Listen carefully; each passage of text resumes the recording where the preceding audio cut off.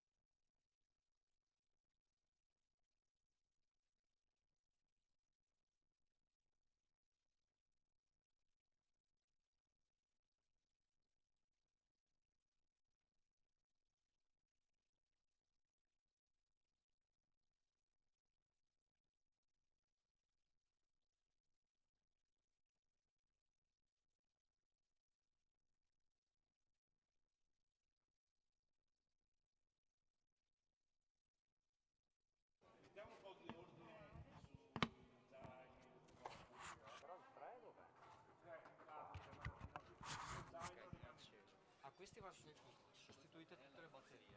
Vanno cambiate. Si vede che ha due batterie, due linee, così. E va anche col colore del Sì, sì. Test, test, test, test, test, test, test, ok.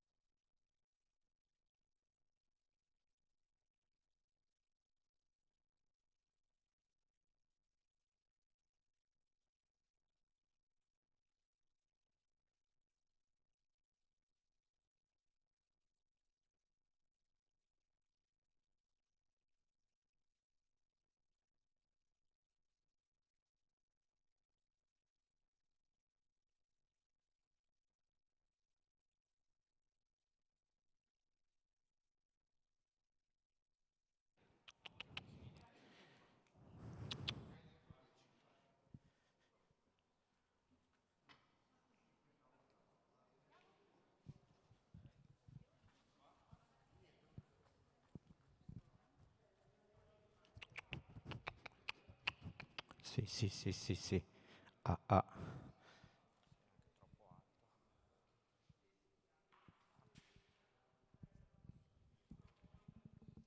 Hey, hey, check, check.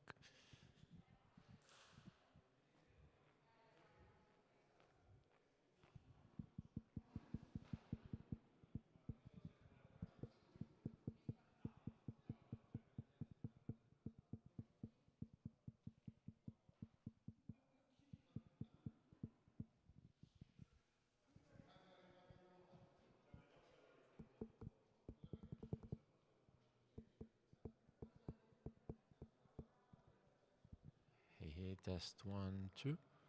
Check, check 1, 2. Test 1, 2. Check, prova 1, 2, 3.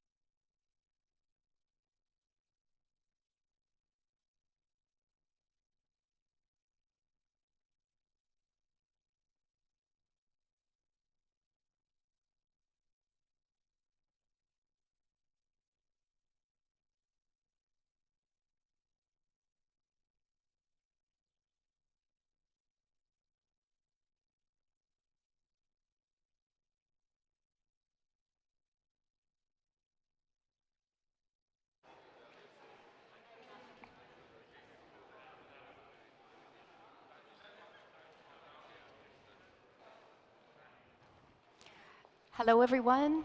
Welcome. If I could kindly ask you to take a seat, we'll begin with today's program.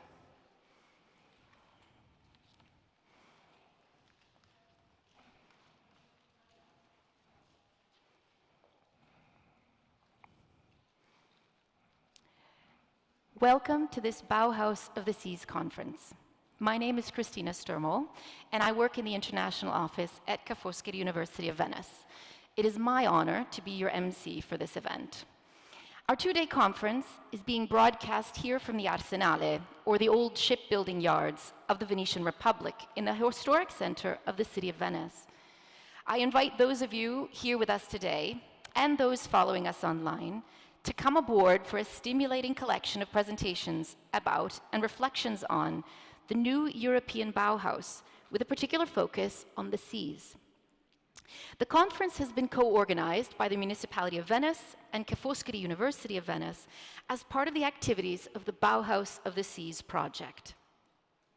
The Bauhaus of the Seas is a proposal born in Portugal in response to the European Commission's new European Bauhaus initiative. And the City of Venice and Foscari University were keen to participate in it for a very simple yet compelling reason. Because the sea is of vital importance to us. None of us would be able to imagine or understand Venice without the sea. Life in Venice, our lives in Venice, are shaped by the Adriatic. Having gathered here today for this event, it's worth pausing for a moment to return to first principles and reflect on the purpose and ambitions of the new European Bauhaus initiative that gave rise to our collective project. Europe, and indeed the world, need to be thinking in earnest about how we will face the future and its intimidating global challenges, one of the most important being climate change. The new European Bauhaus initiative encourages us to pursue the objective of transforming people's way of life and turning cities into more livable, functional, and accessible spaces, all while respecting the directives of the European Green Deal. The new cultural project for Europe that the initiative pushes us to envision is one that we will imprint with the principles of beauty, inclusion, and sustainability. So why did we feel it was important to reflect upon and develop a Bauhaus of the Seas? Well, because the sea, or the seas, are the most essential natural global space.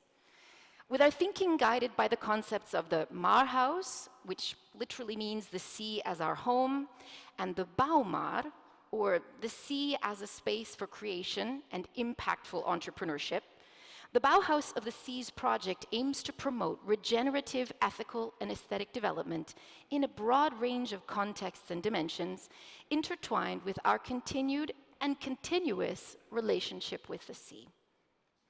To orient ourselves before we begin, it's useful to calibrate our compasses by revisiting the 4 anchors that have given shape to our project's work. Recognizing the environment, reconciling or making peace with the sea, reconnecting communities, and renewing practices. Now, these anchors, of course, will inform the conference presentations of today and tomorrow, guiding us in our reflection upon how we can best work in concert to address and manage the challenges we know lie ahead, and the potential solutions to them we might devise. Due to the project's nature and ambitions, a wide range of actors have come together for our conference, including political leaders, scientists and researchers, designers and artists, and municipal leaders and officials, all of whom have distinct perspectives and ideas to offer in our effort to develop collectively our vision of the Bauhaus of the Seas. To begin our welcome session, we will hear from Professor Tiziana Lippiello, Rector of Foscari University of Venice.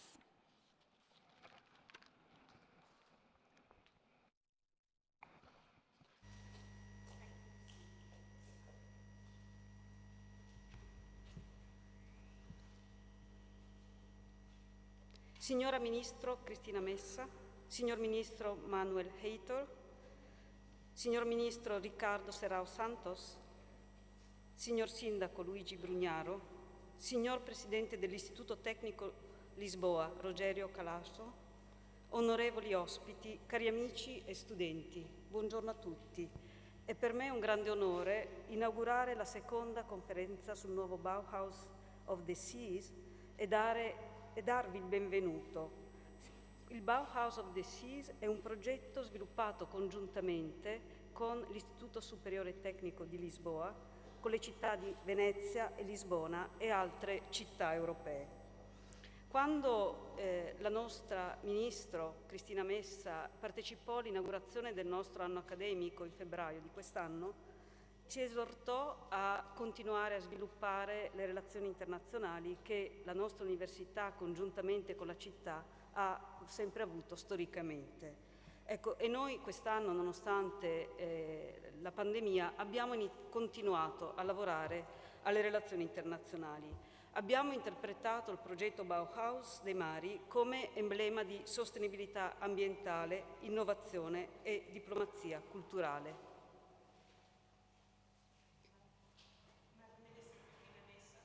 Minister Heitor, Mr. Minister Ricardo Santos, Mr. Mayor, Mr. President of the Instituto Superior Técnico Lisboa, Mr. Rogério Colasso, distinguished guests and friends, students, good morning to you all.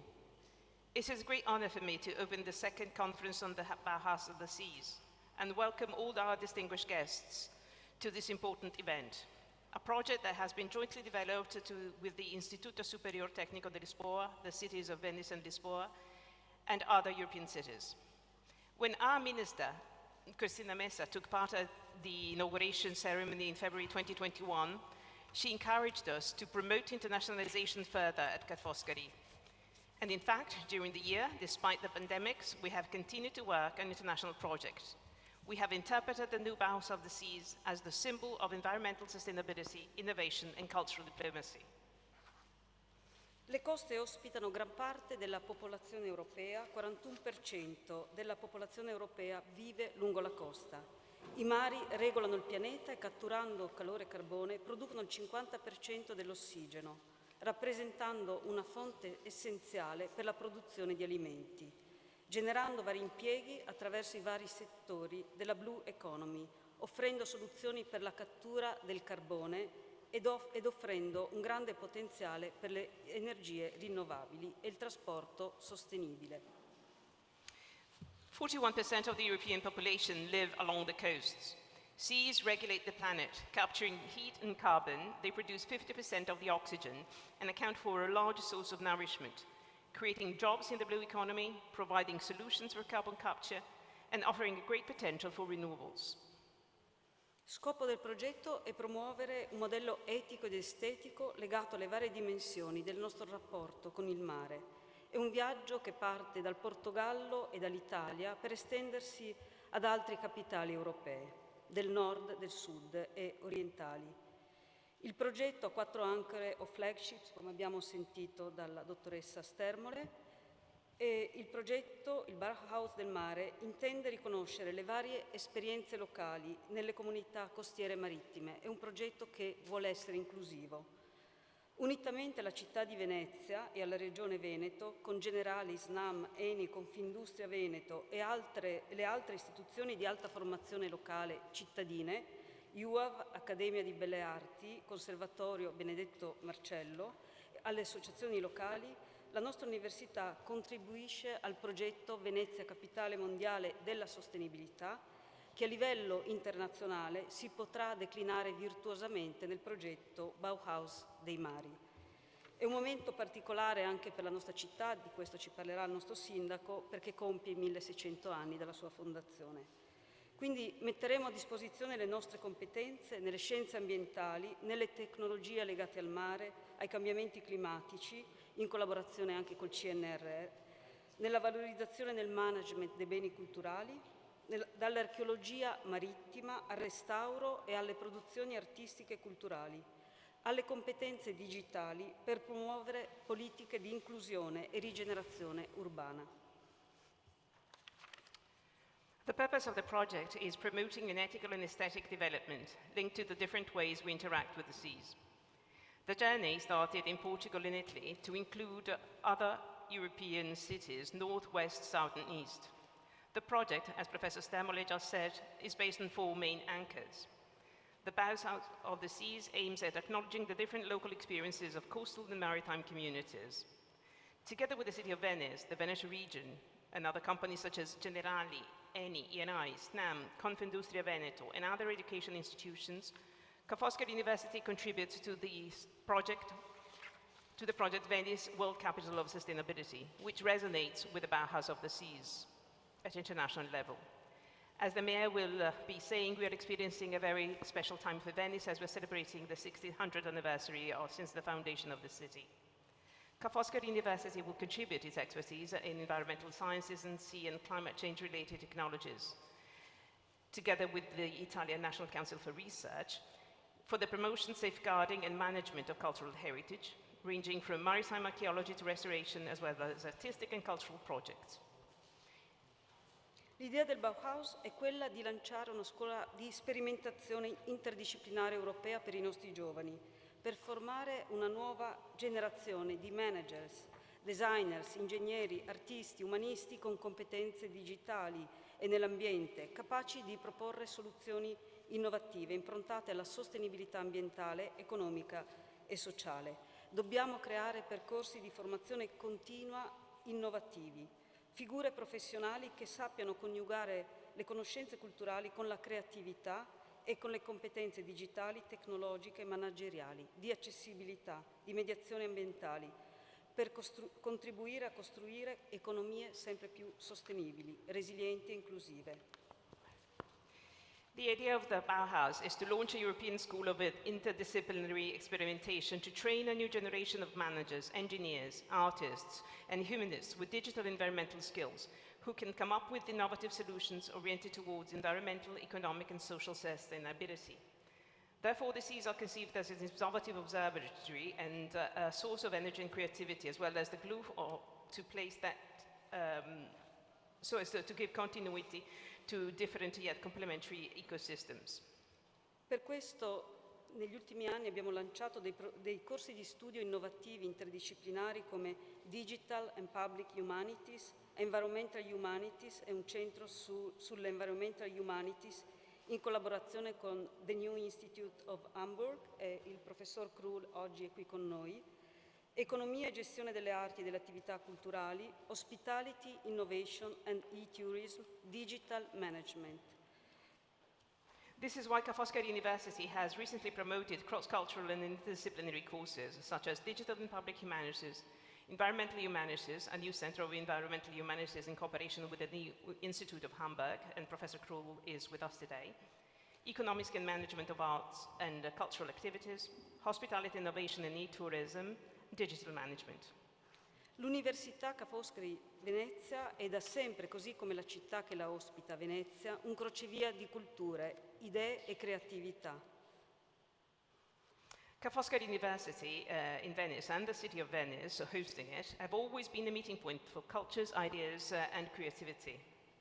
Ecco, per concludere desidero ringraziare tutti coloro che hanno lavorato e lavoreranno a questo progetto, perché da oggi in poi dovremo iniziare a lavorare al progetto concretamente. Ringrazio il Sindaco, il Comune di Venezia, la Regione Veneto e desidero rivolgere un ringraziamento particolare al professor Nuno Nunes che ha avuto l'idea originale di legare il progetto del nuovo Bauhaus, una preziosa fonte di risorse naturali, al mare.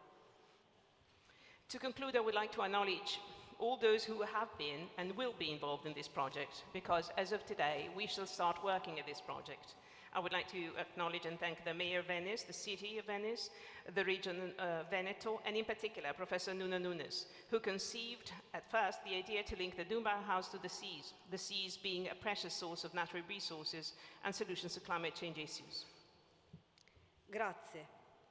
Il Presidente della Regione Veneto non è potuto intervenire e ha lasciato un messaggio per voi, che vi leggo. Gentilissima Rettrice, pregiatissimo Sindaco, nel ringraziarvi per l'invito, come già comunicato dalla mia segreteria, purtroppo non potrò partecipare al convegno Bauhaus of the Seas a causa di concomitanti impegni istituzionali. Thank you for your attention, and please let me read a letter that has been sent by the President of the Venice region, who unfortunately couldn't be with us today.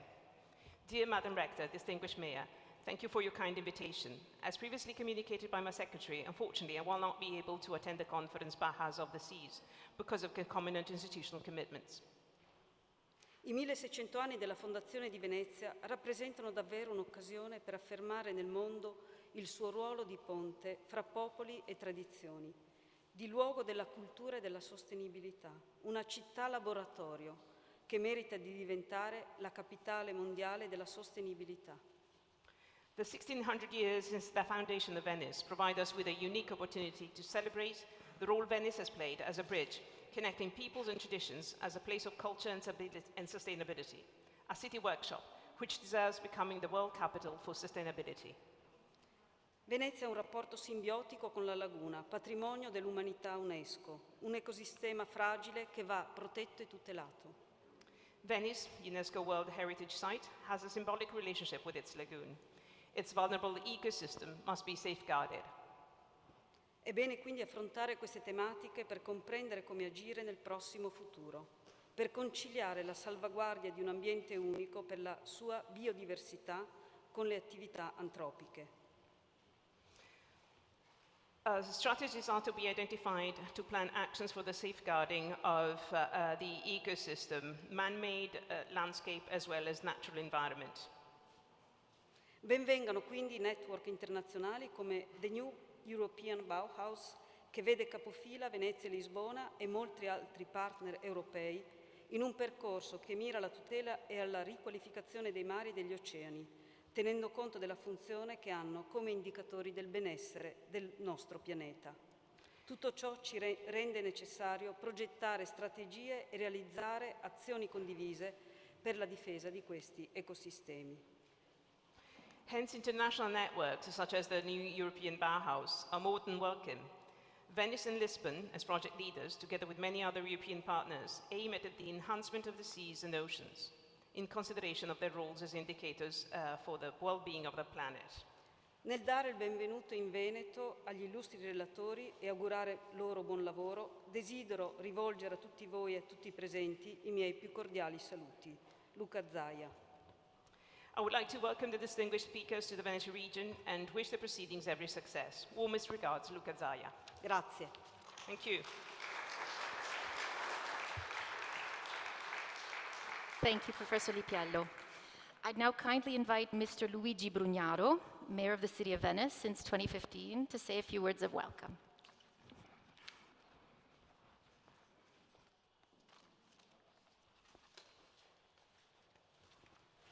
Thank you. Buongiorno a tutti. Benvenuti a Venezia. Per chi è qui presente e un saluto a coloro che stanno seguendo i lavori di questo convegno attraverso la diretta streaming. Apriamo oggi 2 giorni di dibattito e di confronto sul progetto Bauhaus dei mari, un convegno che come Comune di Venezia abbiamo organizzato insieme a Foscari e alla sua rettrice Tiziana Lippiello, che saluto e ringrazio per il grande impegno, e che vede l'illustre partecipazione del Ministro dell'Università e della Ricerca Cristina Messa, che ci onora della sua presenza, oltre alla partecipazione del Ministro portoghese della Scienza Manuel Heitor e a quella del Ministro del Mare Ricardo Serrao Santos. È un onore avervi i nostri ospiti. Ladies and gentlemen, good morning to you all and welcome to Venice. Welcome to those who are here in presence, and welcome also to all those who are following the proceedings of this conference through the online live streaming. Today we are opening 2 days debate. We're going to talk about the Bauhaus of the Seas project, a conference that has been organized by the Municipality of Venice together with the Foscari University, thanks to the close cooperation with Madam Rector Tiziana Lippiello, whom I salute and acknowledge. It is a great honor for us to play host to this meeting and to have amongst us the Ministry for University and Research, Mrs. Cristina Messa, as well as the Portuguese Ministry for Science, Mr. Heitor, and the Minister for the Seas from Portugal, Ricardo Santos. It is a great honor to have you all with us today. L'occasione mi è gradita per far arrivare a tutti coloro che interverranno nei diversi momenti di dibattito un sincero grazie, perché attraverso la loro testimonianza riusciranno a dare un contributo positivo e fattivo nell'affrontare un tema caro a tutti noi, la salvaguardia e il ruolo strategico del mare per il futuro dell'intero ecosistema mondiale. I'm very pleased to convey to all speakers who are going to take the floor during the different sessions of the debate my heartfelt thanks, because with their words they will contribute importantly to tackling a subject which is dear to us all, the safeguarding and the strategic role played by the seas for the future of the whole world ecosystem. Nell'anno in cui la città di Venezia celebra i 1600 anni dalla sua fondazione, è quindi un elemento di grande prestigio poter ospitare un evento così importante, legato alla centenaria spinta propulsiva della Bauhaus, che in questo frangente guarda al mare e al suo essere casa nostra. Venezia non poteva quindi che essere in prima linea nell'affrontare questo progetto, che vede il coinvolgimento di tutte le regioni costiere e delle città marittime d'Europa, e dovrà diventare veicolo per spronare la comunità internazionale a mettere in atto fatti concreti per la salvaguardia di quello che è uno dei beni più preziosi che abbiamo, il mare. This year the City of Venice celebrates the 1600th anniversary since its foundation, and it is therefore a great honor for us to play host to this event. This event is closely linked to the age-old thrust of the Bauhaus, that in this case is looking at the sea and at its being our home. Venice could not but be in the forefront in tackling this project, seeing the involvement of all the coastal regions and maritime cities in Europe. This project will become a means to encourage the international community to undertake tangible actions for the safeguarding of one of the most precious assets we have, the sea. Credo sia noto a tutti il delicato equilibrio che lega da sempre Venezia al mare. Una realtà che è sempre stata stato de mar e stato de terra. Oggi siamo qui a difendere e a tutelare quello stretto legame che è il cuore, l'anima e il vero spirito di una città e che è il luogo simbolo per tutti i cittadini del mondo. I believe you're all familiar with the very sensitive equilibrium connecting Venice with the sea. Venice has always been a power based both on the sea and the land. And we're here to safeguard this close tie, which is very much the heart, the soul, and the true spirit of a city that is a symbol for all the citizens worldwide. Dobbiamo fare in modo che le terribili immagini dell'acqua eccezionale della serata del 12 novembre 2019, pur essendo ancora ben nitide nella memoria di tutti noi, restino una triste pagina della storia di questa città e non si debbano mai più rivedere. Abbiamo il dovere di garantire alla città, a chi la vive tutti i giorni e alla comunità internazionale un reale impegno per fare in modo di arginare le dure conseguenze dei cambiamenti climatici a livello planetario. Grazie al MOSE, gli ingegneri sono riusciti a fermare il mare. Adesso dobbiamo completare l'opera e metterla in funzione in modo definitivo.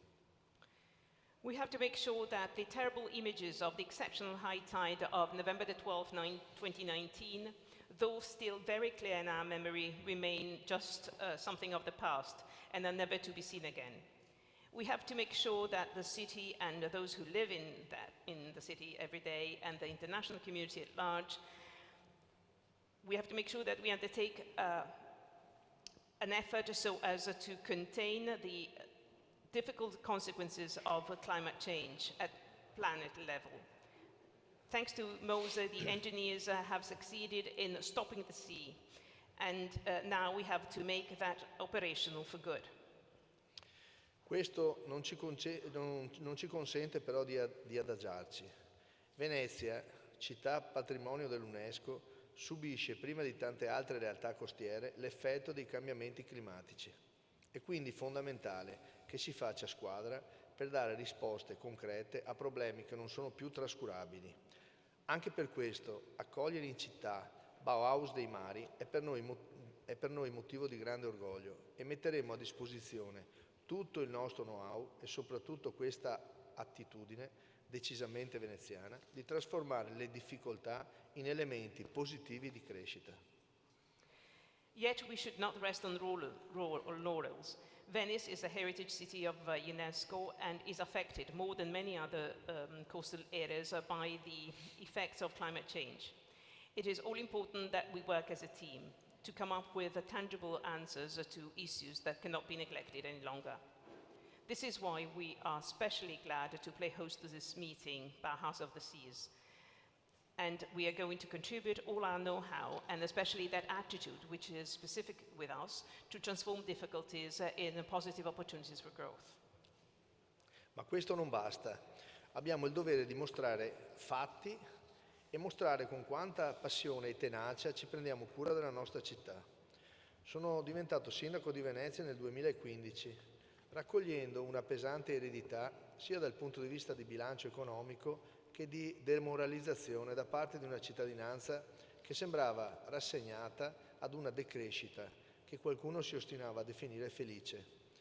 In questi 6 anni ci siamo rimboccati le maniche e i primi risultati li potete vedere coi vostri occhi. Oggi siamo qui all'Arsenale, questi spazi erano abbandonati, oggi stanno tornando a vivere. And yet this is not enough. Indeed, we have a duty to come up with facts and show with how much passion and strength we are taking care of our city. I became mayor of the city of Venice in 2015, and I had a very difficult legacy, both from the point of view of the economic balance sheet and in terms of the low morale of our citizens that seem to have taken for granted that we were there to tackle degrowth, that somebody was still calling a happy degrowth. Over the past 6 years, we've worked hard, and the first results are before your eyes to be seen. This is the Arsenale where we're here today, and these spaces used to be abandoned, and now they're experiencing a new life. Qualche mese fa, in questi stessi padiglioni, abbiamo ospitato la seconda edizione del Salone Nautico, una mostra dove abbiamo valorizzato quel popolo del mare che è la più attenta ed interessata sentinella delle nostre acque. Abbiamo creduto in un salone nautico che ha dato ampi spazi alla tecnologia green in acqua e alla sostenibilità ambientale, un settore che soprattutto ora che mi sto confrontando con altre realtà del nostro paese deve essere un caposaldo della nostra ripartenza. A few months ago, these very pavilions where we are today played host to the second edition of the Venice Boat Show, a show where we have attached new value to the people of the sea, that is, the more attentive and interested sentinel of our waters. We've trusted in that boat show, giving wide space to green technologies, both in the water and in terms of environmental sustainability. This is an area, and now that I am coming to terms with Italian problems and not just local problems, this is an area that has to become a stronghold for our recovery. L'Italia ha 7.914 km di coste e una innata vocazione marittima che coinvolge l'intera struttura socio-economica nazionale. Un patrimonio da valorizzare e sul quale investire. Con la tecnologia abbiamo sempre interagito con il mare e in primis dobbiamo fare in modo che il nostro Paese si doti sempre più di darsene all'avanguardia e accoglienti, luoghi dove non solo poter ospitare le barche o chiunque voglia avvicinarsi per imparare a conoscere il mare, ma dove poter dare approdo sicuro a tutto quel segmento dell'economia nazionale che vede nel mare una via di collegamento utile e da incrementare. È tutta fonte di ricchezza e di sviluppo. È il momento di decidere se vogliamo agire o solamente chiacchierare. Venezia è uno strumento di dialogo con il mondo. I nostri porti, le nostre darsene, sono piattaforme logistiche strategiche che ci consentiranno di diventare la piattaforma d'Europa nel Mediterraneo, un progetto che ci deve vedere compatti e che deve andare avanti di pari passo con quell'idea di sostenibilità ambientale che vede questa città e che ha particolarmente a cuore. In Italy, there are as many as 7,914 kilometers of coasts. And Italy is also characterized by an innate maritime vocation involving the whole social and economic structure at national level. This is the heritage to be attached new importance to and where to invest. With technology, we've always interacted with the seas, and now we have to do so more forcefully. We have to get equipped with ever more modern state-of-the-art docks that are to be welcoming places, where not just to play host to major big yachts, but also to those who want to come closer to the sea and get to know the sea. were to provide also a safe haven for all that industry that belongs to the national economy that consider the seas as a means of connection which is both useful and to be strengthened. This is all a source of wealth and development, and it is high time we decided whether we want to act or rather just pay lip service to these issues. Venice is a tool for dialogue with the world. Our ports, our docks, our logistic platform of strategic importance that will enable us to become the European platform on the Mediterranean. This is a project that has to see us united, and that has to go hand in hand with that idea of environmental sustainability that the city has at heart. Venezia, la più antica città del futuro, guarda favorevolmente all'innovazione, al rinnovamento e sarà convinta promotrice di questo progetto di tutela del mare. Farlo assieme a Lisbona, saluto già il sindaco Fernando Medina che interverrà domani, e alle altre città europee sarà occasione per ribadire con forza il nostro impegno a sostegno di un approccio scientifico e tecnologico alla salvaguardia dell'ambiente. Un progetto che è ambizioso, ma che giorno dopo giorno stiamo mettendo in atto, tanto da ambire al riconoscimento per Venezia di capitale mondiale della sostenibilità. Venice is the most ancient city of the future, as it looks positively to innovation, renewal, and it will be a promoter of this project for the safeguarding of the seas. Doing so together with Lisbon, and by the way, I'd like to greet the mayor of Lisbon, Mr. Fernando Medina, who will take the floor tomorrow, and together with other European cities, will give us an opportunity to reiterate forcefully our commitment to supporting scientific and technology approach for the safeguarding of the environment. This is an ambitious project that we are implementing on a day-by-day basis, so much so that we are hoping to be acknowledged as the world capital for sustainability. Venezia ha un sogno, e questo sogno sta diventando un'ambizione condivisa da tanti enti e istituzioni, sia cittadini che nazionali, che hanno deciso di sostenerci nel percorso che speriamo porti la città a diventare capitale mondiale della sostenibilità. Venezia ha le carte in regola per esserlo, e anche voi, attraverso il Bauhaus dei mari, potrete dare un importante sostegno affinché il sogno diventi realtà. Guardiamolo avanti, facciamolo assieme, con fiducia. Venice has a dream, and that dream is becoming a shared ambition by many institutions and other bodies, both at local level and nationally. Those have decided to support us in this process that we believe will take our city to become the world capital for sustainability. Venice has all what it takes to become the capital city for sustainability, and we hope that also through the Bauhaus of the Seas, you can contribute importantly to making this dream come true. Let's look ahead and do that together with trust. Buon lavoro a tutti. I wish the proceedings every success.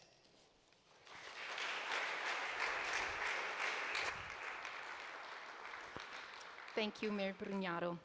Our final welcome address will be given by Professor Cristina Messa, Italy's Minister of Universities and Research since February of this year. She's also a professor at the University of Milan Bicocca, of which she was rector from 2016 to 2019. Welcome, Minister Messa.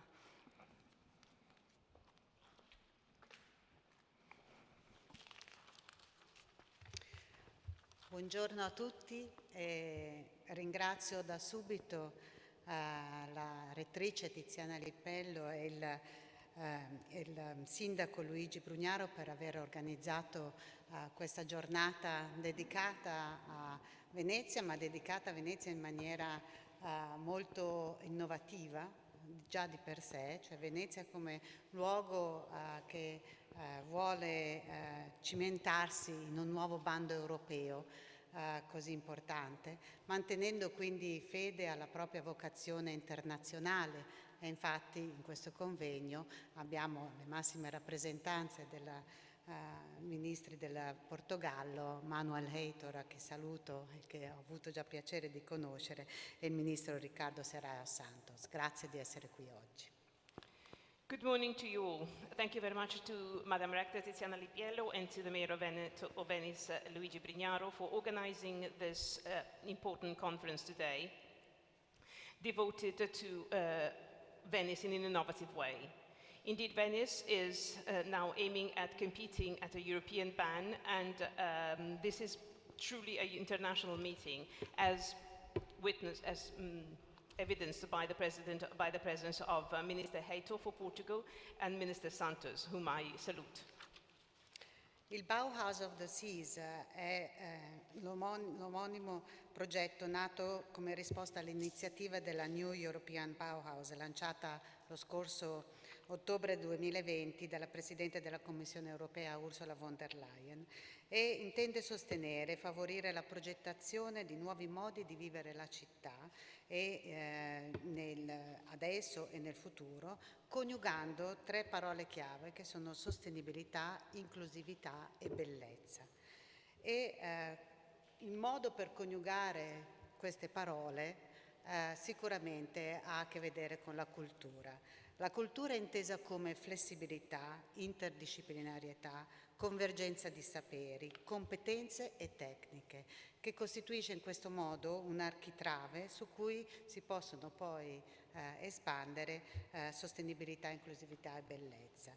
E l'elemento simbolico di questa architettura sicuramente è il ponte, sono i ponti, cosa di cui Venezia credo abbia proprio la natura fondamentale dei ponti, ponte che ha un significato sia simbolico che identificativo per i temi di questa iniziativa, perché unisce tecnologia e innovazione alla possibilità di promuovere arte, cultura, ibridazioni, attraversamenti. Bauhaus of the Seas is also the project that has been conceived as a reply to the initiative New European Bauhaus that was launched on October 2020 last by the President of the European Commission, Ursula von der Leyen. The European initiative is aimed at planning new ways to experience the city and the areas of the future, considering the possibility to combine together sustainability, inclusion and beauty. Indeed, this has to be done under the auspices of culture, and in particular the flexibility and interdisciplinary nature and the convergence of different types of knowledge, competence and skills. This is the very basis on which the whole project is based for sustainability and inclusion. And this is clearly represented by an element of architecture, i.e. bridges. And bridges are the very thing that Venice has been built on. Bridges have also a very strong symbolic meaning, and they allow for hybridization, crossing and crossbreedings, together with the world of science and art. Il Bauhaus of the Seas è un contenitore dove trovano ospitalità le esperienze locali delle comunità costiere e marittime. Comunità che sono storicamente aperte e disponibili ai cambiamenti, quindi sono particolarmente vivaci, reattive, adattative per forza di cose. E infatti sono rappresentate e iniziano con Venezia e Lisbona, che sono quelle città che sul mare e con il mare hanno un rapporto molto particolare. È il mare che dal mare che traggono forza rigenerativa e riqualificante, come quelle che intervengono sull'area urbana. È dal mare che si avviano interventi contenitivi di cui si è parlato e disinquinanti, riqualificazioni urbane delle aree produttive, come questo arsenale dove siamo qua oggi, che rappresenta proprio la conversione di zone industriali che tengono conto della bellezza in modo particolare. Su questi punti l'Università Ca' Foscari mette a disposizione le competenze nelle scienze ambientali, tecnologie legate al mare e cambiamenti climatici, valorizzazione e management dei beni culturali, digitale, la rete di relazioni internazionali, tra cui quelle della Via della Seta marittima, in modo da rafforzare, ampliare e rinnovare anche la diplomazia culturale. The Bauhaus is very much a container where very lively realities and communities are involved. Venice, together with Lisboa, lay on the sea, and as such are very much exposed to the sea as an element for growth and as a threat.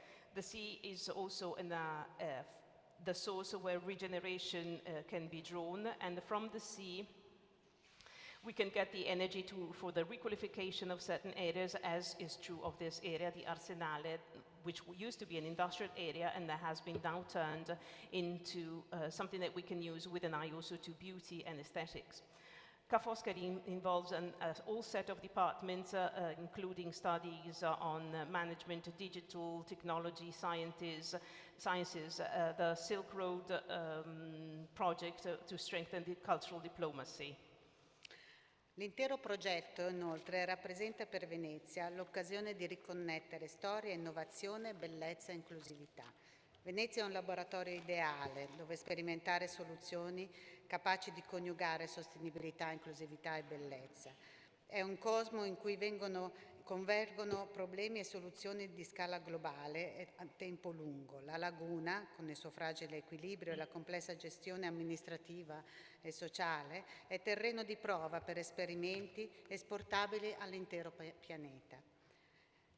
The whole project represents for Venice the opportunity to reconnect history and innovation, beauty and inclusion. Venice is the ideal workshop where to experiment local solutions that can combine together sustainability, inclusion and beauty.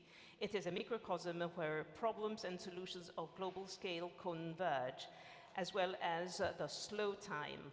The lagoon with its sensitive equilibrium and the complex management issues is an area to test new radical experiments that can be then exported to the whole planet. Venezia è la città dell'adattamento e della flessibilità e saprà pienamente utilizzare il passato come chiave per progettare e testare il futuro. È stata costretta per sua natura a innovarsi, dialogare con il rischio, evitando la rigidità come risposta. La fragilità e il rischio sono da sempre i principali motori del rinnovarsi della città lagunare nell'urgenza di ripensare radicalmente in maniera sostenibile i sistemi insediativi delle diverse scale. Alla base di questo rinnovamento c'è il saper fare e il saper far fare. Un impegno forte che la città assume non solo verso se stessa, ma verso il mondo. In questa sfida le università hanno giocato e giocano e giocheranno un ruolo chiave. A loro spetta riconoscere, connettere e valorizzare le singole tessere e per farlo occorre una cultura aperta, curiosa, giovane e ambiziosa. Venice will certainly know how to use its past as a key to project and test the new future. The city, with its past history and its fragilities, its beauty, is something unique worldwide. And this will push us to develop new knowledge and to come up with replies and answers so as to make this city the lighthouse for the new Bauhaus.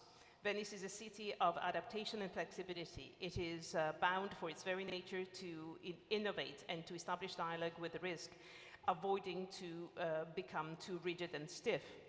Fragility and risk have always been the main driving engines for renewal in this city, and Venice has always been pushed to rethink itself in a sustainable manner. At the basis of this renewal, that there is know-how and entrusting others to do.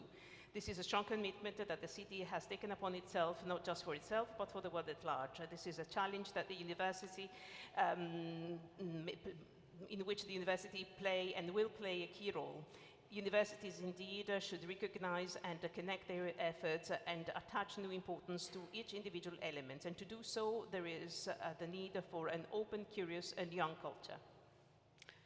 Abbiamo un'ambizione molto importante come governo in questo futuro, che è quella di creare figure nuove, figure che prendano esperienza e riescano a coniugare la tecnologia con la cultura e con l'arte e tenere il filone dell'umanesimo, di un nuovo umanesimo molto presente. E credo che questa sia un'iniziativa fra le più interessanti che può creare una scuola interdisciplinare europea. L'interdisciplinarietà diventerà un elemento fondante anche delle nostre università.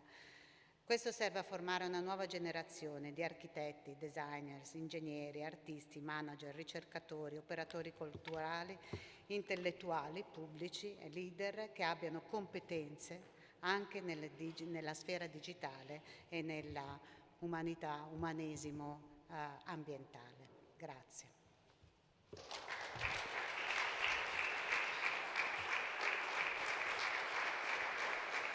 Italian government has a strong wish to train new professionals, connecting technologies with culture and art. And I believe that this is the most important initiative for interdisciplinarity that can be launched at the university level.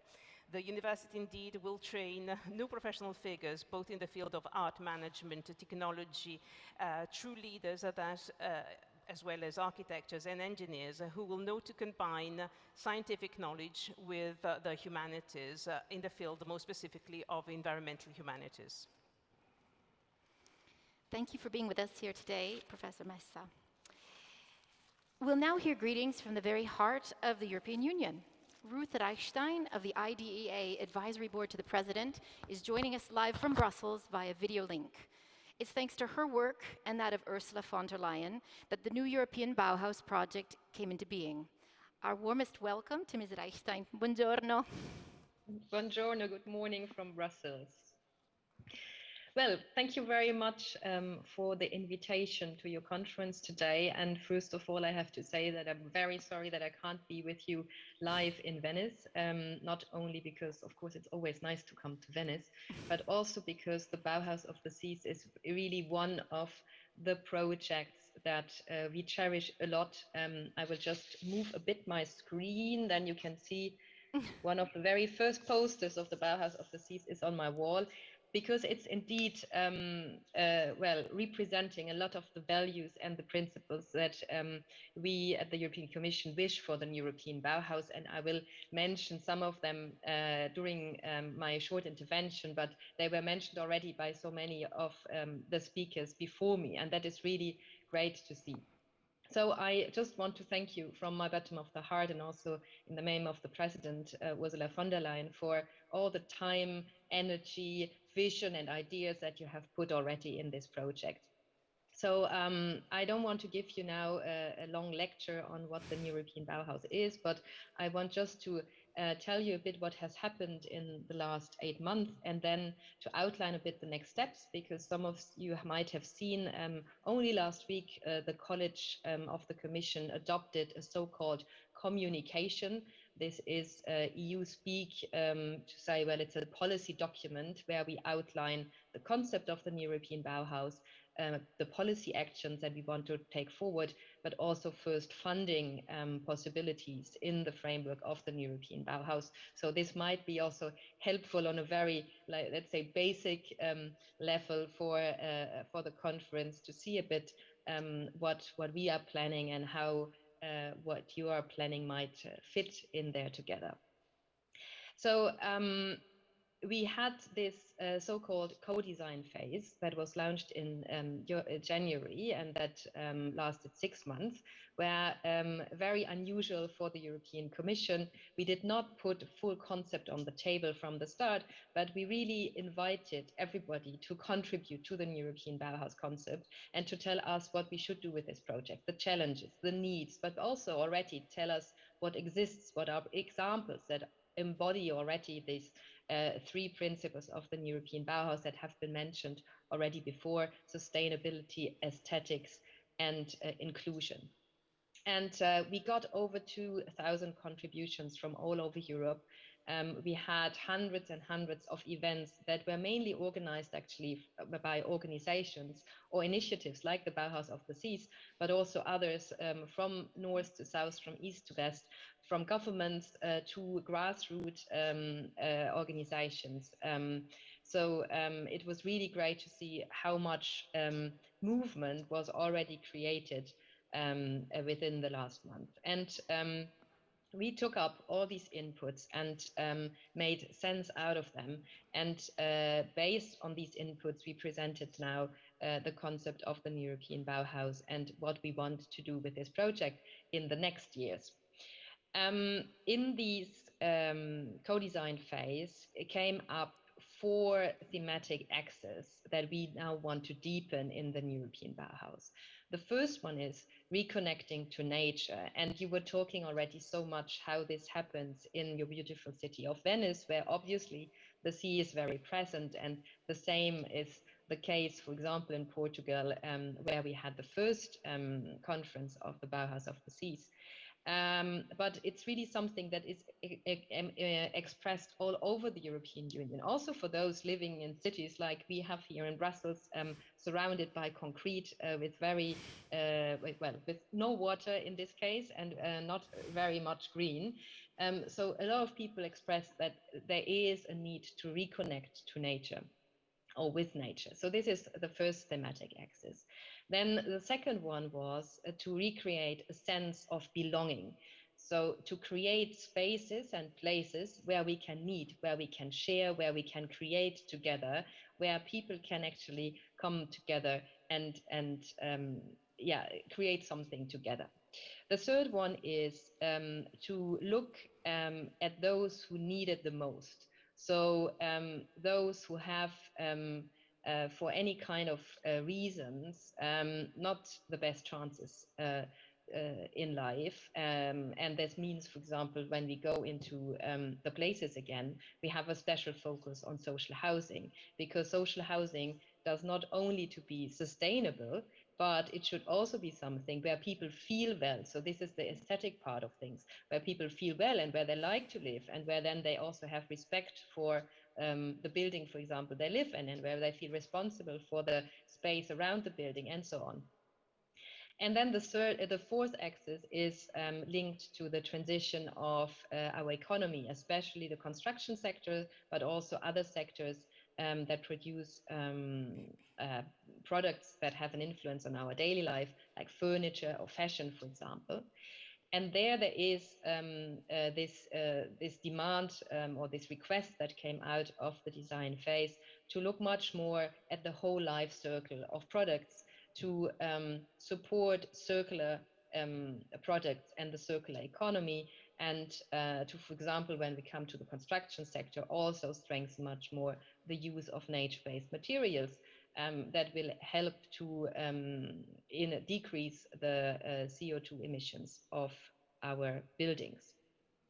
So these were the four axes that came out very strongly of the co-design phase, and these are the axes that we will now develop further. And I will just give you a bit of a glance how we would like to do that, and also to let you know a bit where we think that this whole community of the Bauhaus of the Seas could play a role. So we have now two main work streams, let's say, of the European Bauhaus. The first one is very much linked to this tangible change on the ground. So to really change our economic system, but also our society, that people can feel that the European Green Deal brings positive improvement of their daily life. And this means, for example, that we have to, as I just said, to reduce the CO2 emissions of our buildings. They are responsible at the moment for around 40% of our energy consumption in the European Union. And if we want to reach our ambitious climate targets, if we want to make Europe the first climate neutral continent by 2050, then we have to change this. And there the European Bauhaus comes in. There we want to see transformative projects in the built environment that will also showcase what is possible, and that can then have a kind of snowball effect in the member states. The other part is more linked to the vision and to the mindset, and it has also been mentioned already by some of you before. So this is much linked to culture, to education. So to reflect together which kind of life we want tomorrow, how we want to live together in respect of the planet, but also to feel happy and well ourselves.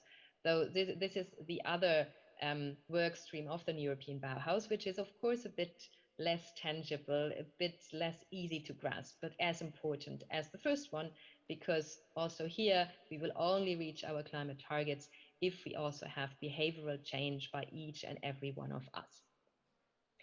And we will continue to do that along the three key principles that we have developed already for the co-design phase, and that were very well already summarized before. So we will continue to do that with a participatory approach, so to involve as much as possible the growing community of the European Bauhaus, we will have this global approach that was already mentioned before as well for Venice. So to have at the one hand, the global dimension, because climate change needs to be addressed globally, but at the same time, really look into, okay, what is the concrete project on the ground that will bring the change in the city, in the village, in the rural area, wherever. And the third principle is the transdisciplinarity that you not only preach, but already put into practice in such an impressive manner, because the best solutions come out when people come together from different backgrounds, from different disciplines, and not only talk, but also create together. And here it's so important that we bridge from culture to science, from innovation to art, that we really have all these different talents and competences together to work on our tomorrow. That's why the most important tool, let's say, for the European Bauhaus will be something that we called for now the European Bauhaus Lab. And this will be a digital but also physical entity, which will bring together the whole European Bauhaus community. So starting from our official partners, we now have over 300 organizations that are officially declared partners of the European Bauhaus. We have the high-level roundtable with real experts in the different dimensions of the Bauhaus, but we have also so many companies, so many political actors that want to get active. So we want to bring them all together and continue to work on different important topics of the European Bauhaus. I just want to mention two of them now. The first one is that we want to label existing regulation on the European level, but also on the national and sometimes even on the regional level, and look at, okay, what are the concrete barriers or obstacles for the transformation in the construction sector, but also in other sectors? What is in the regulations that would need to change to make it easier to, for example, reduce the CO2 of our buildings? And if it turns out that we have things to address on the European level, the Commission commits to do that, but we also commit to then get in touch with the member states and to discuss and to see what can be done also on their level. A second thing that we want to do with the lab is to look into this question of a possible new European Bauhaus label. This is something that has been asked a lot. So a lot of projects all over Europe would love to call themselves a European Bauhaus label, but for now we don't have criteria. We only have these very broad principles, and now we need to get more concrete. We need to really look into, okay, what do you need to fulfill to become a European Bauhaus project? And this can be, again, a building, this can be fashion, that can be furniture, that can be also a price. So this is something we also want to work on together with the community, because we think it's best to do that with the practitioners from the ground. So this will be the core of the European Bauhaus for the next month and years. Then in the mindset part, we will have some tools that we will use to continue to work on this. We will continue to have our European Bauhaus Prize. You might have seen we have awarded the first ones last week. A lot of projects from Italy as well, by the way. This prize will continue to live. We'll adapt it from year to year, but that will be a strong moment. We will have a European Bauhaus Festival where we will have culture performance, but also a fair where companies can present their innovative products. So all this will help to foster the community. And at the same time, we put on the table a first package of funding possibilities, 85 million to start with for this year and for next year, to, for example, support these pilot projects there where we invite the member states to apply for, with also one call that focuses especially on social housing.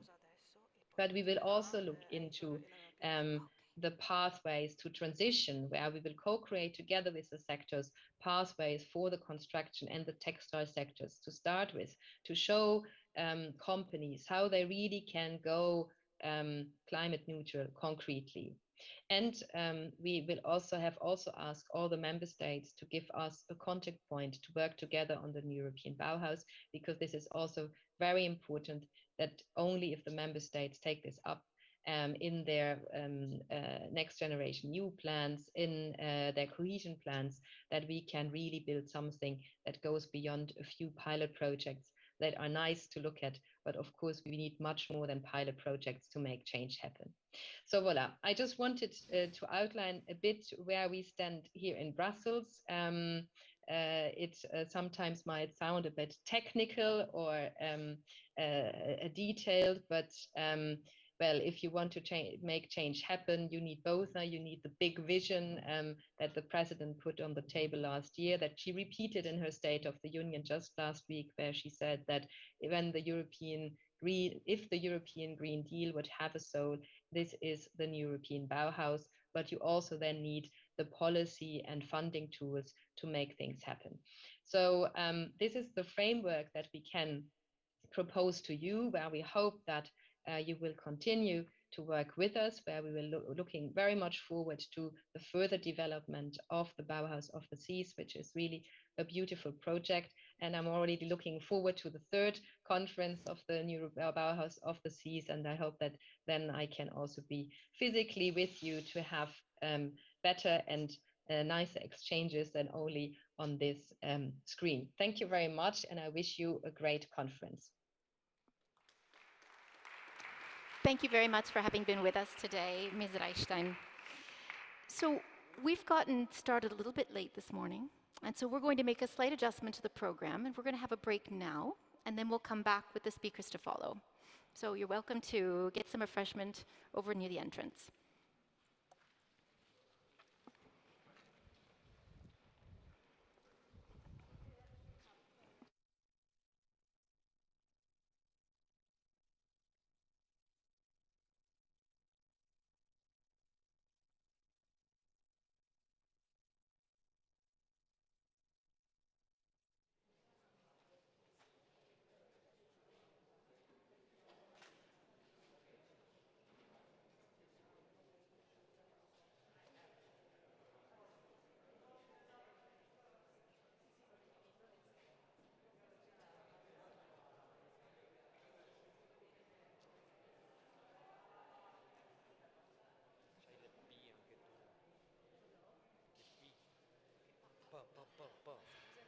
Figurati.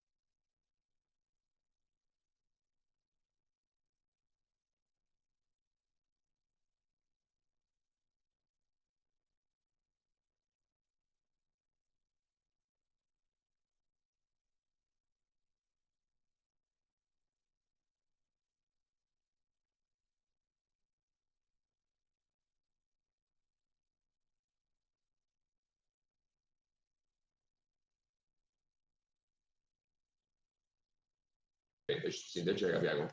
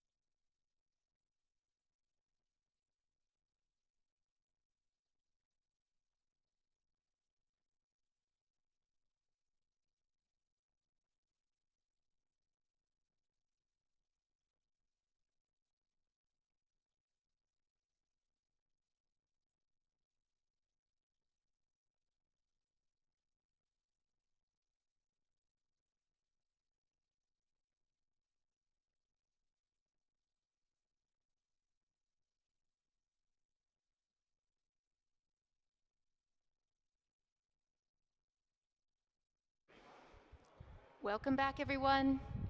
I hope you had a chance to have a coffee. If I could ask everyone to join me so that we can continue with our program.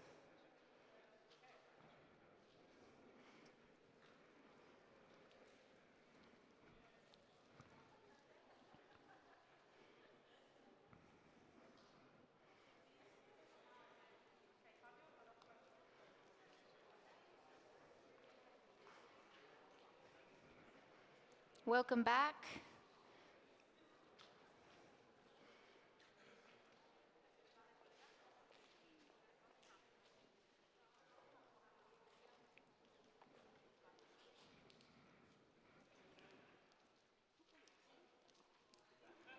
We'll see if we have a few last stragglers coming back in from outside.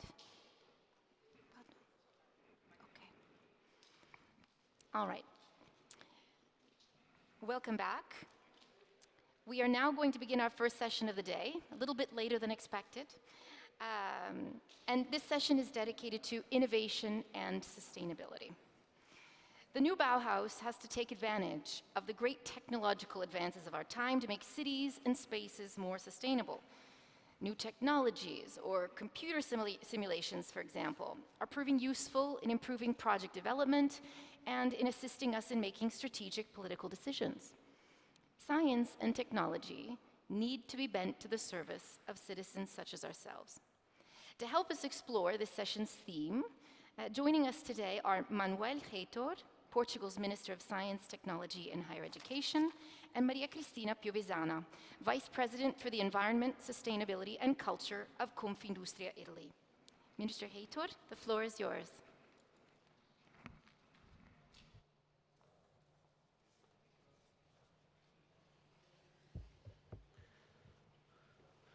Buongiorno a tutti. As expected, I will speak in English, so I apologize for the lack of my understanding of the Italian language, but this is also an international project, and let me thank you very much for Rector Tiziana Lippiello, for the Mayor of Venice, and all of those that made this conference and the second conference possible. Also, let me acknowledge my colleague Ricardo Santos, and you may ask why two Portuguese ministers are here. The answer is easy. We strongly support the researchers, the entrepreneurs that design this project and this collective effort, certainly with colleagues in Venice, but also colleagues throughout Europe, to really build a movement under the overall context of the new European Bauhaus to focus on coastal areas. Again, we support this transformational agenda based on the new Bauhaus concept, particularly to look at key problems of European citizenship from a research-driven perspective, but also, and always, to solve problems and to make Europe in the leading edge of advanced innovation for sustainability. And these are important because these projects should have the ambition to become the best in the world and to train leaders of the future. Certainly, let me acknowledge first and foremost Nunes from the School of Engineering, University of Lisbon, I.S.T., and Rogério, the president of I.S.T., is here, which again strongly shows the overall support of the main Portuguese engineering school in association with this overall context. And also, let me also acknowledge Fabio Pitarelli from the Foscari University, very much engaged in this overall process that are building and the partnerships with others. I should also recall your attention for William Krull from the new Institute in Hamburg, which clearly opens up our understanding how the Bauhaus of the Sea can really be also a new initiative towards attracting private attention from the social sciences and humanities, certainly addressing a key process. But again, this is the second conference. The very first one launched last May. And again, our support to this initiative is particularly focused, in my point of view, in 5 issues which I would like to call your attention. First and foremost, engage citizens, and the idea of making citizens an integral part of advanced research and innovation towards a transformative agenda under the current unique situation we live in Europe and that world to face carbon neutrality, certainly using the opportunities of the digital transition, but overall leading the edge of new knowledge towards the understanding of a transformative agenda. And we know that making citizens an integral part will be critical for the years to come. That is the reason why it's so important to bring engineers, but also social scientists, humanists. But from engineering and essentially from computer scientists which are present here, it's particularly important to design and to implement the necessary advanced IT systems to help achieving and attracting every single citizen. What I'm calling is that the survival and the future success of these type of initiatives will depend very much on being effectively citizen-based, research-driven. And this idea of making citizens integral parts of these transforming agendas is critical for its success. My second point is to focus on coastal areas, certainly throughout Europe. You should remember, like in the very first conference, that was particularly emphasized that Europe is the world or the planet's continent, the continent in our planet with the longest length of coastal areas, over 136,000 kilometers. And if we consider coastal areas for a width of about 50 kilometers from the coast, it represents 43% of the overall European area, but also about 43% of the full European population. Certainly, we know that coastal areas in Europe are particularly predominant in the Baltic with about 38%, in the Mediterranean where we are with 29%, in the Atlantic with 17%, and also in the North Sea with 8%. So bringing the diversity of coastal areas, but focus on the understanding of key issues from marine biodiversity, from the urbanization and urban and design concepts associated, for instance, with the fish industry. And we have here Pedro Tavares from the School of Architecture in the University of Porto. He will address essentially 2 types of fish industries which have driven different urban and design concepts, particularly from the transformation industry in those fishery areas, from many other issues associated with the cultural context of coastal areas. Certainly, we also know that these coastal areas do live essentially out of services, representing more than 2/3 of the economy of coastal areas, certainly in association with tourism, and then they engage a very large amount of world population, particularly through tourism services, which definitely do need to be addressed in the years to come towards a sustainable touristic venture. But focus on coastal areas and build on the diversity of Mediterranean, Atlantic and Baltic coastal areas will be critical for the success of this overall initiative. My third point, again, as very much emphasized in the very first conference, was essentially to be problem-driven, but essentially to have an holistic approach beyond any single discipline. And again, focus on very relevant problems which do require basic and translational research to be addressed in a way that we can solve existing problems. We are in Venice, and those problems are very clear, as also very directly discussed and presented by the mayor early today.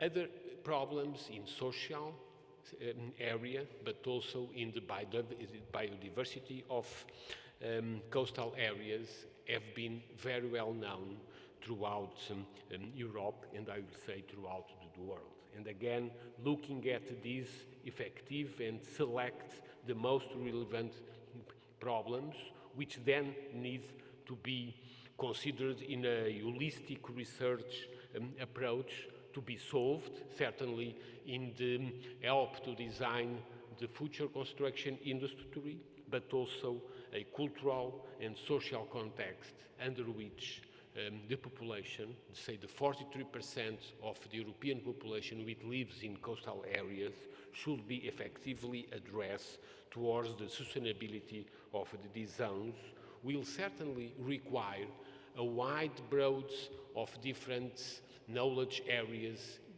coming together, not per se, but in an integrated way to solve problems.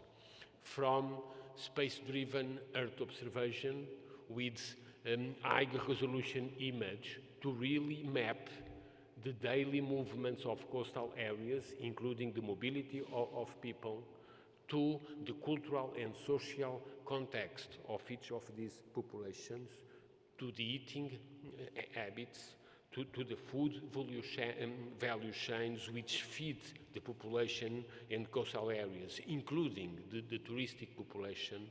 These are overall problems which certainly do require advanced IT systems together with the most critical engineering knowledge from new materials, from new sustainable materials, to the way we use and we behave in terms of the possibilities of new technologies.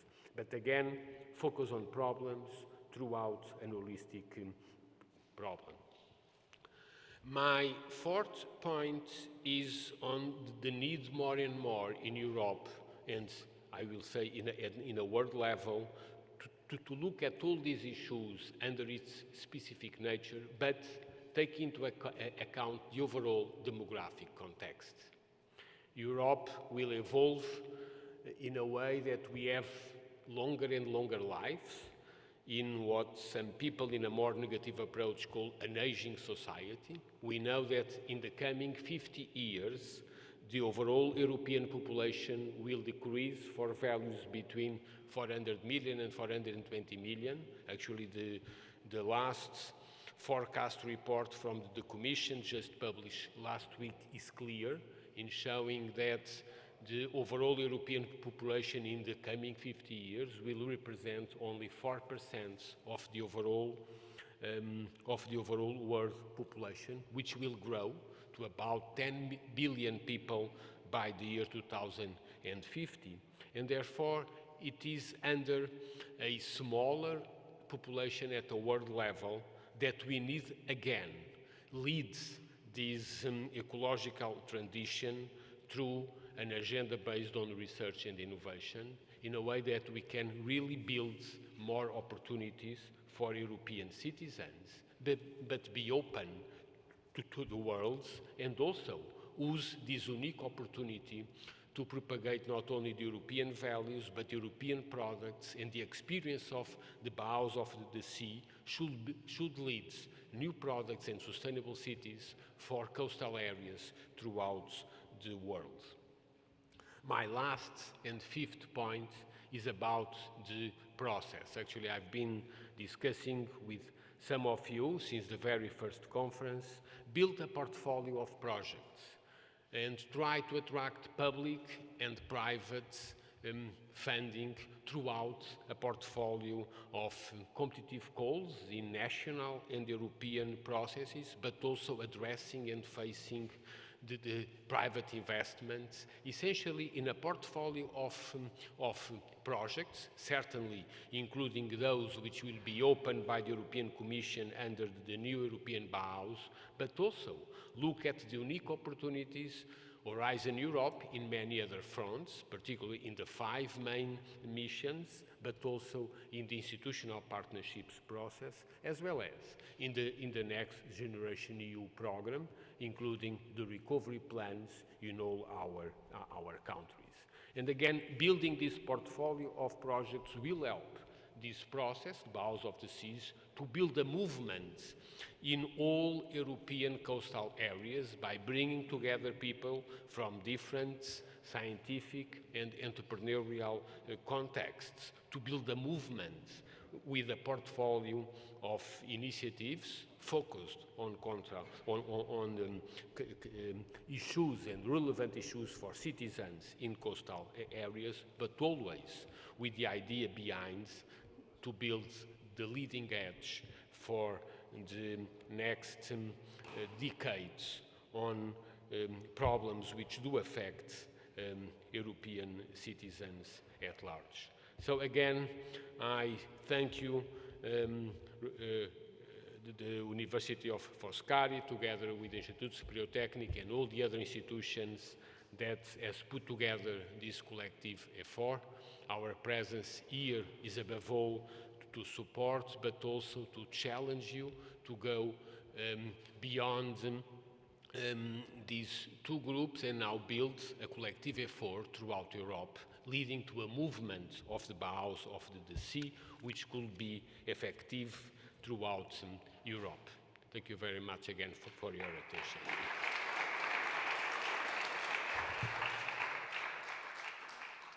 Thank you, Minister Heitor. To continue our discussion of innovation and sustainability, as I said, we have with us Maria Cristina Piovesana, who has joined us remotely. Welcome. The floor is yours. Good morning.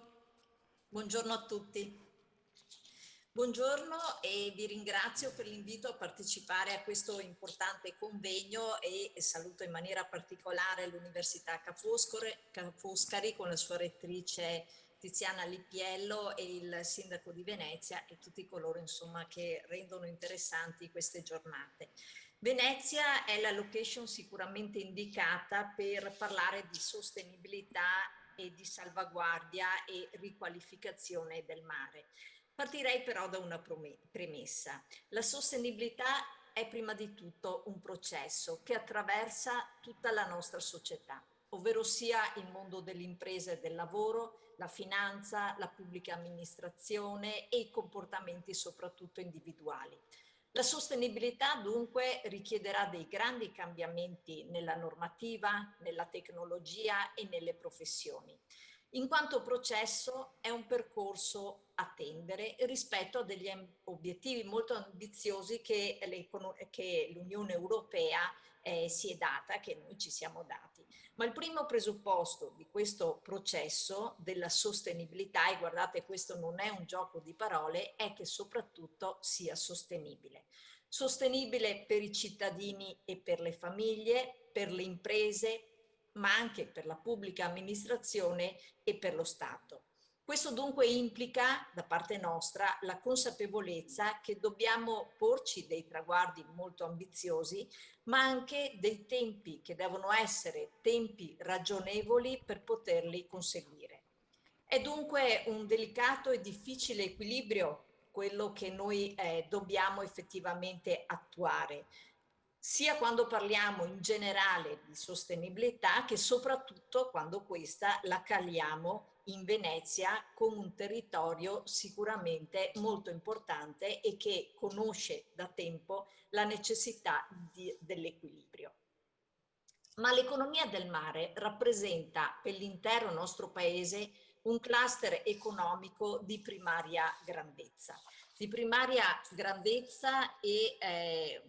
E soprattutto estremamente un cluster estremamente complesso, un cluster molto anche complicato. un cluster che di fatto si fonda soprattutto su due presupposti. Uno, il tema del mare, con l'importanza del mare, della portualità e della logistica, l'altra le coste. Come prima si ricordava, 7.500 km di costa, che ha una valenza sicuramente ambientale, naturalistica, paesaggistica, ma anche turistica e ricreativa. L'importanza strategica dell'economia del mare va dunque integrata in una strategia di competitività che deve essere fondata su tutte le opportunità che possiamo avere, che vanno dal turismo, vanno al terziario, all'industria, all'ambiente, offrendo nell'utilizzo di questa risorsa mare un'opportunità molto grande che l'Italia effettivamente può avere. Questo significa nella prospettiva, inquadrare il tutto nella prospettiva di più ampio respiro per rilanciare e promuovere un più incisivo sviluppo del nostro Paese. Proprio per questo, per l'importanza del mare e di tutte le attività connesse a quelle che sono le coste, la portualità, l'Unione Europea ha raccomandato agli Stati membri di includere nei piani di ripresa del Recovery Fund misure che vadano a protezione e a ripristino della biodiversità e degli ecosistemi marini. In questo contesto il PNRR rappresenta una grandissima opportunità per il nostro Paese che noi non dobbiamo assolutamente sprecare, soprattutto perché abbiamo la necessità di colmare quei divari sia materiali che immateriali che ancora troppo caratterizzano il nostro Paese. La presidenza di Confindustria, proprio per questo, ha voluto per il periodo 2020-2024 porre una particolare attenzione a quella che è l'economia del mare, proprio perché è un cluster straordinario dove Confindustria sta lavorando proprio per proporre un piano strategico nazionale per l'economia del mare, dove ci sia un paniere di proposte chiare, semplici e concrete per uno sviluppo competitivo di questo cluster. Ma al di là di quello che noi stiamo oggi facendo e sul quale stiamo lavorando, ci troviamo a Venezia.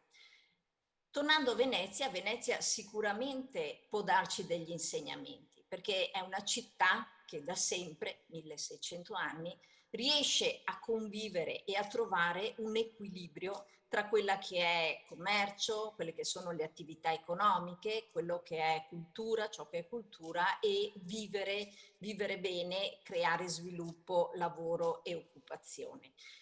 Tornando a Venezia, questa città ha sempre saputo mantenere un suo equilibrio tra attività, insediamenti umani ed il mare.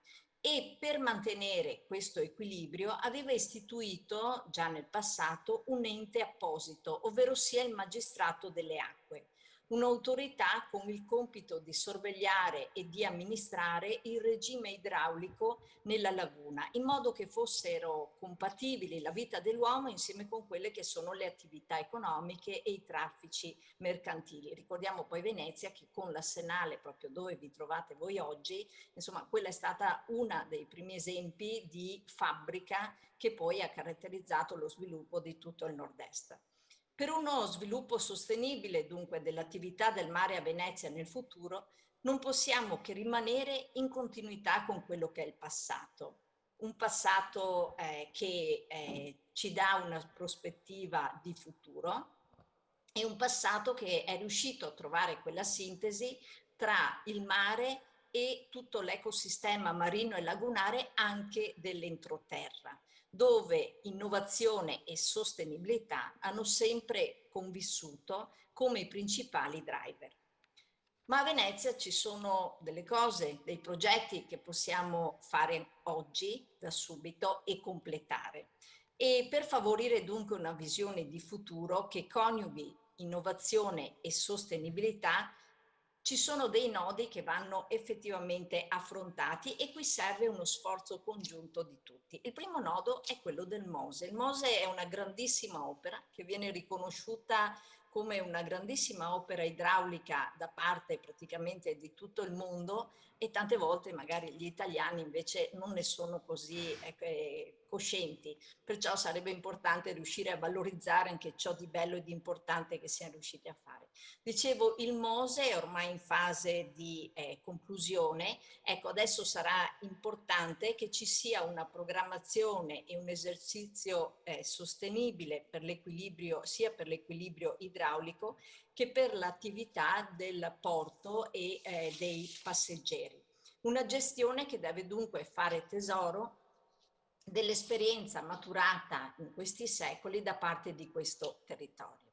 Una seconda cosa che dovremmo fare e completare sicuramente è il completamento del sistema di barriere che servono proprio per la salvaguardia della laguna e che di fatto mancano ancora di circa 3 chilometri di barriera. Ecco, anche questo andrebbe completato in modo da permettere che ci sia effettivamente la salvaguardia della laguna e la possibilità di continuare con quelli che sono gli insediamenti produttivi. Ultimo, ma non meno importante, è poi riuscire ad attrarre ancora delle risorse su Venezia, che non sono solo risorse economiche, ma sono anche risorse di idee, di creatività, di pensiero, che sono tipiche poi in quello che riesce a portare anche l'industria, essendo l'industria portatrice di innovazione, di creatività, di capacità di visione, insomma di benessere in senso generale. Già grossi investimenti si stanno facendo e si stanno realizzando nel campo delle energie rinnovabili, nell'area prospiciente il porto di Venezia e sono degli investimenti veramente molto importanti e sinergici per quanto riguarda innovazione e sostenibilità. E questi e altri investimenti poi potranno arrivare se ci saranno le condizioni favorevoli che noi auspichiamo, quali l'istituzione della zona logistica semplificata che ruota proprio intorno al porto e che permette lo sviluppo e la creazione di nuove attività intorno al porto. Per questo la richiesta è stata fatta richiesta da parte di Venezia dell'istituzione di una ZLS che rappresenterà una possibilità di attrazione molto importante di insediamenti produttivi. Che significano che cosa? Prima di tutto sviluppo di produzione di energia da idrogeno verde. Ci sono già dei progetti importanti che stanno proseguendo con l'Hydrogen Valley. Dopodiché un impulso ai traffici marittimi e agli scambi internazionali con una migliorata accessibilità ai canali e l'utilizzo poi di forme di trasporto che siano green e non ultimo lo sviluppo di distretti come cantieristica e chimica per chiudere quel cerchio diciamo virtuoso dell'economia circolare e che permetta il riutilizzo e il trattamento di quelli che sono i residui o scarti di lavorazione. Sicuramente le opportunità ci sono. Venezia può essere veramente un esempio di un progetto virtuoso e in Venezia insomma noi crediamo e l'industria tutta, l'industria italiana è pronta a fare la sua parte in un'ottica di sviluppo che sia sviluppo sostenibile e sostegno di una città meravigliosa che abbiamo ereditato e che abbiamo il dovere di continuare a preservare ma anche sviluppare. Grazie. Grazie dottoressa Piovesana. Allora, se posso chiederle gentilmente di rimanere in linea con noi un attimo, che così forniamo una traduzione per il nostro pubblico internazionale. Grazie. Good morning, ladies and gentlemen, and thank you very much for inviting me to be involved in this important conference. Venice is the best suited venue to talk about sustainability and safeguarding and enhancement of the seas. I'd like to start from a basic assumption, that is that sustainability is a process affecting all our lives and all our society, businesses and employment sectors, finance, public administration, and individual behaviors. Sustainability will require major changes at legislative, technology, and professional role. levels. As a process, this is aimed at ambitious objectives, and such objectives have been set for ourselves at European level. The first prerequisite of this process for sustainability is sustainability, and this is not a play on words, because this process has to be sustainable for citizens and families, for businesses, for the public administration, for the state. This implies being aware that we shall set ambitious objectives for ourselves, and we should do so and reach them in a reasonable time.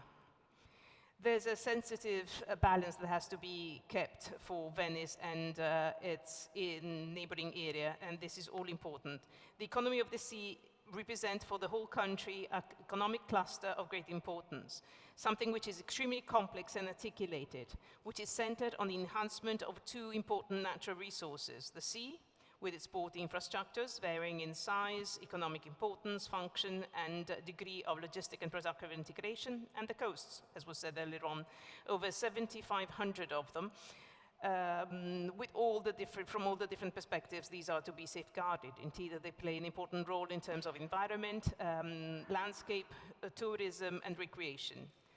The strategic importance of the economy of the sea should be set in the general framework of for an integrated strategy, competitiveness, which should be based and involve all the different industrial components at service level for tourism, the environment, using, again, the sea as a resource. The objective is to relaunch and promote a more incisive policy at country level. Based on the data produced by the Blue Economy Report 2020, the blue economy within the EU, with 5 million employees and a turnover of 750 billion euros in 2018, with an increase by 11.6% vis-à-vis the previous year, has a huge and ever-growing potential for growth.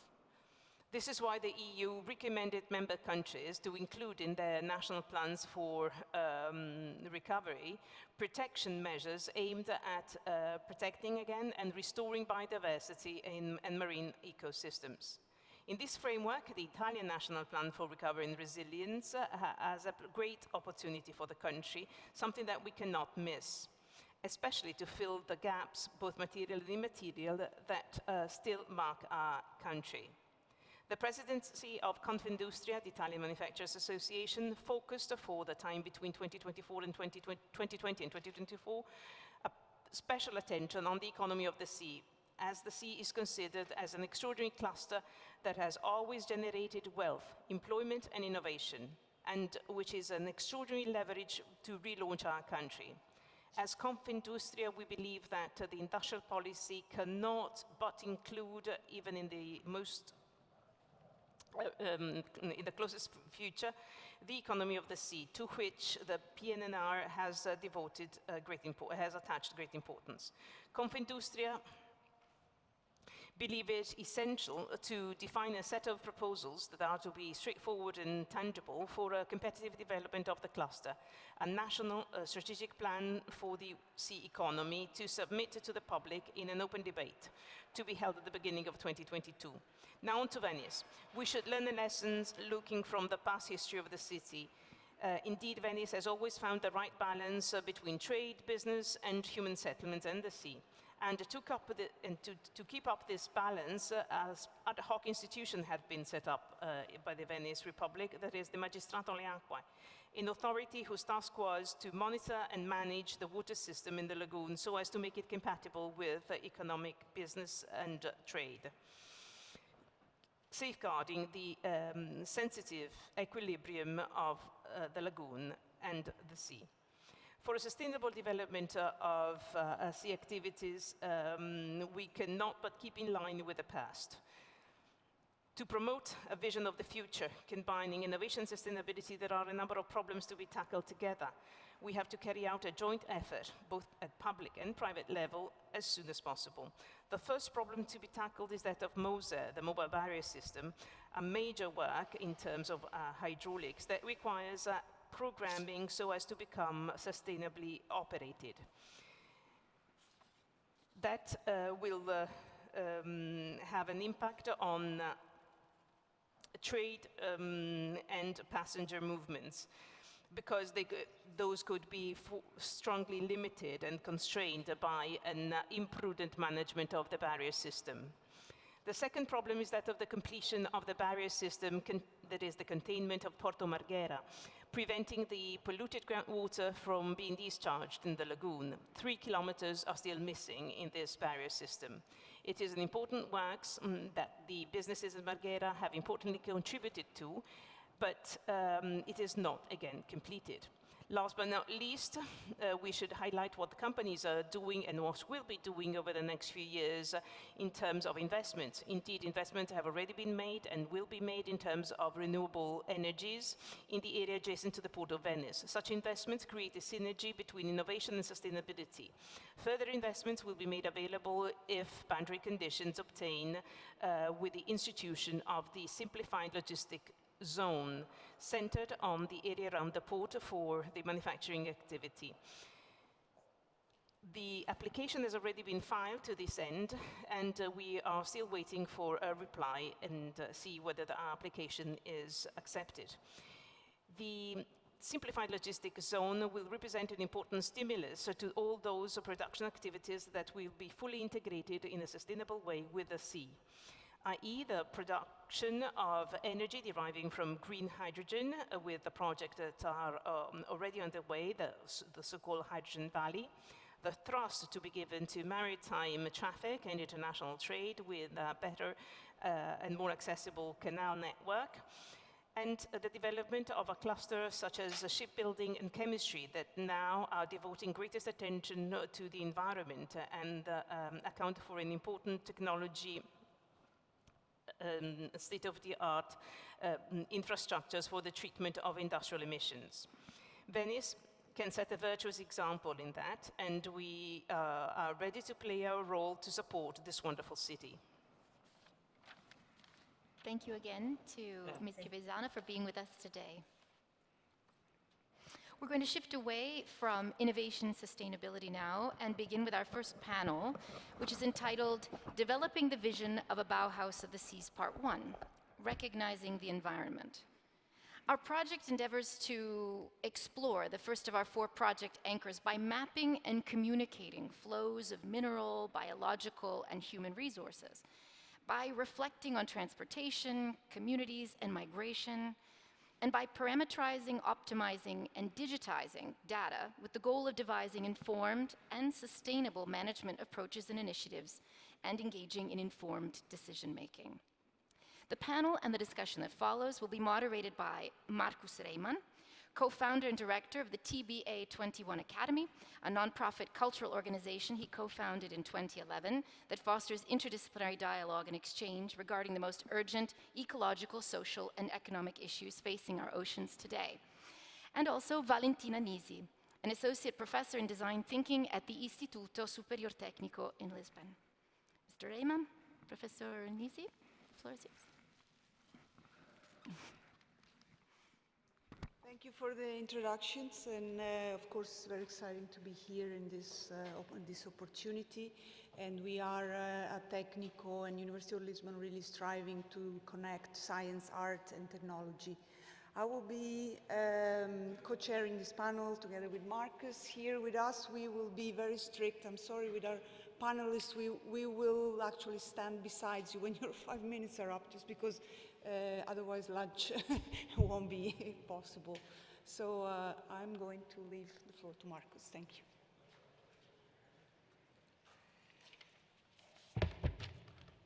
Good morning, welcome. Thank you for having me. My name is Marcus Reymann. It's been said I'm the director of TBA 21 Academy, which is a contemporary art foundation and cultural ecosystem dedicated to fostering a deeper understanding of the ocean and a deeper relationship to the ocean through artistic processes that are always collaborative but led by artists. Collaborative in terms of science, policy, education, and conservation. More and more activism is being embraced.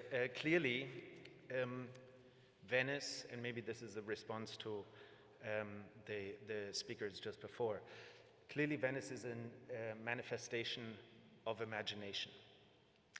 And the crisis that we're facing today is also a crisis of imagination. So I would like to invite all of us to question if sustainability is really the word that we're striving for, or if we should not rather think in regenerative terms. To come to a regenerative mindset and a regenerative culture, we need to think of how we can recognize nature. And that's what we're talking about this morning. We have a fantastic panel of speakers that are looking at these topics from all different angles. I'm going to cut it very short, and we start with Fabio Trincardi, who is the director of the Department of Earth System Sciences and Environmental Technologies of CNR. Fabio.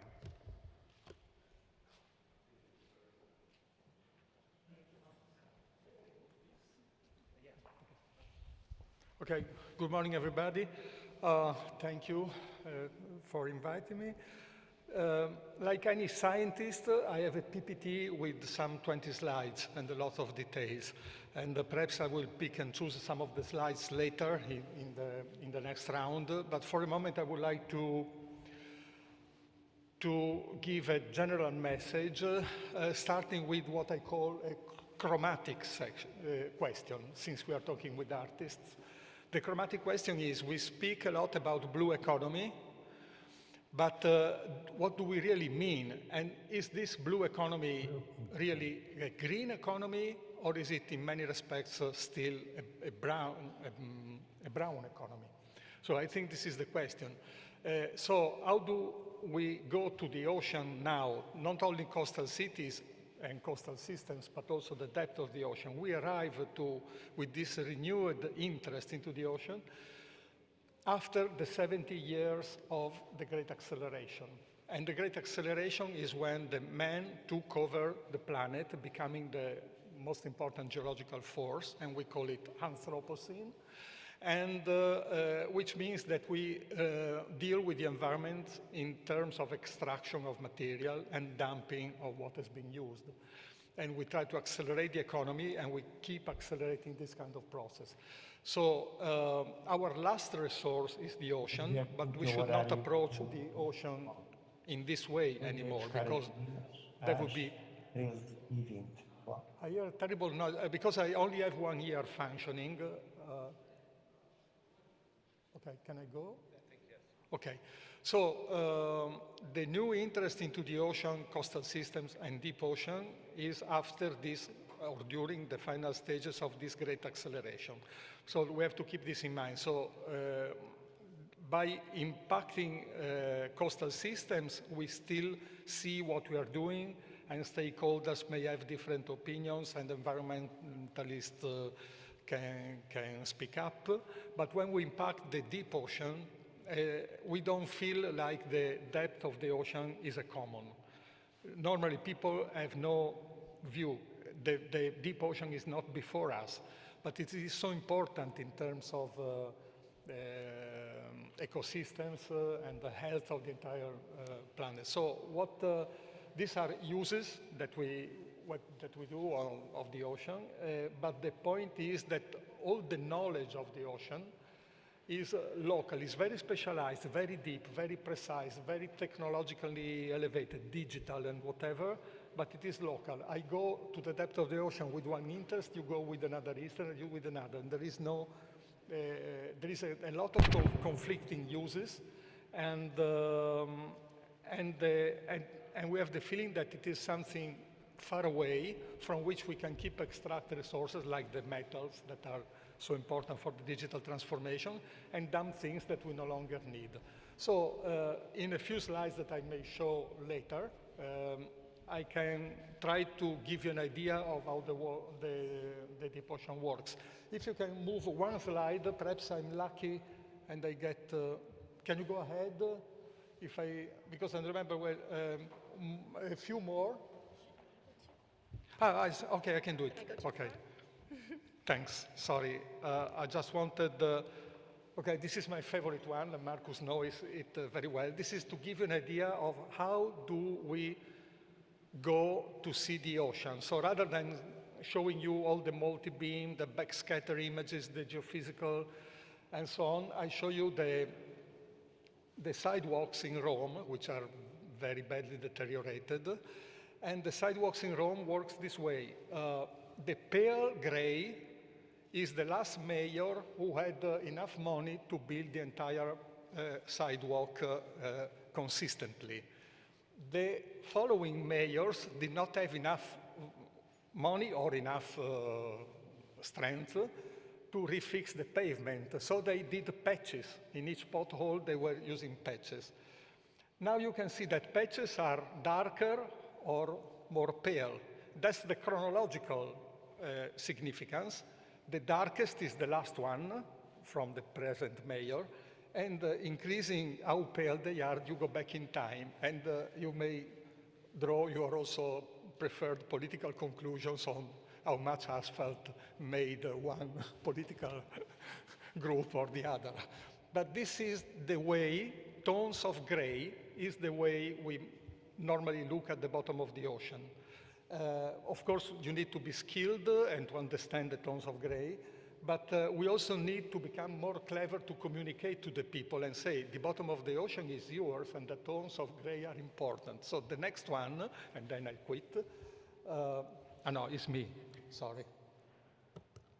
Okay, these are the tones of gray in an area south of Italy, near Calabria, Gioia Tauro Harbor.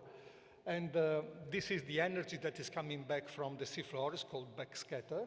You see the circles that are dark. They are all illegal dumps of chemicals in the area. So how do we make the public to feel that those chemicals are in your garden? They are not somewhere else. And so we need to worry, because otherwise we go with the idea of the old economy, destroying a huge area, which is the bottom of the ocean, and that would be the last mistake in the history of our mankind. Okay, thank you.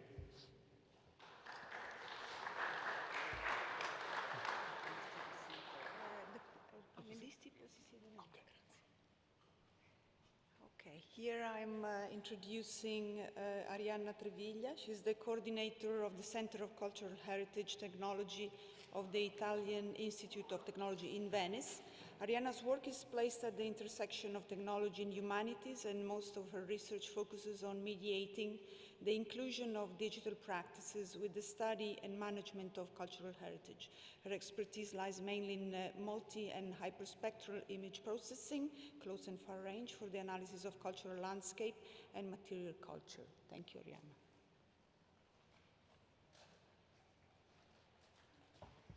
Thank you so much for the invitation.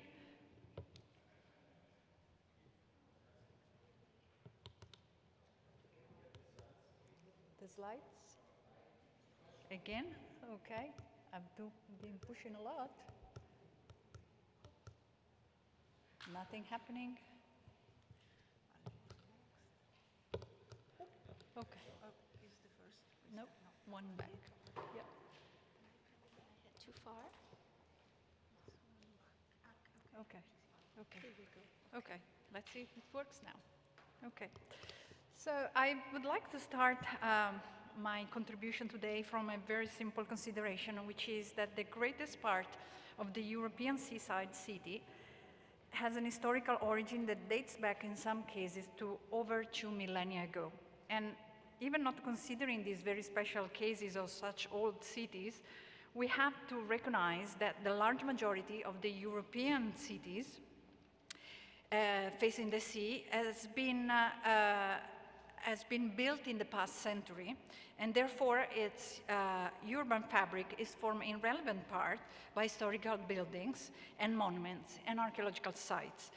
This simple fact means that historic seaside cities have to deal with their past, no matter how old, when they are in the process to rethinking themselves, because their heritage is often, if not always, a very relevant part of them. So we have a double-folded challenge that we need to consider when we want to work towards shaping more beautiful, sustainable, and inclusive forms of living together, which is the mission, as we know, of the Bauhaus initiatives. First, we need to make sure that we integrate more closely and more actively cultural heritage in the fabric of these cities. And when I say cultural heritage, I intend historical buildings, archaeological sites, monuments, so all the physical structures that we have inherited from our past. But also museums and galleries and archives and libraries that are the containers of other cultural heritage and that need to be more incorporated and embedded within the cities as an organism where all the components are connected and work together. And second, we need to recognize that cultural heritage in seaside cities is often more endangered than heritage located elsewhere else, or at least it has to face a lot of different type of problems that are connected to the proximity to the water, like salt water in this case, and needs therefore an extra care.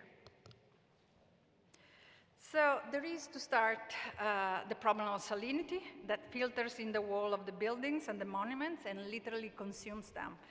And the salt weathering mechanisms are very complex and are not completely understood yet, but certainly the fact that cities are built on the sea exacerbates the problem and makes it very hard to handle the buildings, the historical buildings, because they are really consuming. And then we have the problems of extreme meteorological events like severe storms that can create structural and aesthetical damages to built heritage. And we know that they have always existed, but undeniably they have been exacerbated by climate change. And if we took also unique places like Venice, where we have to mention the recurrent floodings. But although this is something Venice had to deal with these centuries, we cannot ignore that the problem has been intensified by adverse events determined by climate change. And there are also heritage buildings threatened by hydrological instability, a situation, again, aggravated by intensive precipitations linked to climate change. And this is just the tip of the iceberg. So now that we have clarified, in part at least, the problem, we should look at the solutions that we can try to implement within the context of the new Bauhaus. Asking ourselves, how do we approach such complex problems and how can we make a change happen? So there is little doubt in my mind that technologies will have a huge part in addressing this challenge. Technologies are needed in these efforts that we are trying to make to rethink coastal urban spaces, because they can enable us to record and store data that we need to design available solutions that should be put in place as soon as possible.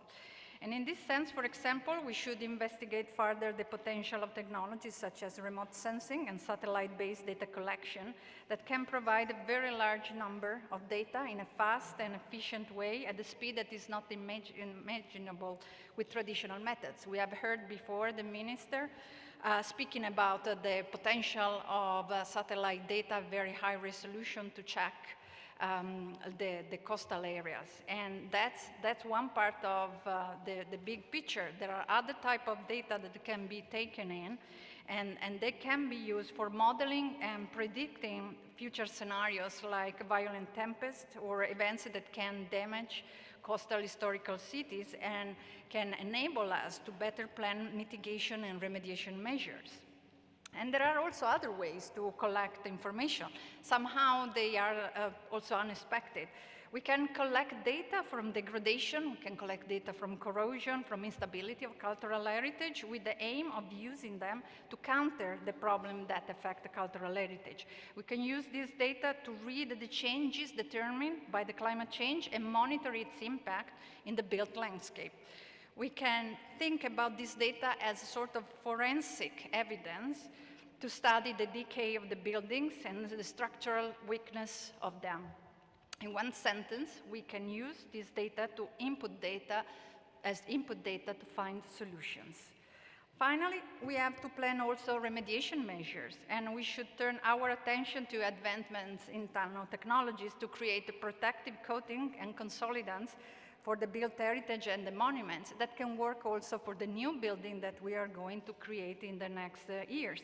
keeping in mind that they have to be more sustainable of what is available right now on the market, so that the protection of cultural heritage does not become a way to aggravate pollution and as such climate change.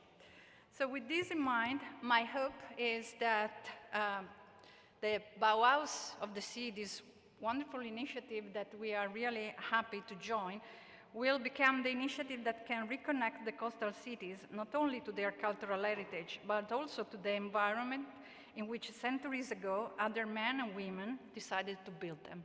Thank you.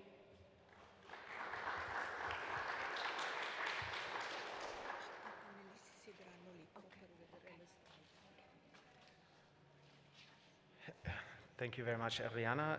Up next is Achille Giacometti, who's a full professor of physics and the director of the European Center for Living Technologies at Foscari. He holds a PhD in physics from Purdue University and a Master's of Science in physics from University of Padua. Here you are.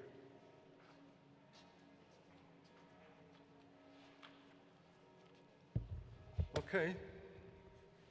Thank you, Marcus. Thank you, Annalisa. Thank you for having me here. It's really a pleasure to be here. So what I would like to do for the next 5 minutes, and I promise will be 5 minutes, as, because I'm a physicist, I like to stick with the plan, is to introduce this European Center for Living Technologies, CLT. So this is a consortium of 15 universities, both in Europe and outside Europe. Some of them are on the seas, as you can see here. And of course, Foscari is the host institution. And this was established in 2004, following the award of a European project on living technology, meaning technology that exhibit lifelike properties, mimicking what nature does for us so beautifully. But over the years, we have widened our interest to include artificial intelligence and as well as other topics. So we are now a research center for complex systems at large. So this is our expertise. And so we have been, of course, we were established, based on a European project. So we have been very active in fundraising. So in the last 2 years, we have submitted 40 proposals, 8 of which were funded. So 20% success rate is not bad. And last but not least, this is a list of projects. Last but not least, something that I want to mention is that we have recently established a partnership with the Center of Humanities, Social Changes, which is, again, as a host institution in Foscari. And this partnership was originally established because we are sharing the same venue for the administration, but now, since we are complementing each other, because we are both on the technological side, they have more on the social science and humanities. So we want to sort of give an approach, an holistic approach to solve problems, mixing this expertise. So the next question, of course, is what CLT can do for the project, and then I guess this would be a matter of the discussion. So I'll leave it with this. Okay.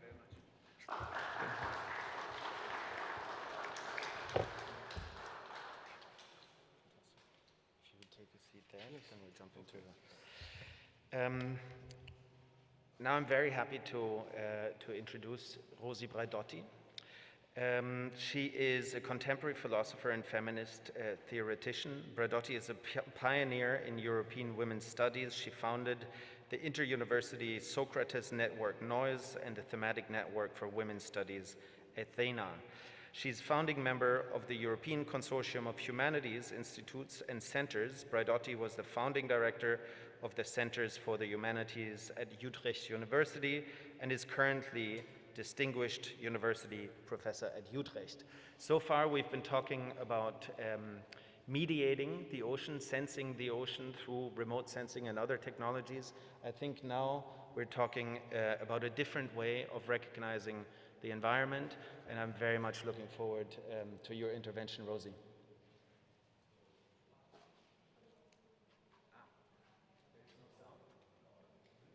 I so wish I could be there in person. I find the Bauhaus of the Sea a crucial, timely, important conference, and I'm really, really honored to be here today.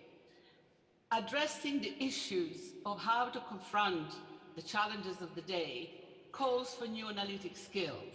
In the work I've been doing about the new humanities and the role of the human-non-human interaction, I've come up with an analytical scheme to describe the predicament that we're in.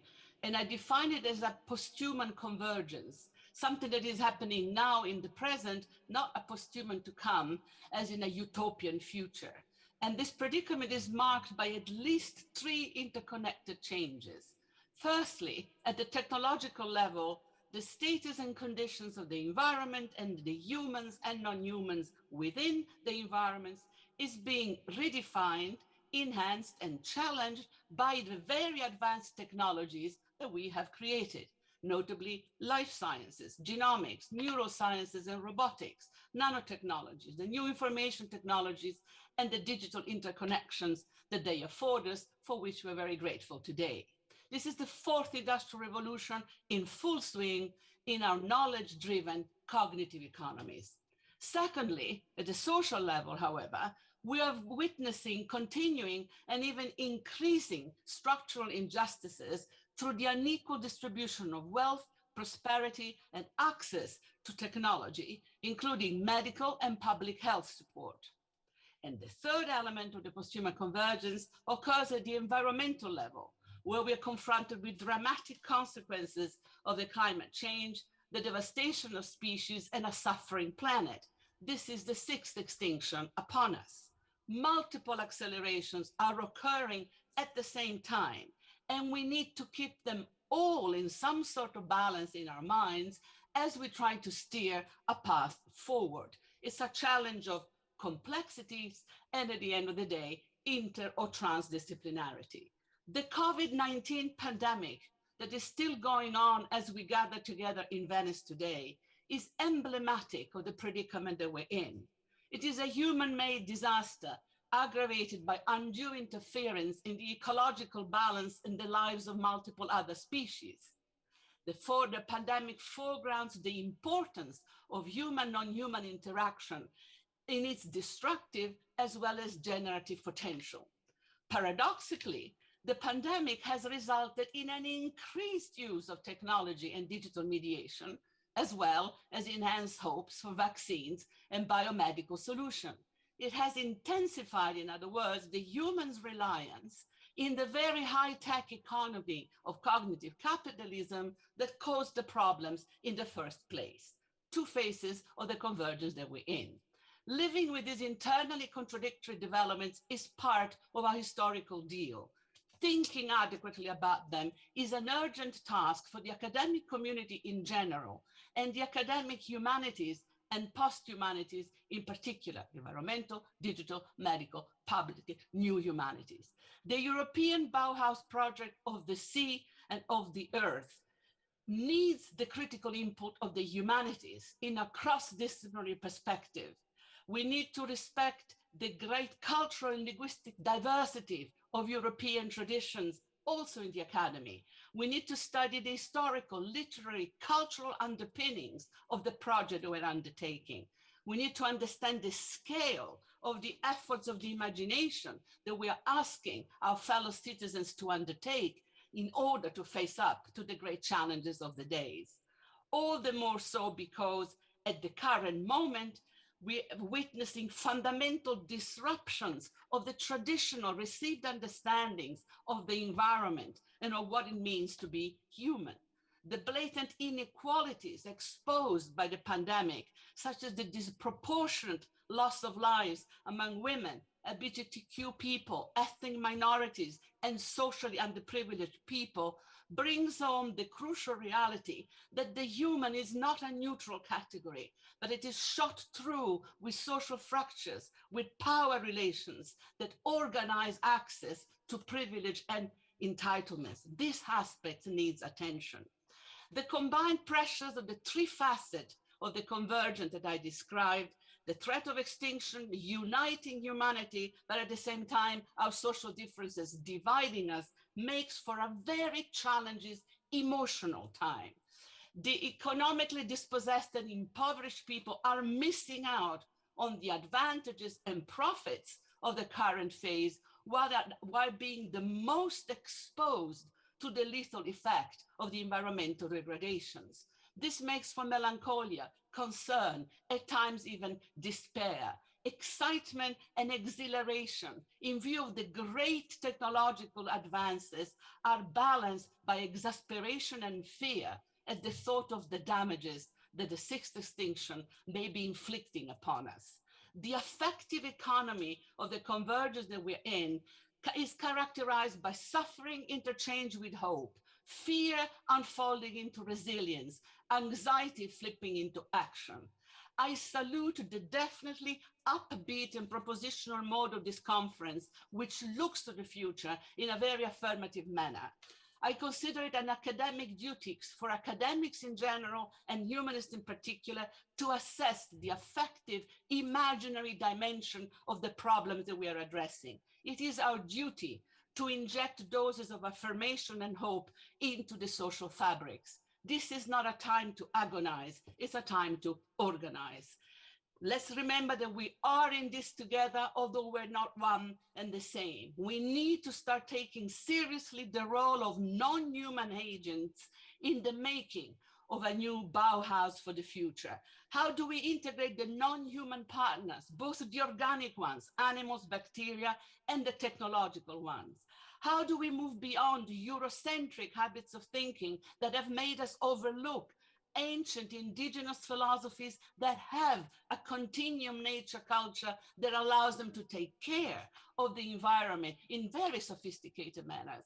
How do we inject social justice, post-anthropocentric way of thinking, new convivial, cosmopolitan way of thinking for an effective European Bauhaus for the third millennium? Social justice is a priority. People on the margins have knowledge. And while multiple new scenarios are circulating about transformations of the world and the humans, it is crucial that the voices of the marginal and the excluded be heard. It is crucial to the European project as a whole.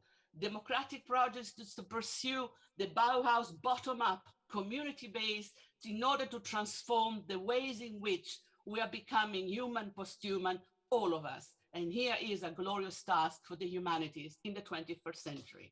Thank you.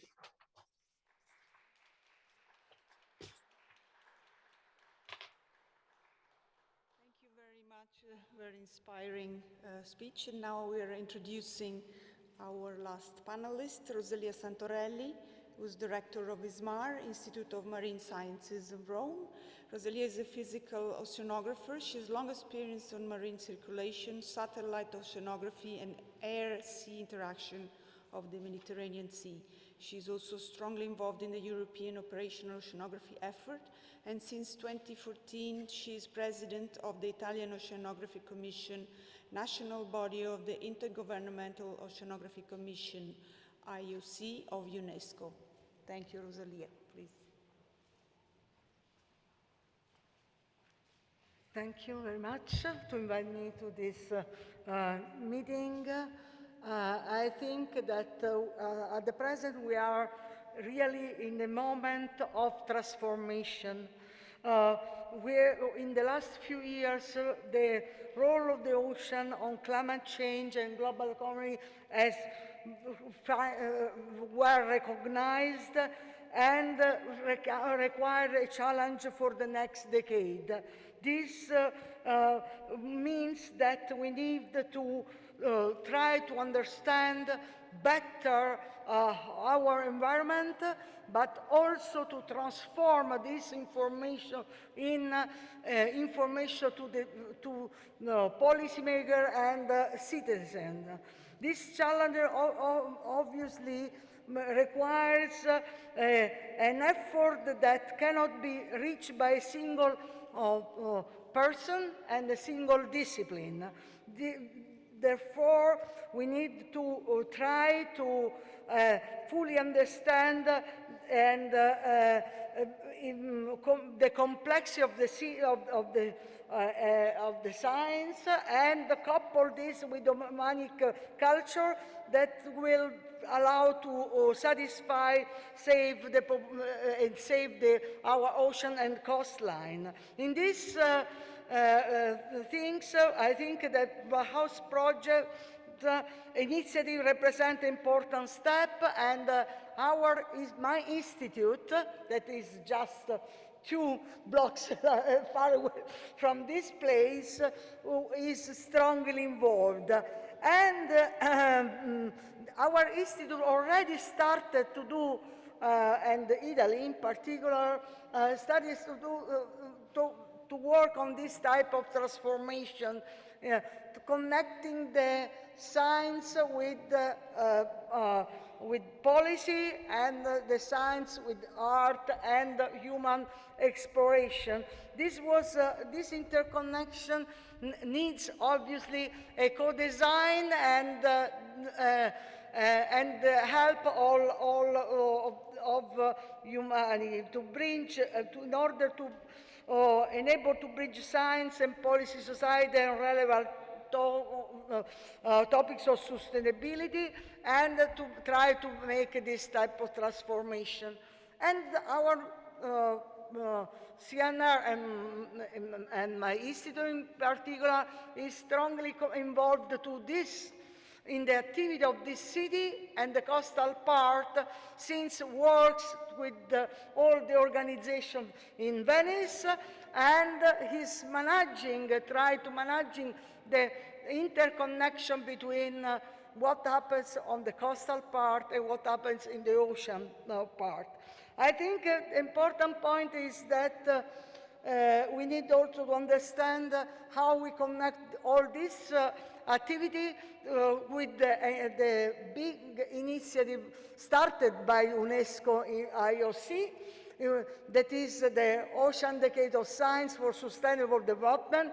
And in this regard, Italy is strongly involved, and the Italian Oceanographic Commission that I have the honor to lead, strongly involved to develop the program of the Mediterranean Sea that can be also a way to interconnect what is happening in this type of transport of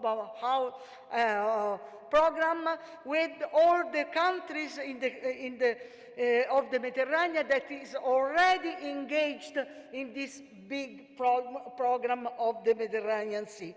I think that only go through a co-design, a discussion between different disciplines and different actors, we will be able to reach the goal of the Bauhaus program. That's all.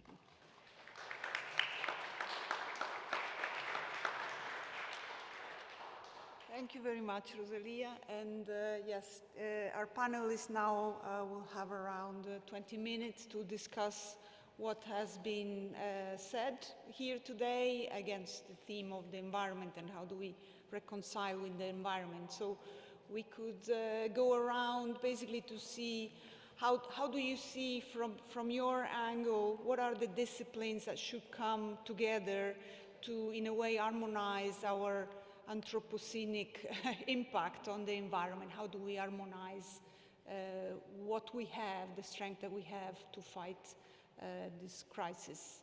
And we could start from, maybe Rosalia has the microphone, so yes.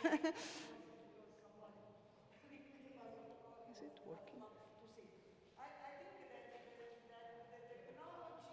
I think that we might have to switch it on. Okay. Yes. Okay. So I was really very impressed of what all the other panelists was introducing, and I'm thinking that personally I was I'm strongly involved on the chronological part, for example, for the satellite part, because I'm coming from this sector.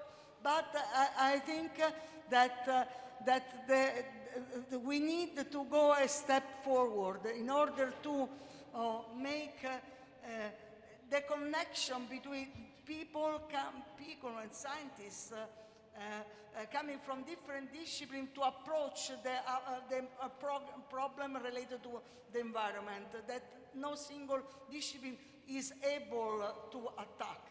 I think that it will be very important also to involve citizens, because all the action that every person can do has an impact, and it is important that the people understand what is possible to get from the sea and how each action can impact the sea and the coastal part. I'm ready to contribute to this effort, and I hope that this first panel and this workshop is a first step to have a co-design of future action, starting from Venice, but enlarged to the different regions of the European and not European seas. Fabio, I see you have the microphone. Do you want to answer on this to this at all? Yeah. No. Better? Yes. Okay.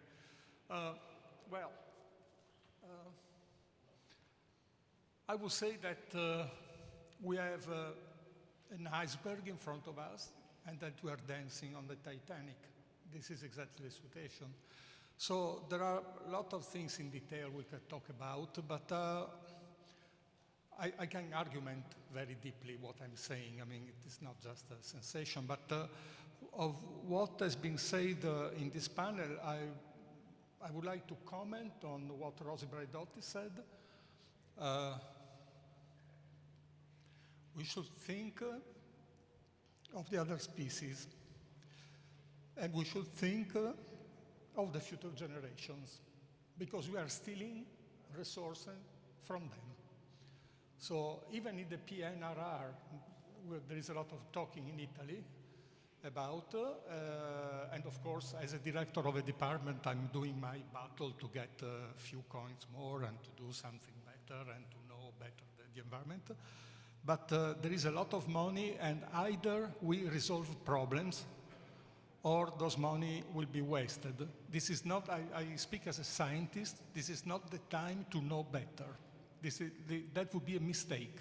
Of course we can increase our knowledge, but there is an ethical problem, and we should be engaged scientists, no longer ego-driven people that go to know better. So this is one important point. The other important point, that is what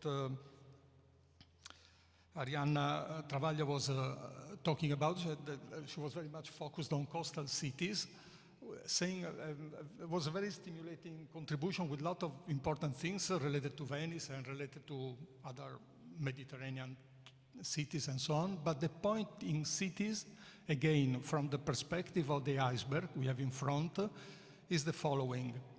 Sea level is dramatically rising. We don't care, but it is doing so. It doubled in the last 2 decades, the rate of sea level rise. In the next decade, it will double again, and we will keep not caring. At some point, this doubling will become a real threat to everybody. I'm not talking about Mose, lights and shadows, but the point is that the faster the rate of rise, the more useless the structure is. And it is engineering beautiful, perfectly designed. I heard the lady from Confindustria saying beautiful things, and it is a beautiful structure. But the point is that the lifespan of a hard defense like that is limited by the rate of sea level rise. Greenland is gone. Greenland is already gone. Even if we stay in the Paris Agreement, Greenland is gone.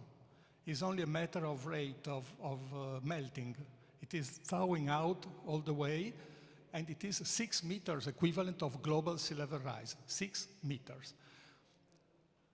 In the meantime, our technology and our ability is building mega cities. There is a fantastic book by Geoffrey West a few years ago talking about scales, how things scale in the world, everything, economy, species, towns, human scale. Read that book. And it is demonstrating how efficient it is to go towards megacities. There is a 15% advantage in the plumbing, in the networking, and so on, and there is a 15% on average in the salaries, in the wages you get living in big cities. So we will go definitely in big cities, and 75% of the population by the mid of the century will be living in cities that are more than 10 million. We don't see much this from the Mediterranean, but this is globally. Where do we build big cities? At the shore, for the simple reason that it is economically more convenient. Of course, constructing a big city where Cortina sits would be difficult, but by the shore it is easy. So we are building, there is no longer enough sand in the face of the world to keep building big cities at this rate. And we keep doing, because we are narrow-minded, we are super intelligent, we see each little problem and we solve that problem. We don't have a global view. And this is why projects like this are important, because it is no longer the problem of being a good scientist, having the right equation. Of course you should be strong in your field by definition. But if you do not talk to the other people and to humanities and to the perception of people or so, you keep your knowledge in a place that is useless. So, well, I think the situation is dramatic. Thank you very much. Rosie, I see you nodding vigorously. Please. Yes, oh, my head almost came off. It is a great honor to be in this panel, amazing papers, so much to do. My question to us all would be a question of methodology. Supposing that we all agree, and I think that we all do, that the changes that we're looking at involve social aspects, socioeconomic disparities, access, nobody must be left behind, technological factors, and the question of the environment. This translates into the need to take into our research the non-humans. Non-humans as animals, rivers, plants, and non-humans technologies. How do you do that when you teach in philosophy, in literature, in history, and maybe anthropology can get away? What methodological readjustments do we need, considering that a great deal of our work, also in the humanities, is based on a categorical distinction between nature and culture, between the human and the other species? How do we undo that? Do we want to? Are we prepared to do that? It may actually hurt to get anthropos off the pedestal. Do we have example? And the model that I have is the law. The law has made, international law has made enormous progress in the last 5 years, really, in giving rights to the non-humans. We have cases of Costa Rica, Venezuela, New Zealand, giving legal rights to rivers, forests, plants, making them legal persons so that they can be protected. We also have cases in Canada of legal system reintegrating Aboriginal indigenous nature culture continuous systems in order to protect nature. Are these models? Do we need to put methodology at the center of our concerns? It's a question for my distinguished colleagues.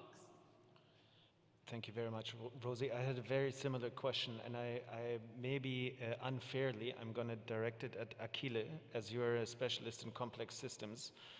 And I think already the panel lists and the positions that we heard, they already make up a complex system. So what can we learn from complex systems analysis in the vein of Rosie's question? Okay, thank you. Thanks for the questions. Let me be very practical in the sense that, you know, the general issues, of course, there are colleagues here that are much more expert than I am in this specific, but, you know, while we don't have a specific focus on this, I think we can still contribute to the project in several aspects. So, aspect number one, we can act as a catalyst for activities, you know, involving our partners. Some of our partners are, you know, we have two partners in Copenhagen, one partner is in Barcelona. They are both, so they are sharing with us common interests. So we can get them involved, you know, and of course this will increase the possibility of getting a positive outcome. We can help on digital, on analyzing data. You know, artificial intelligence, of course, is ubiquitous. Certainly, we cannot avoid tackling this problem, and we have a strong expertise on that, so that we can share with you. We can contribute to design a sustainability model. These models, they were original models from physics that they invented to describe many body systems, and then they were readapted to social science. So this we have expertise on that, within our network that again we can share with you. Again, we can help. Of course, this is the Rosalia Center is fully dedicated to this, but we also have expertise in this the physical process involved in the behavior of water, as of the sea, as in general. We can bridge the gap between arts and sciences, with this, this partnership that we established with the Center of Humanities and Social Sciences. We can have this holistic approach, which is very useful. Interdisciplinary now is really a key to solve this global process. So I think maybe I can address. I'm addressing some of the concern that our colleague has. And finally, last but not least, we can increase the public awareness, because we are promoting dissemination of this of science, in general, by doing workshops, summer school. This is routinely done for our projects, because this is required from the project. We can also do for this particular project. So I think, all in all, I think, this partnership that we can have. Is useful, and I think I'm really looking forward to having this, implemented. Thank you very much. Maybe I want to pass it on to Ariana, because from what I understand, you're using remote sensing to achieve conservation of heritage sites. These are cultural heritage sites, human heritage sites, and you're already considering the impact, the environmental impact that it has. Maybe there is a question, is there the possibility to think heritage wider? Can we think heritage as not a common heritage of humankind, but a common heritage of all kind? And do you have thoughts on that from the practice that you do every day? Yes. The way I see heritage can be many things, and it's not just the cultural heritage we are used to, the buildings that are surrounding us, the monuments we see out here. Is everything that men and women have built in the past, which includes landscape, and in this case could be the coastal landscapes. Coastal landscapes are strongly anthropogenic. Most of the humanity has been living near coast because, of course, the sea was a way to get food, an easy way to get food. So in most of the countries around the globe, the majority of people have concentrated along coast. And coasts have been changed a lot. What we see now is not natural coast, it's mainly anthropogenic coast that have been reshaped across the millennia by people. So technologies like, for example, remote sensing that are being employed also from other colleagues here in completely different way can be used to monitor also this kind of heritage, this natural heritage, the cultural landscapes that surround us. And it can do it not only by looking at them and checking if there is something wrong, but using a huge number of satellite data that are collected every day to model and predict those events that can really impact negatively our cultural heritage on the coast and then also in the inland, clearly. But it is important to stress that the coastal cities really normally, it's clearly we cannot generalize, but normally they are really facing a lot more climate change than other type of cities, which are inland and more protected. So we need to keep this into consideration. We were speaking about the fact that the sea is rising, the level is rising. Of course, we will have to face these problems at some point because we will have the water just, down our feet. So it is impossible that we don't start to think about it early.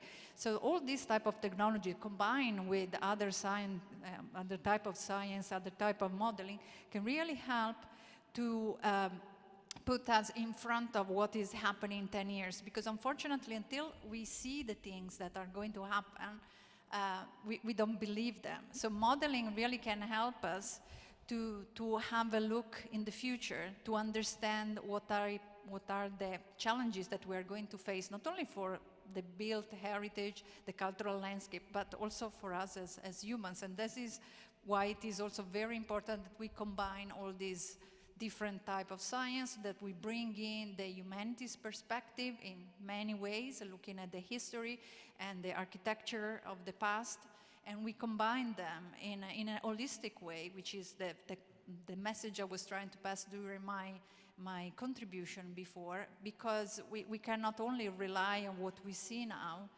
to anticipate what we will have in the future. In that process, I beg you not to forget the arts, because the arts Absolutely. have a long-standing tradition with making the invisible visible and painting alternative possibilities for the future that might not come out of the logic of modeling. Yes, and they can also inspire a lot more than just looking at data on a map or on a page. Art can really inspire people, and if we want the contribution of a broader audience, which is not just the audience of the scientists, we want the contribution of the public, we really need to engage the public in this way, because that's the way in which we can get their attention.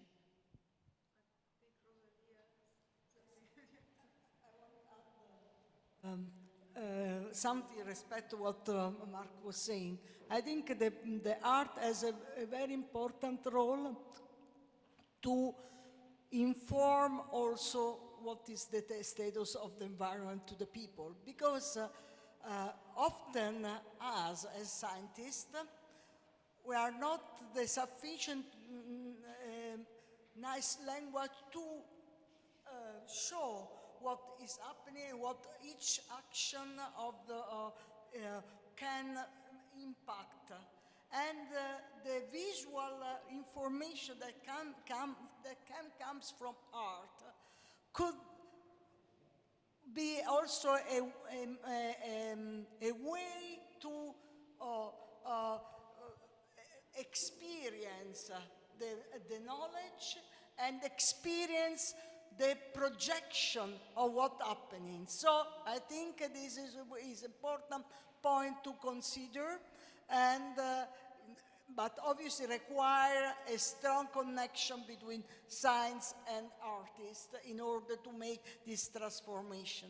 And I think this is very important. I want also to add a couple of things.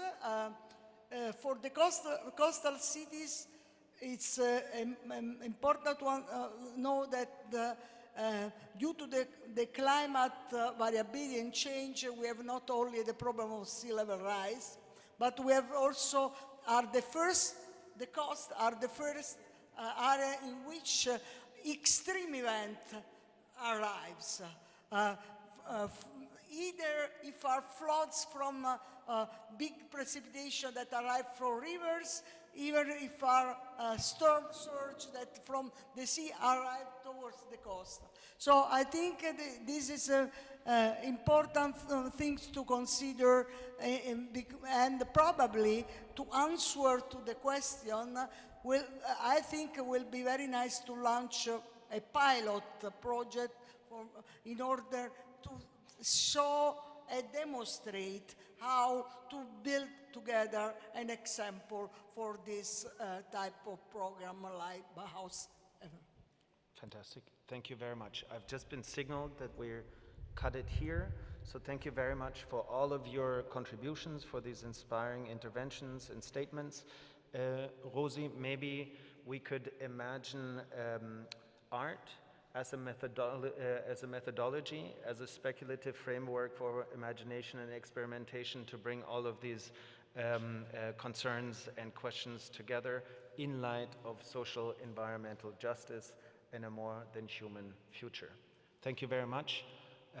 Have a fantastic rest of the day.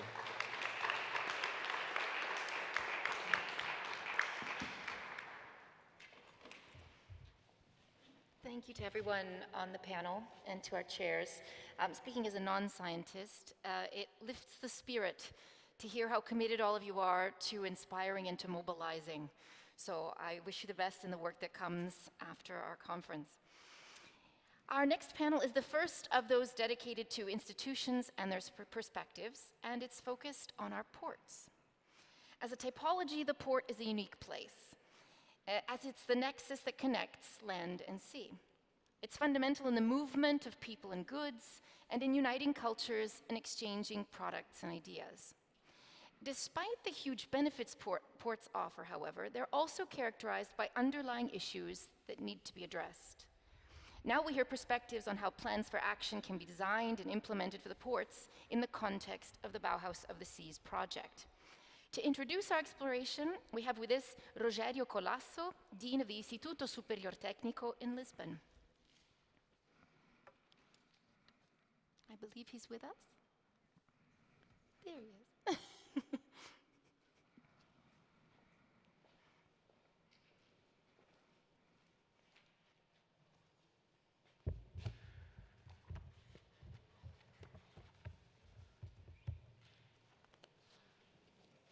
Well, good morning. Thank you. I think this is the time where our stomachs start to speak with our brain.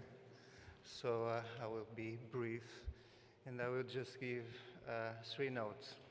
One about ports, the other one about science and technology. I'm the dean of a science and technology school. And a final note about this project of Bauhaus of the Seas. Venice and Lisbon are ports.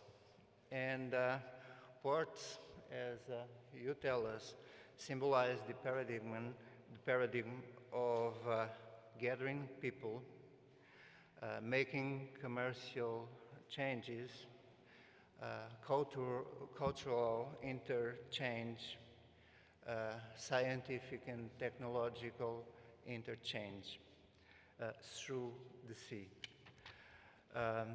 Ports are thus the symbols of gathering people from different places to foster economy, culture, and prosperity.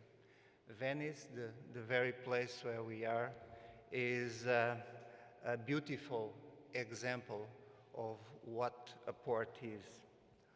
A port is an interface between different worlds, land and sea. Ports determines the lifestyle of the people of a city, of the port. When you stay in a port city, either Venice or Lisboa or Genova or Rotterdam or Copenhagen or Hamburg or Barcelona or Buenos Aires or San Diego, there is something that you cannot explain, but that is common in all those or all these port cities. Something that you cannot explain, but it is the way that people behave, the way that people spoke about other lands and other stories and other cultures. So for me, a port is no more than an interface.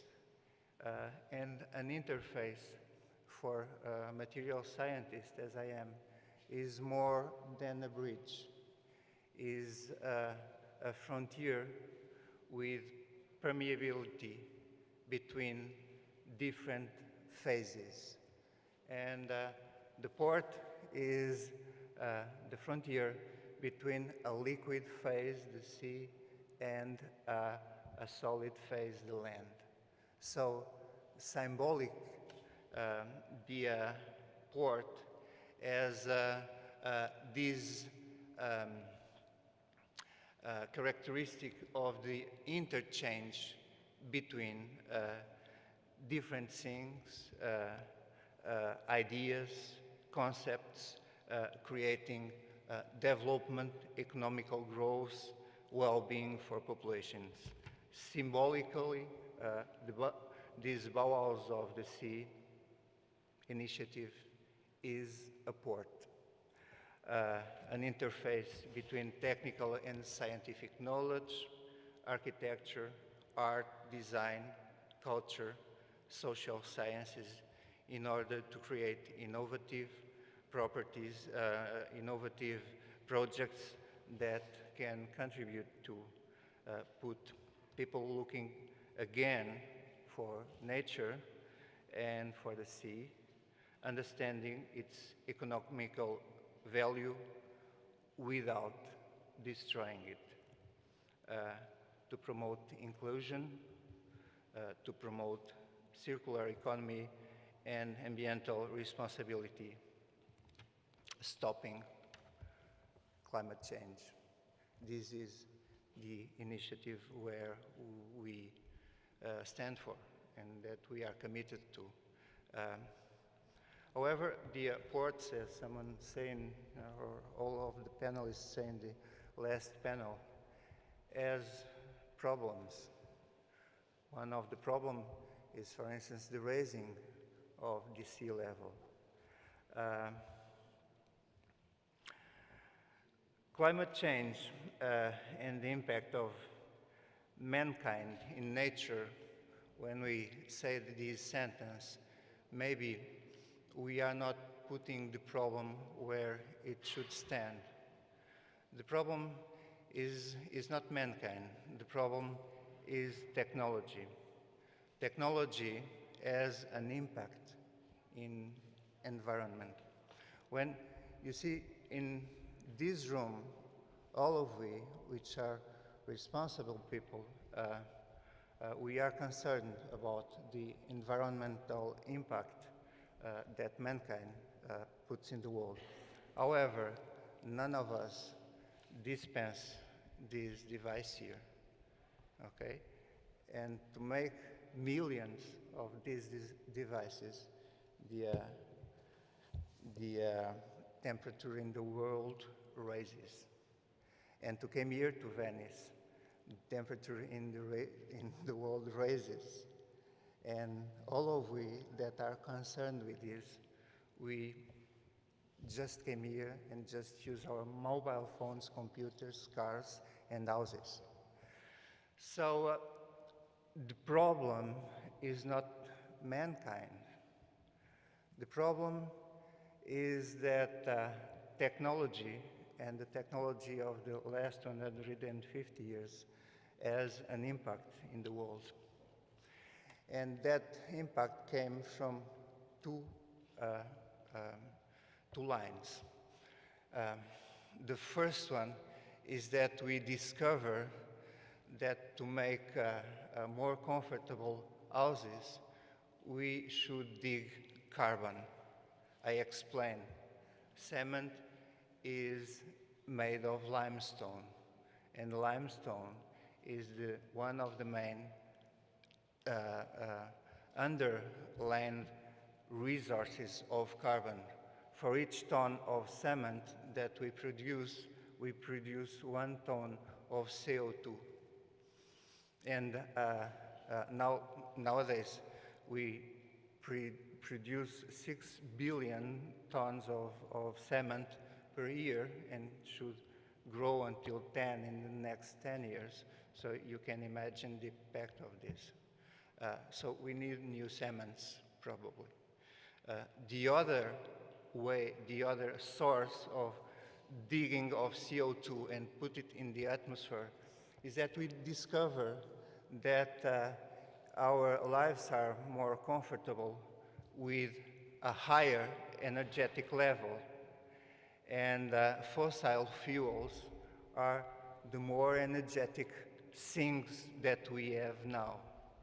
And fossil fuels are digged, so we undig them and put CO2 in the air. So my point is that the question is not that mankind is destroying the planet. The question is that technology has an impact on the planet. That is the question. But we cannot live without technology.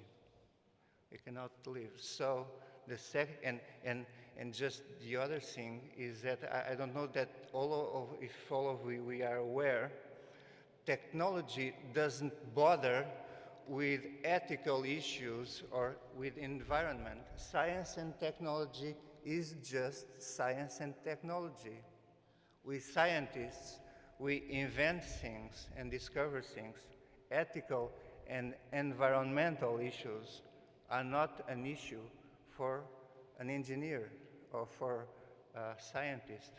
It's not the topic of science and technology. So just to finish, what I meant is that all these problems that we are put on the table here are technological problems, and their solutions passes only for a technological solution. There is no other solution, because we will not stop living in our concrete houses. We will not stop using these. And the other peoples in Africa, in Asia, in South Africa, in which the large growing of population will occur, also have the right to have mobile phones and cement houses and cars. So the question is not if we all in Europe stop to, I don't know, use mobile phones. That will not happen, and mobile phones will increase its use in the next years. So what is the solution? The solution is technological. We should learn how to build cement without putting CO2 in the air, and that is possible. We should learn how to produce energy without digging for fossils, and that is possible. But for scientists to do that, we need the help of the society. We need the help of artists, of sociologists, of everybody to say, instead of making the way of producing more of this type of mobile phones, find another ways. And we certainly will find. So I think this is the idea and the strongness of this Bauhaus of the Seas project, is just to put everyone is an interface between different knowledges. And that's why that I, as Dean of Instituto Superior Técnico, I'm so committed with this initiative. And I strongly believe that this port, which is the Bauhaus of the Seas, will grow, will bring ships from other European countries, and will become one of the 5 new European Bauhaus. Thank you very much.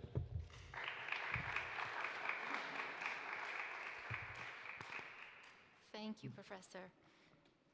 I'm going to thank in advance our chairs for a moment of patience. In the interest of logistics, we already have one of our next speakers connected online, and so I'm going to introduce him, and then I'll bring our chairs up. We're going to turn now to Gabriele Galateri di Genola, President of I.D.E.A and the Generali, who's joining us remotely. Thank you very much. Can you hear me? Yes. Good. So, good morning to everyone, and in particular to Mayor Brugnaro and to the Autrice of Ca' Foscari Lippiello. It is a real pleasure to be with you to talk about sustainability, which is a fundamental part of the Bauhaus movement and a key element to imagine it and build the future on the economic and social side, especially after the experience of the pandemic. The heart of the discussion today is the sea and the life developed around it, ports, but also the cities and the communities. Venice is one of the 3 cities which have an important port and a special meaning for me, for my professional life and for the entities that I represent. First, Trieste, with its beautiful harbor, it is a place where Assicurazioni Generali was born in 1831 to support the international expansion of commercial shipping routes. Then Venice, where Generali placed its first international commercial office. Generali shares with Venice, as you know, the emblem of the winged lion and many important projects in the direction of sustainability, which I will explain in a minute. Finally, Genova, which is the major port in the west side of Italy and hosts the Italian Institute of Technology that I have the honor to chair. In fact, I'm not an expert of ports, but I deeply believe in sustainability and its different ESG elements, so I will give you an overview in this direction. And I appreciate very much the comments I heard so far from scientists and from part of the community. Let's start with Venice. The link between Generali and the city of Venice dates back almost 200 years. And here we are developing, as I said, some relevant projects with social and environmental impact, with the conviction that Venice has the potential to be at the center of the great global movement to create shared well-being. Two examples of the Generali interventions are the recovery of the Royal Gardens, which I hope you will visit during these days, gardens which have regained formal value and botanical complexity. The other is the restoration of the Procuratie Vecchie in San Marco Square, overseen by David Chipperfield Architects, which will be the heart of our program on the social side, with our foundation, the Human Safety Net.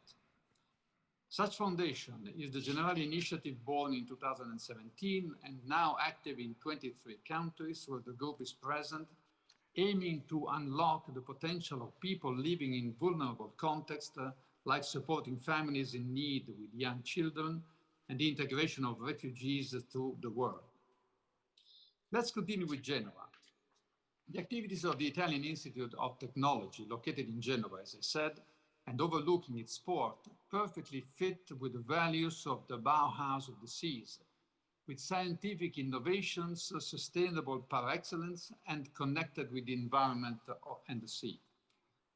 In particular, the Institute of Technology focuses on 8 UN Sustainable Development Goals, involving disciplines such as robotics, AI, material sciences, chemistry, biology, and medicine. Some practical examples: smart sponges made from packaging or organic waste, capable of purifying water from hydrocarbons or heavy metals thanks to nanotechnologies. An artificial leaf that transforms CO2 into molecules with high added value in the pharmaceutical and fuel fields thanks to solar energy. Photothermal sponges, which, thanks again to solar energy, are able to obtain drinking water from the sea or from the humidity of the air. And finally, robots able to identify pollutants in the fields, which will host plantations and give related parameters for the bonification. For each of the major themes identified in the Bauhaus of the Sea Manifesto, the recognition of the environment, the reconciliation with the sea, the reconnection of communities, the renewal of artisanal and artistic, technological and experimental practices, our institute can intervene with its innovations, favoring the birth of new startups in connection with the territory. In conclusion, I would like to leave you with a last comment, which represents one of my deeper convictions on sustainability, as chairman of two entities so different from each other, but converging on the field of sustainability, and linked also to some of the ideas and comments that I just heard. A strong sense of purpose in the area of sustainability, like Generali and the Italian Institute of Technology have, should always be supported by an efficient governance. In both cases, I'm proud to say that the companies I chair are characterized by best-in-class governance systems. In Generali, the governance and the reporting system allows the company to include sustainability in all the strategic decisions, from the capital management to insurance and investment business. In the Italian Institute of Technology, the governance system has shaped an institute able to be at the top of the scientific environment in Italy, always producing innovations which are transferred to the economic system in order to become tangible and useful for us all.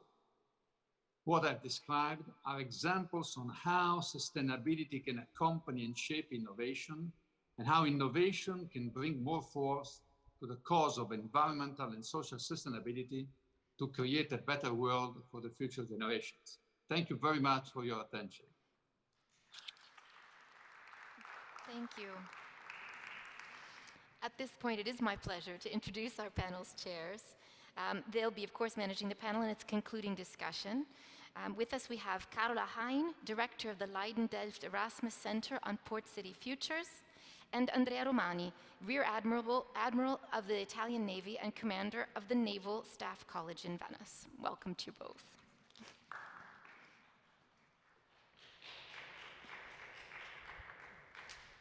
Thank you very much for the introduction and for all the hard work that has already been done here. And I've been impressed by hearing all these calls for reconnecting sea and land, reconnecting academia and professionals, reconnecting different generations and places.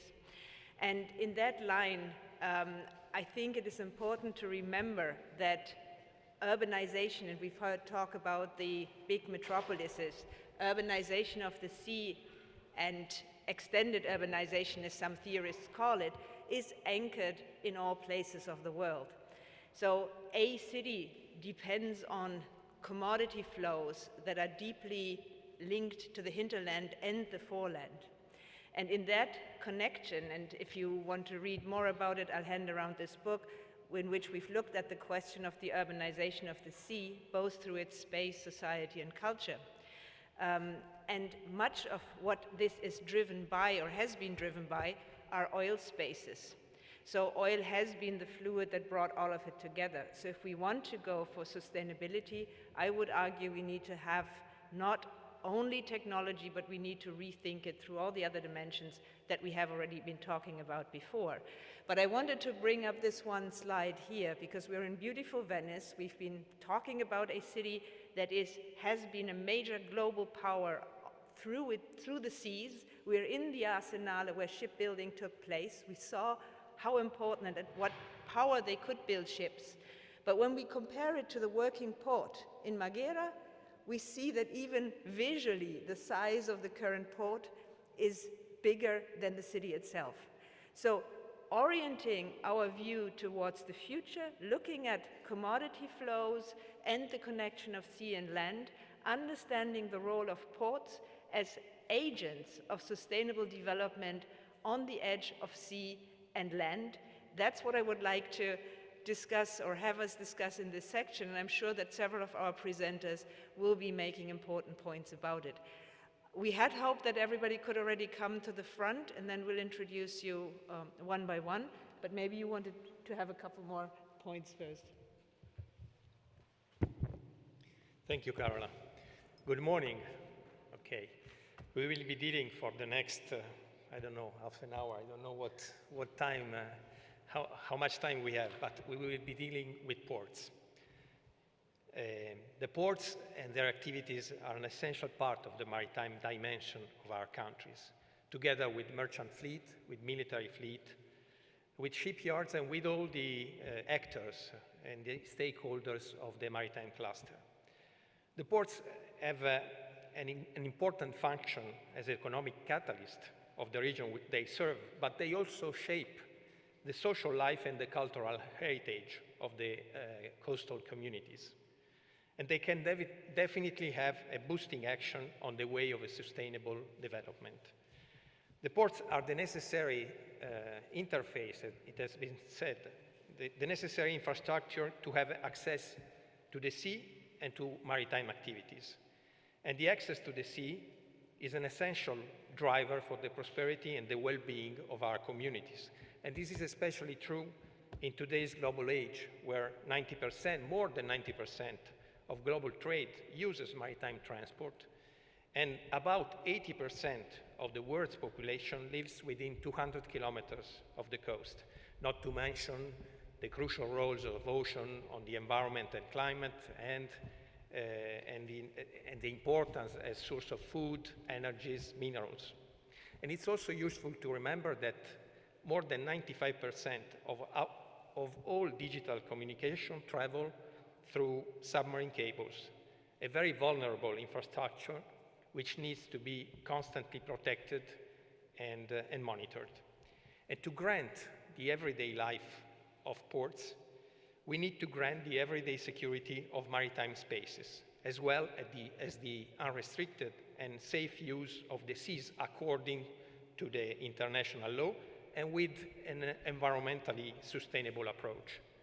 In this regard, the military fleets, the Navy, play and will play a decisive role, especially in the present new geopolitical scenario in which we experience an increased assertiveness of some countries in affirming their national interest on the sea, and in which we see a clear trend to the so-called territorialization of greater portion of the maritime spaces.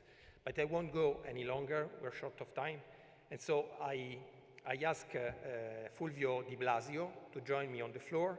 He's the president of the Port System Authority of the Northern Adriatic Sea, the port of Venice and of Chioggia, and he has kindly accepted to share with us his perspective. Fulvio, the floor is yours.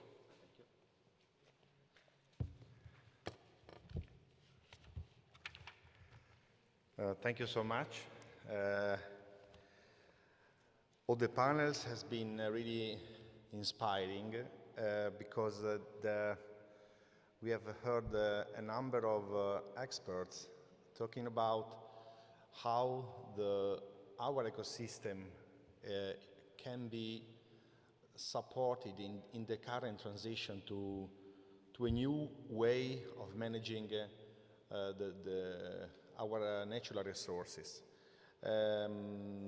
I have noticed that some of you have underlined that it is not something that we have to expect. It's something that is already happening in terms of changing climate change, different use of the land, different use of the transport infrastructures.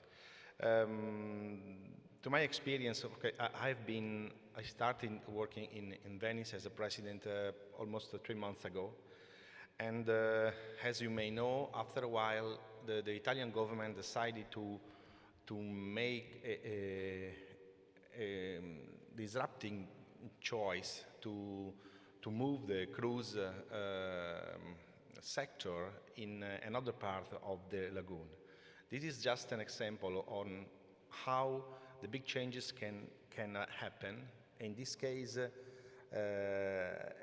is a transition that is surprising for the ecosystem. It's not surprising as a concept, but in the way this happens. So now we are forced to, or we are obliged, and we are engaged to plan the transition to Marghera.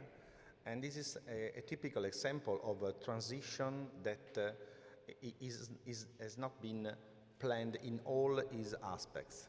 So now we are in the position to make a very important step forward, and the port itself is an actor of the sustainability.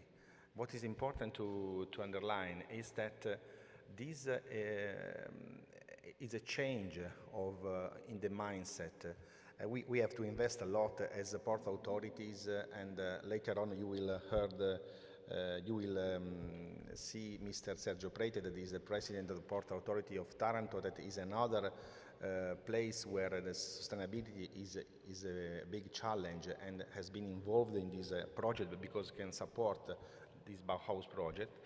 And we are the actors of this sustainability. We are not an obstacle to the development of the sustainability in this ecosystem. And of course, the ways that this can happen are related to how we plan our development, how we share our development with all the economic, cultural forces will be involved. In our plan, in the next months, in the coming months, we will draft our strategic plan. It will be a 3-year strategic plan, and this will be the first time that we will involve the whole ecosystem in drafting with us the strategic plan. This is another way. The sustainability has different perspectives. One of them is related to the processes, how we make these processes sustainable. First of all, is involving all the partners that can be of help in our activity. Secondly, innovation. You already mentioned that most of the people that were around the table this morning are somehow linked to the innovation. And again, innovation is not is mainly using technologies, is mainly solving old problems in a new way. But again, in this new way can be how you use the technology, how you involve people, how you analyze the processes, and how you are trying to solve the problems. In our system, the Port of Venice has been cooperating with the Foscari in the last 10 years, so there is already a story. We are collaborating in a number of activities, mainly focused on training, on education, on preparing the right people on the transport and logistic issues and port-related issues. This is a way to collaborate. This is a way for us to get out of the limit of the port and to let the people, to let the society know that the port is, at the end of the day, not only an economic force. Just to remind, we have in the port almost 20,000 people employed, and we have almost 1,500 companies working in the port of Venice, that is Venice, Marghera, and Chioggia. Is a system. So we are talking about a very important part of the city that has to be well communicated, well planned, well integrated. In what? In another level of difficulties, that is the lagoon. Lagoon is a very important but a very fragile ecosystem, and we are well aware that we are working in this ecosystem, but this again is not to be conceived as a limit, but is the first step that we have to consider when we plan a infrastructure, when we plan a new pier, when we plan dredging activities. These will be the main issues of the agenda of the Port Authority in the coming months.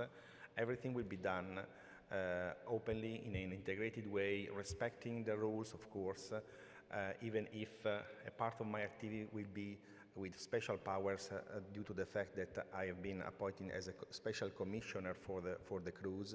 But of course, in all these processes, our first idea that is no more a choice, but is a mandatory, is how to plan in a sustainable way in all the different perspectives that we have, that I have said. Thank you.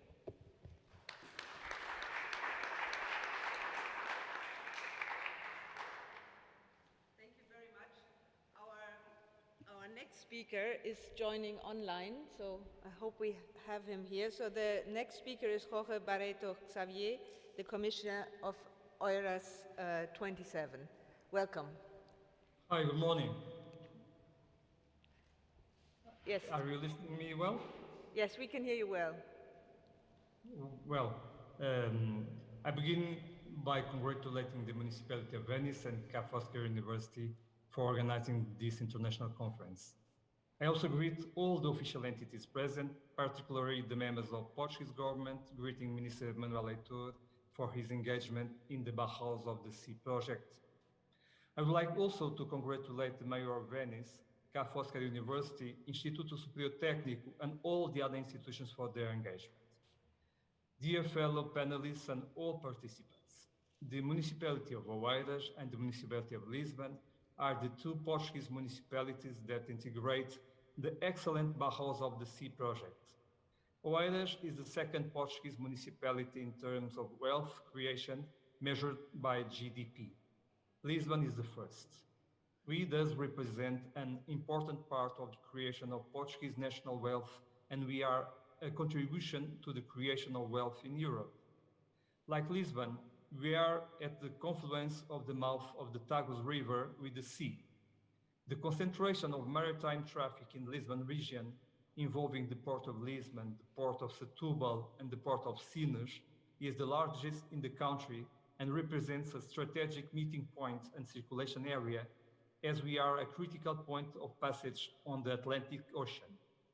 At this moment, in the set of these three ports, there is a significant confluence of European maritime traffic with the countries of North and South America, but also with Africa and more distant geographies.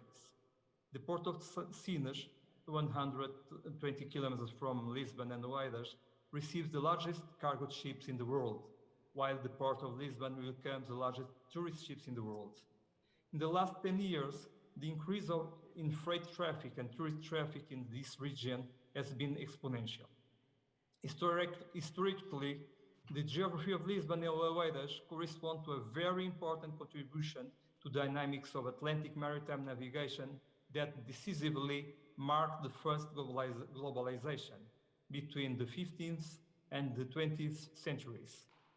It cannot be stressed enough, as mentioned in the manifesto of this Bauhaus of the Sea project, that we, coastal cities in Europe, represent in total more than 40% of the European population and more than 50% of its tourism assets.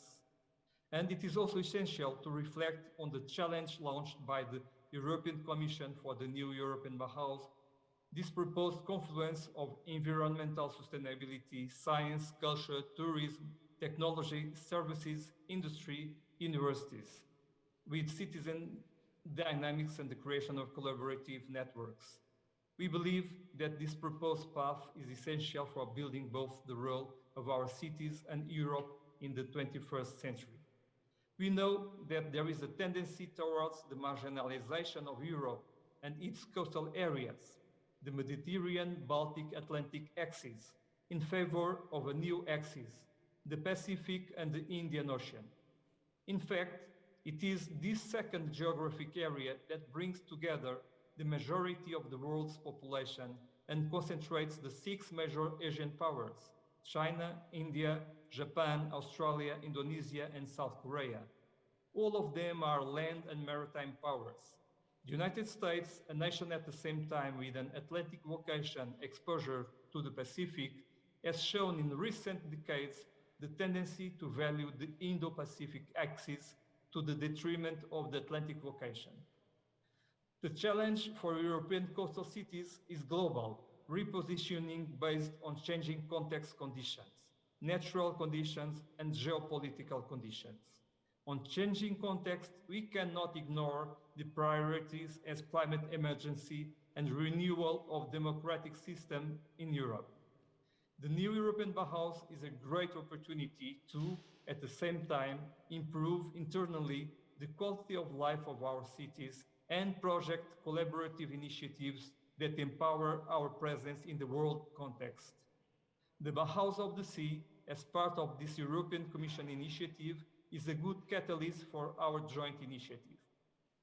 This initiative should continue into the next decade, even if our project does not obtain the desired funding from European funds. And it must continue linking our cities, universities, business, civil society. It must continue because this is the best response to the challenges we face today and which we will face with greater certainty if we face them together. Oeiras decided to apply to be European Capital of Culture in 2027. Portugal and Latvia will receive this title that year. It is very important for us to create collaborative ties with all the entities of this consortium for our candidacy.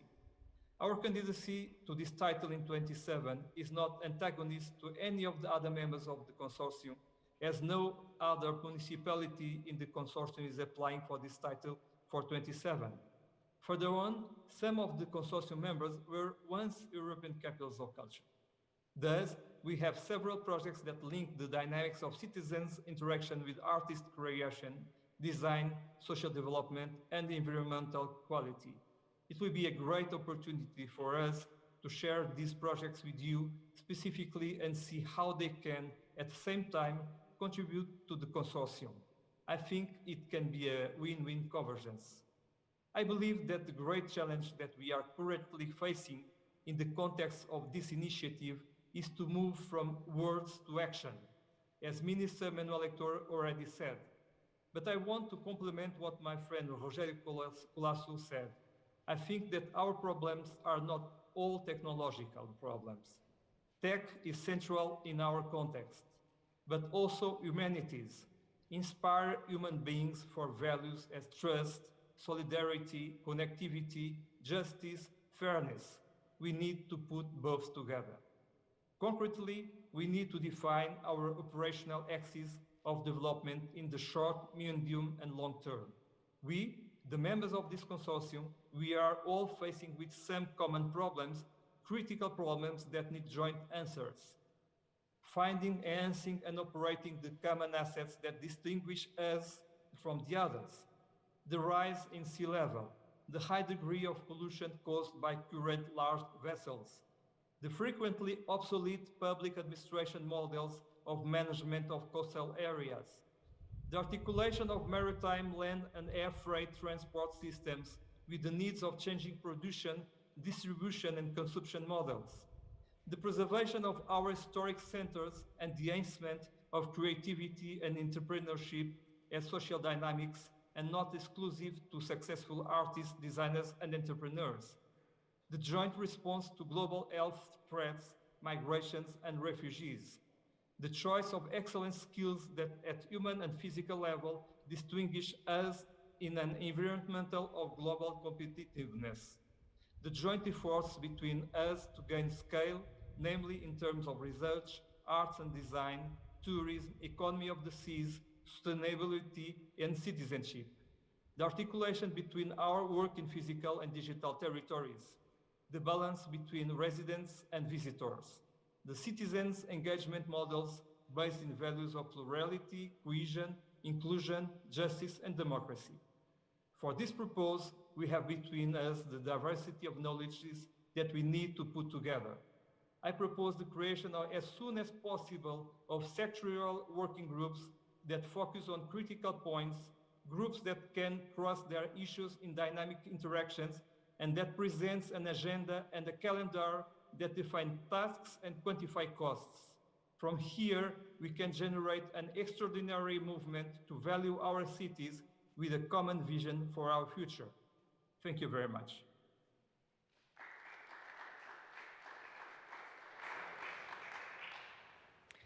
And now I give the floor to Mr. Alfredo Viglienzoni, Coordinator of the Economic Development Area of the Municipality of Genova, who will join us in streaming, I guess. Yes. Good morning, everybody. Can you hear me? Yes. Very well. Thank you. Okay, thank you. So, congratulations to Venice and to Foscari for the organization of this event. I'm delighted to be part of it and inspired by the speakers and by the manifesto, which was actually published as a foundation for this Bauhaus. I think we really need to take actions for our future. I come from and I belong to the city of Genova. I think you can see. I'll leave you like a 10-slide presentation, but for sake of time, as I am one of the speakers between now and lunch, I prefer to kind of go to the key points and then we can discuss. Unfortunately, for family reasons, I cannot be with you today, but I will be tomorrow.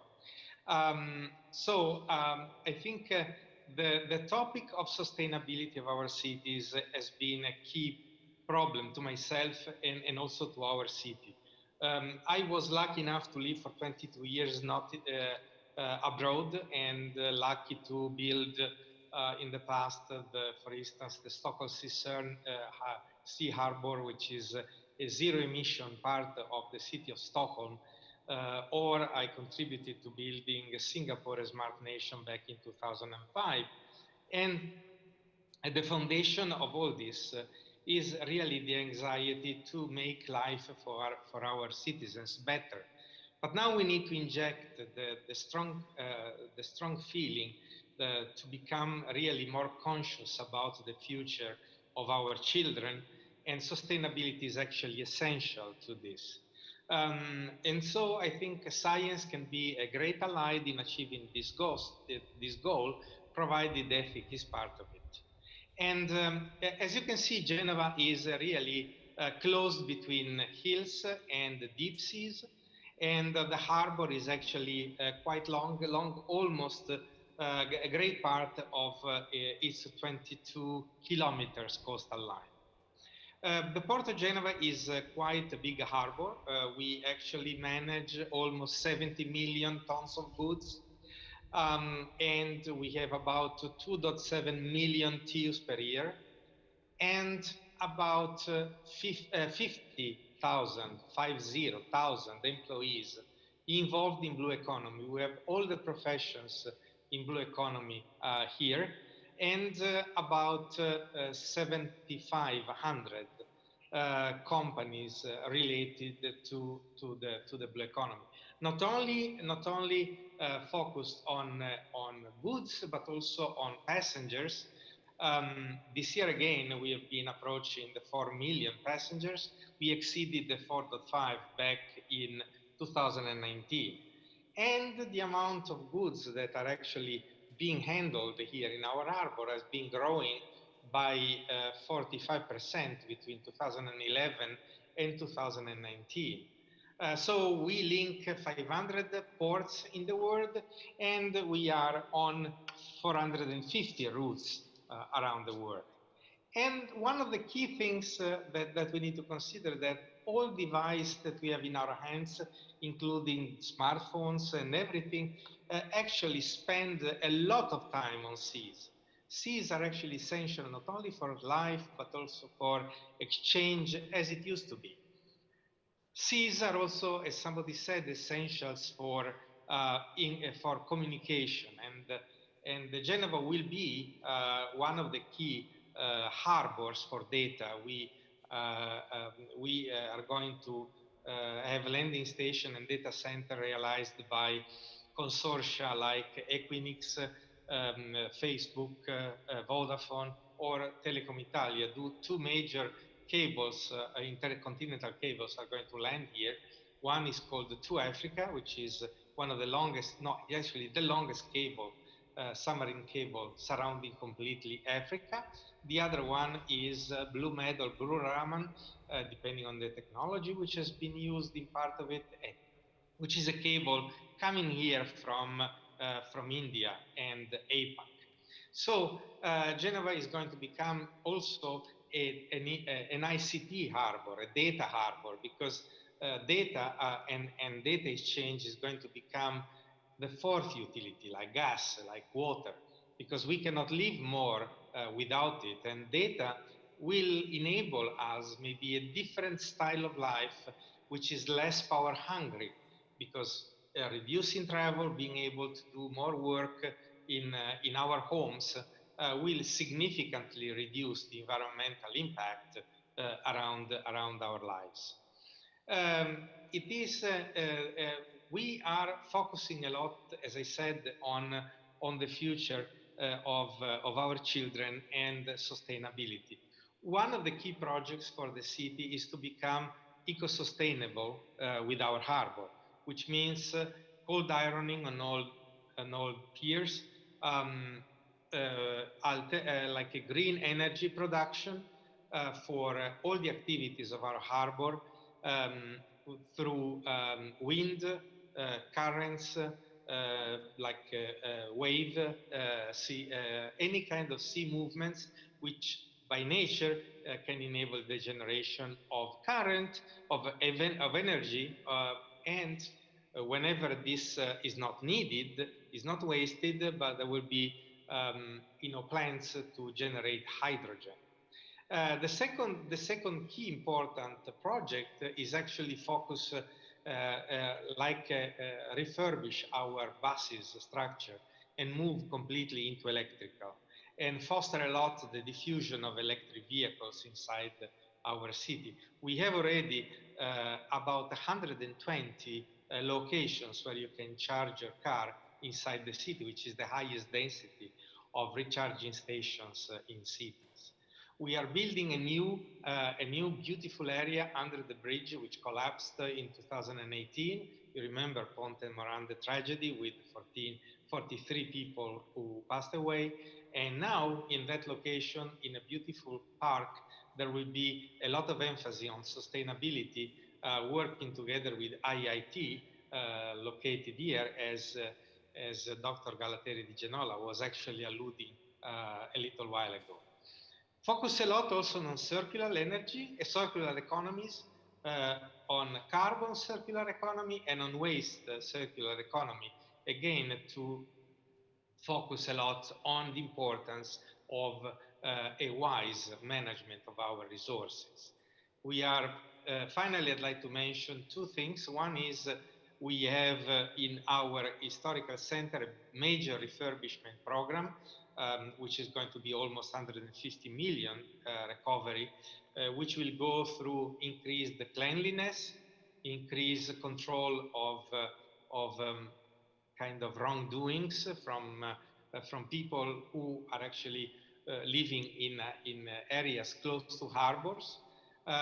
We are refurbishing a lot of small squares, in pushing and inviting people to use shops that are not used anymore.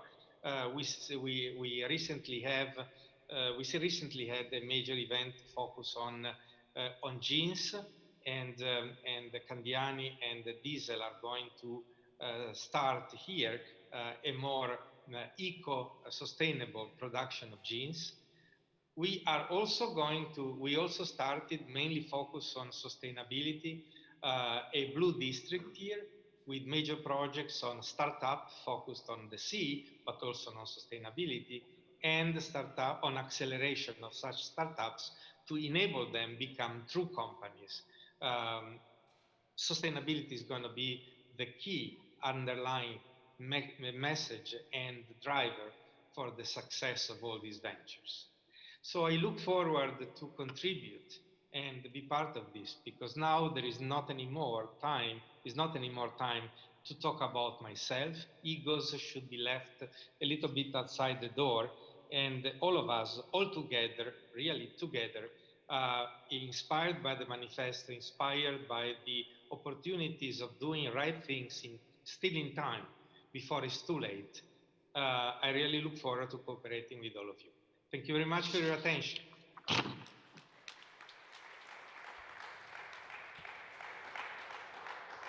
Thank you very much. That was very impressive also. Our next speaker is Isabelle Rikpos from the European Seaport Organization. The floor is yours.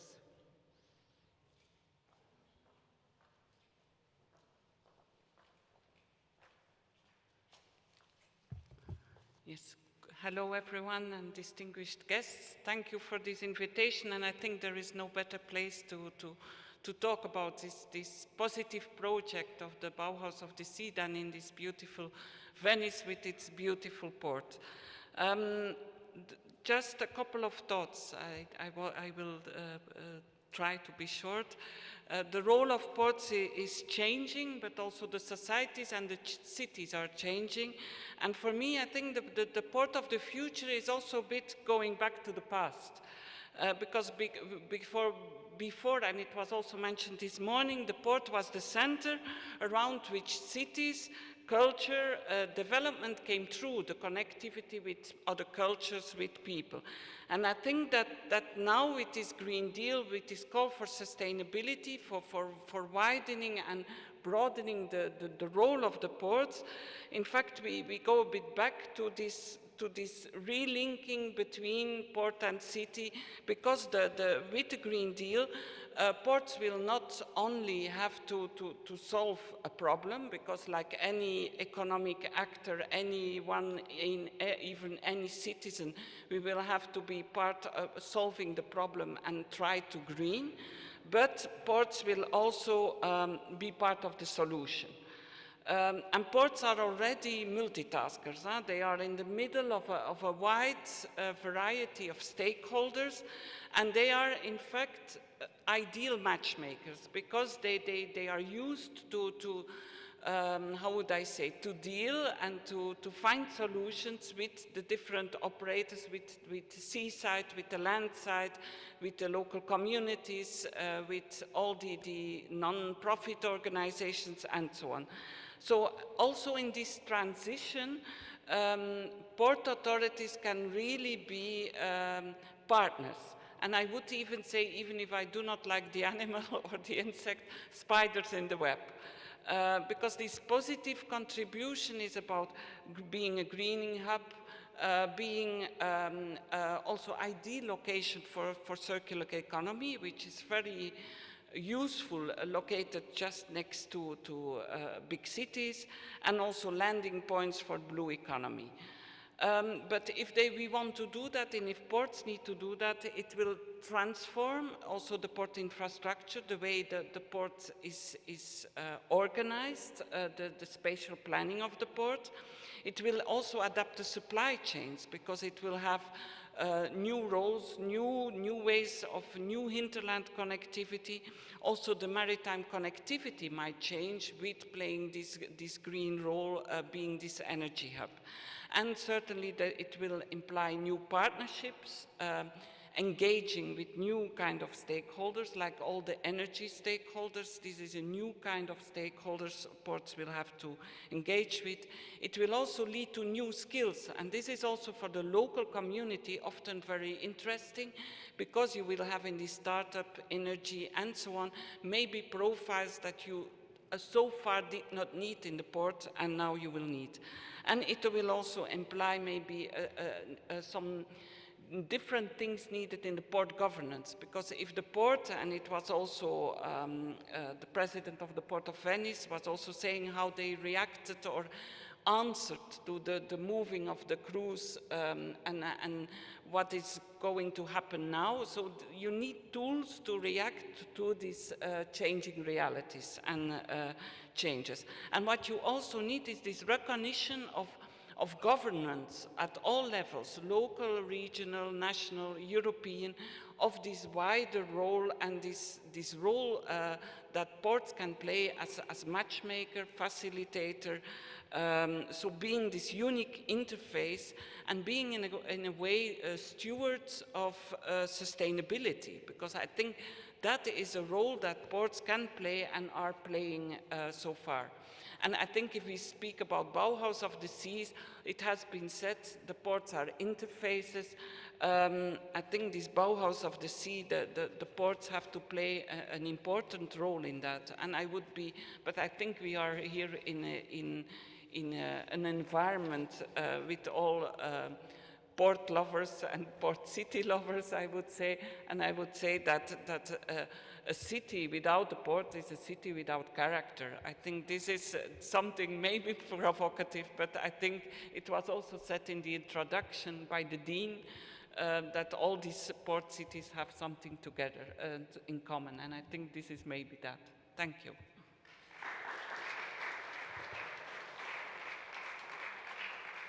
Thank you, Isabel.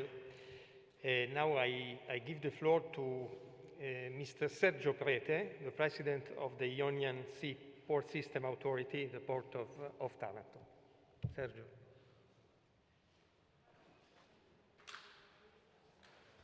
Thank you. Good morning. I know that I have to run, so I agree with the speech of Mr. Di Blasio. I want only to underline the new role of the port in innovation and sustainability. And there is now a new approach of the port about this subject. And a lot of organizations and institutions are working on, for example, European Seaport Organization with their report guide are helping all the European ports to develop the solution of the problem about pollution, of the problem about production and use of energy, but also the new rule about from the European Commission or the national government are very useful because, for example, for the first time since 2016, in the new port law, we have a rule about the obligation for the port to create a documentation and a program to solve the pollution problem in the port and about the energy. And we have to follow also the line indicated from the Ministry of Ecological Transition. So this is a new role of the port, and also the port of Taranto. Maybe you know that in Taranto we have a biggest steel factory in Europe. We are trying to solve it, to transform the port from an industrial and closed port to a multifunctional and open port.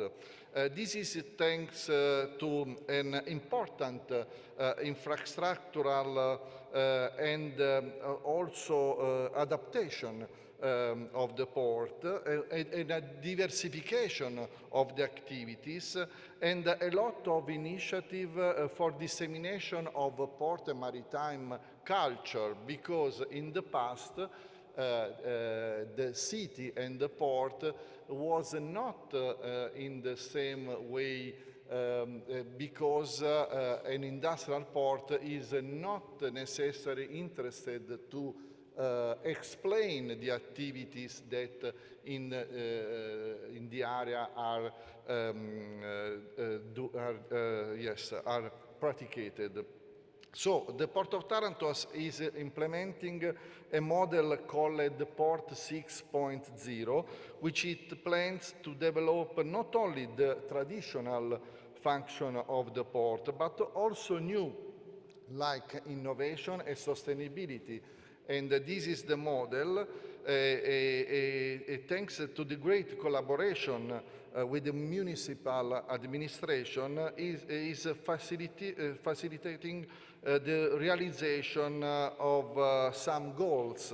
For example, became a green port, or remove the fracture between the port and the city, or recover the cultural gap from the dissemination of the port.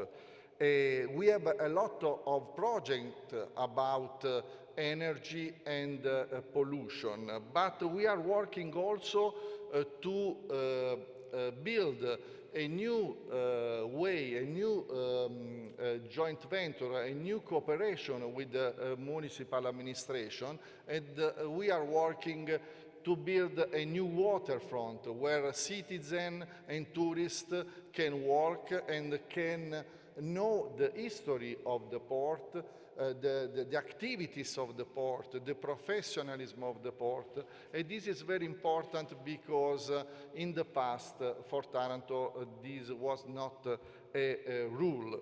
So for this reason it's too simple speak about port, but it's not too easy manage the port to have a cooperation from a lot of interest, private, public, financial interest. So this is the goal that the European Ports Organization and the National Association are following, to have a new role to the port for innovation and sustainability. Thanks.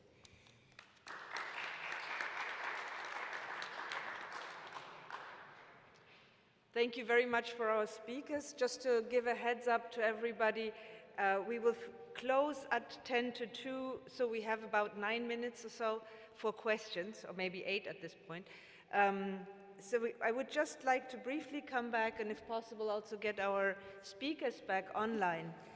I think just to summarize a couple of points which I think I've heard, we are talking about bringing Europe together through its borders and no longer through its center. We're thinking of connected waters. Waters are flowing. There is no physical barriers near to them. We can only address those problems if we do that in a comprehensive and collaborative way. And that means bringing together, as you've already said, new forms of governance, new forms of spatial plannings, of integrated ecosystems that bridge land and sea. And bringing together, and several of you already mentioned the point, mindsets. So we need to rebuild maritime mindsets, and we have to focus also on questions of culture, as for example the Port of Taranto is doing also with the Port Center and the open port idea. Now, since we have only so little time, I was wondering what did I miss? What's your wish list to give to the grant writers, basically, in 6 minutes, so at least we could have one statement from each of you, telling us what is it that you would need to make your port active in the new Bauhaus of the sea and activate all the capacity that you have and that you've already been offering to the project. Maybe you want to start first? Yes? Okay. I repeat, but we know that the role of the port are changed, and we are very proactive to implement technology. For example, we are creating an accelerator of startup with the accelerator of Rotterdam, Portuguese. But we have to give some rules to the operator in the port of Taranto, and but we are discussing a lot with the municipality for the land, but there is also a good way to solve the problem from the carrier, because, for example, the International Maritime Organization are following a lot of perspective to use different fuel to not have emission in the port. So it's a game with more actors, and we have to work together, but the port, it's not in the second file, but is in front of to solve some problem. So that also means, I think, collaborative tools. Maybe Isabel, you wanted to follow up on your wish list, what from the side of ESPO? Yes, I think I fully agree, and I think what is very important is with this collaboration and so on is ports have to help each other, because I think on all these issues there is no competition. I mean, you cannot go in competition. You go in, ports are competitors, but on greening, on being the stewards of sustainability, they should be working together and help with bottom-up examples, and it was already referred to the green guide, this new green guide. We have also online more than 70 examples of how ports are already engaging in this greening, and this is so important. And what is also important is not only ports among themselves, but also the understanding of what ports are doing and how ports are really striving and as mission-driven entities doing their best to be part of this solution, and they are open to these solutions. And I think this understanding is very much, don't see only the problem but also the solution. That I think it's important. Yeah, and I think that's an important point. We need to rediscover the values that the port gives to their immediate environment, and vice versa, because that's also the place where then the workers of the future will come from. So unless you bring in and educate and help the citizens around you, it will be difficult to have the future workforce, I think, if I add on to what you say. Maybe from the Port of Venice, one more statement. I think that what we expect from the project is really to have in place a real cooperation with other ports. Sergio Prede mentioned the innovation. There are other areas of cooperation. I guess that we need to have real links with the universities, real links with other ports, and real links with the society. And you cannot go just with one of these directions. These 3 points are sustainable if you do all the collaboration at the same time. And of course, Venice, from this point of view, is really challenging. But if you are able to do this in Venice, really you can export this model or this experience. It's not a model everywhere. Yes, and that's almost a nice concluding point. If you can do it in Venice, you can do it anywhere. I really like that one as a, as a key statement. Did you want to follow up also with the... Well, okay. I think we can conclude.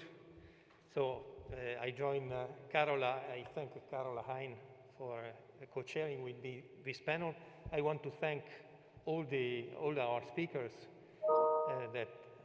who thanks to their expertise on the subject, have been able to offer to our discussion their different perspectives. And I like to think that today's discussion have been somehow fostered and maybe a little bit inspired by the beauty of these premises in a city like Venice. It has been told it's a city which has a very special relationship with the sea, and the city in which, speaking of ports and sea, comes very, very easy and very natural. Thank you to everybody. Thank you also to our audience in presence and at home. Thank you.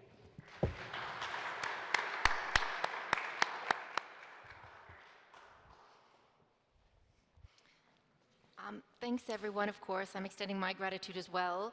Unfortunately, our lunch break has started a little later.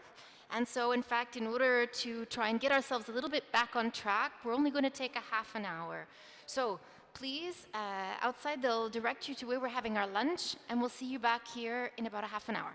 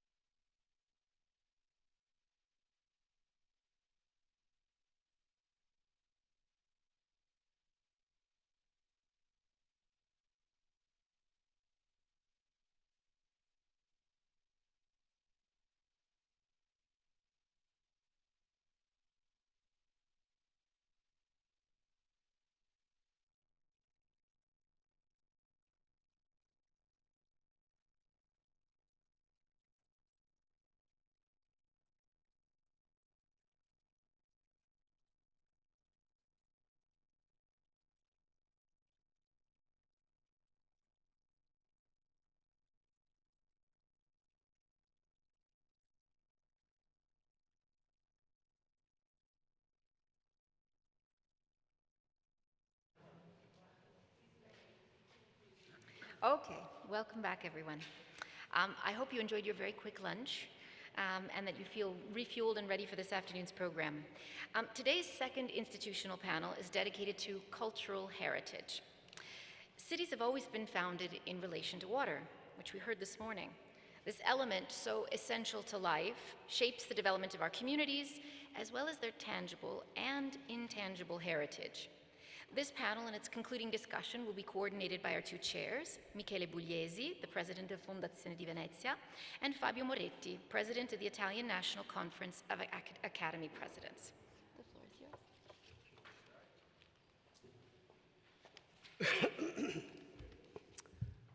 yours. Good afternoon.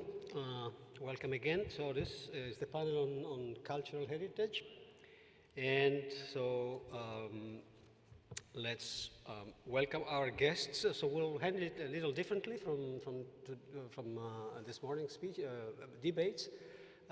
We'll do a little introduction and then ask, putting forward a couple of questions, and then ask the speakers to elaborate on those questions or other issues that they think relevant to the topic. So please join me in welcoming Roberto Cicutto. You can take a seat. Roberto was born in Venice, a Venetian, one of the few real Venetians, native, moved to Rome to embark in the film career, was appointed president of La Biennale last year in 2020. So Ambassador Vattani is not here with us yet. He might come later. So let's welcome Mattia Agnetti, Executive Director of the Venice Civic Museum Foundation. Previously served as Deputy Head of Interact Program and Secretary in Vienna on behalf of the European Commission. Carol Weil, Director of the Peggy Guggenheim Collection in Venice. Please join us on the seat. Seneska Mihailovic, sorry, I will skip your Danish name, as I said. Secretary General of Europa Nostra, Serbia and the Netherlands. Roberto Gotti-Pavero, Director of the Conservatorium Musica Benito Marcello. Welcome. And then Menno Albrecht is not with us yet. He will be here with later, hopefully and probably. So we saw a picture in the last panel on ports about Venice and the shapes and the size of the two ports, the mainland port and the lagoon, old city port. I have this other picture that I like very much. It's by an urban designer, a view of the city of Venice of the Grand Venice, so-called, in its mainland and lagoon and waterfront extension. So it's a tree metaphor where the cultural, the roots stem from here and sort of percolate and have a long-term and wide effect on the mainland. It's a view that I personally share, recognizing the importance and the unique character of this part of the city, but in a context that I think should be valorized and emphasized within the context of the grand city with its mainland and its hinterland and the waterfronts. So this brings me to the first of the two questions. Then I'll leave the floor to Fabio for posing the next, which tries to sort of go back to this picture, and in elaborating and in putting forward this idea that culture does represent a very powerful catalyst for water cities, for coastal cities. Culture in a broad sense, of course, but certainly focused on the arts, on cultural heritage, and on the competencies. So Benno Albrecht is with us. Welcome. So the question is, how do we, what is the relationship, and how can we nurture culture in a dialogue between the water city, the coastal city, and their hinterlands and waterfronts, That has a lot to do with the port and the nature of ports. Their nature as outreach drivers. So, and therefore, as culture, as an outreach driver, and as today was intended, and as Roberto in his interview yesterday mentioned, it's as a driver for cultural diplomacy. So that's one part of the debate that we solicit our guests on, and then Fabio, to you. Thank you, Michele. In fact, when we discussed about the subjects that we should deal in this panel about the cultural heritage, we came to the conclusion that also technology needs to be talked about. And in fact, technology in art is extremely important. Myself, as president of the Academy of Fine Arts of Venice, which is one of the most ancient cultural institutions in this city, I see that the role of technology is extremely important, also for teaching arts, and in fact, the new technologies of art are now one of the leading subjects for our institution. So, technology has and will have an increasingly fundamental role for sustainability, which is the role that you see for technology in arts and cultural heritage, and the role that you see for your institutions. So, I would ask Roberto to start first to answer these questions and to give the views of to give us the views of the president of the Biennale. Thank you. Thank you very much. Thank you for inviting La Biennale. I would like to start with something I was told by architect Renzo Piano a few days ago. We were talking about the International Exhibition of Architecture, which is in place in these days, and I hope some of you can go and visit it. And he said to me, anyone who deals with Venice has to consider two very simple things. Its beauty and the water. So my first reaction was, okay, after the pandemic, we don't have to be afraid of what we think could be taken as a banal statement, because we have to start again from the fundamentals. And as president of La Biennale, I had this incredible experience, as other people have in their mission, their jobs, because I was appointed the week before the first lockdown. And I was born in Venice, so the first night, the first evening, I had to walk in the city, and I was shocked by the beauty, of course, and the emptiness. In the meantime, I had to consider what all this would have meant for the Biennale, for the economics, for the culture, for our life. So with the team at the Biennale, we had to start thinking what would be possible to do, fighting against something we really didn't know what was a year ago, more than a year ago. And the responsibility a cultural institutions like the Biennale has in front of a place like Venice and the territory and everything which is dealing with.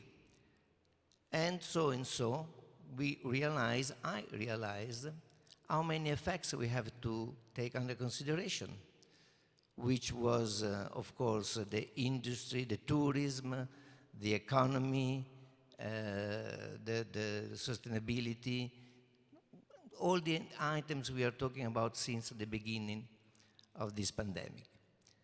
But it was a great lesson because we didn't waste a minute. As a producer, I worked many years with Manuel, and he said, don't worry about doing nothing for some times, because this could be the most useful time you spend, because you have to consider, you have to think. You take the time for doing something we don't do when you run around 24 hours a day. So the first thing we wanted to investigate was how can we be responsible about all those items. And what we wanted to try was to keep working on what it would have been possible to be done. And actually, we have been brave and lucky because we have been able to do an exhibition in the gardens in the end of August last year, which is called Disquiet Musics, when La Biennale meets history. And for the first time, we started a dialogue among the 6 directors of the 6 disciplines the Biennale handles. It's not just the fact that we made an exhibition, it was the fact that we understood that we had to start a new way for speaking to each other and to consider what the heritage we inherited. So the archive was providing us with incredible materials. And doing that, we started a new process which is to be more open toward the rest of the world, to speak more often with the other institutions, to try to have a common plan, not just for doing actual things, but for trying to find a model which is based on the cultural activities, which are element of development in culturally speaking, but also economically speaking. How can we do that respecting the beauty and the water? We talk about what happened with Acqua Grande, and we listen to the experts saying how we can be defended from. But we also have to understand how we can respect, how we can put in place new ways of behavior to make less dangerous what we live in. So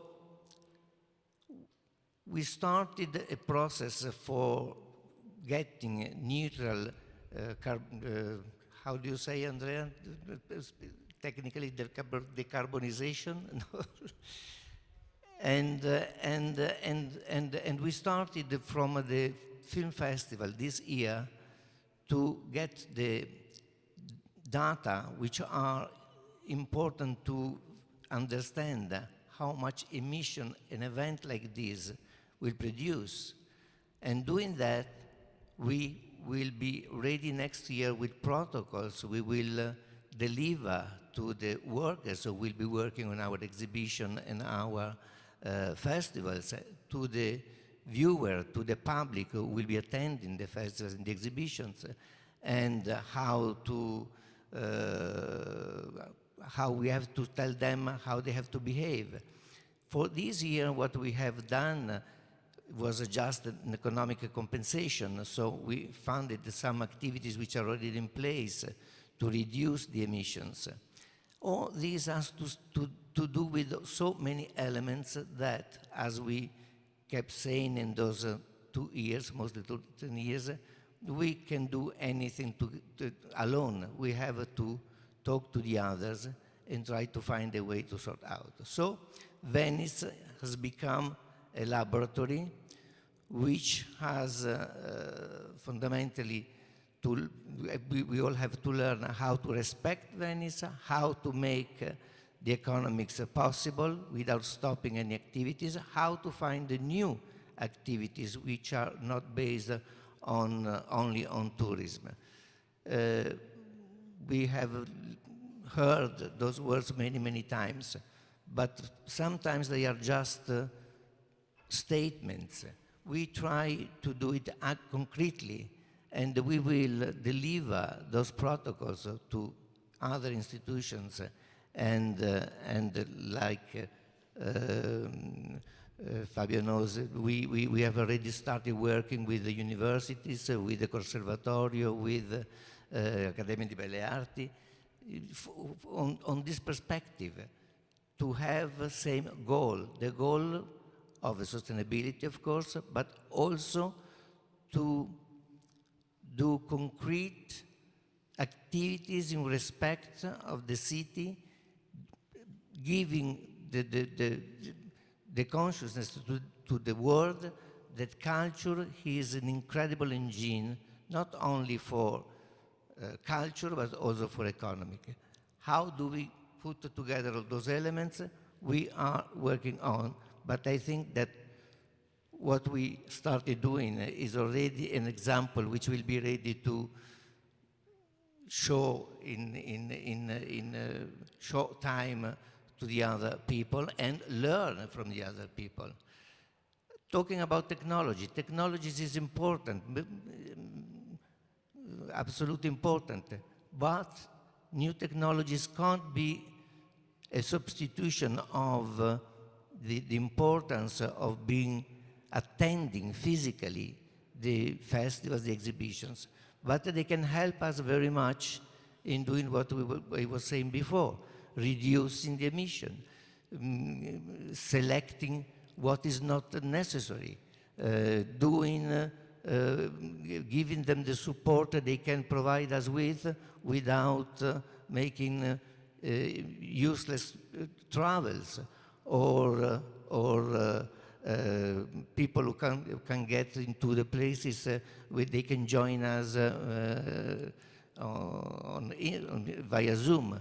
But this could be never a substitution of being present, like here. Why didn't we do that on Zoom? Because it's important that after listening to the people who will say what they will say, we have a private discussion, we confront each other. So technology is a substantial element, but has to be used the way it has to be used. Did I answer? Thank you, Roberto. I think you answered very well. Thank you. Mattia, you are here? You have a presentation? Credo che tu abbia anche il corso. Sì, ok, ma volevo appoggiare questo. Ok. Ok, can you hear me? Yes. Thank you, Professor. Thank you very much for inviting me here, for allowing the City Council Museum to contribute to this panel discussion. The new European Bauhaus initiative includes the cultural heritage as a pillar for future upcoming policies. I mean, we should acknowledge that cultural heritage has become in recent years a priority when planning sectoral policies both at European and national level. The maintenance, the research, the promotion of the cultural heritage is an opportunity for economic and social development in various fields it embraces. It is certainly ground for the application of innovative policies towards a new sustainable living. I personally work in the museum industry, therefore I think we can contribute to the panel by bringing our point of view into the discussion. I mean, museums play a crucial role in citizens' life by connecting the history to the present and providing ideas and stimuli for the future.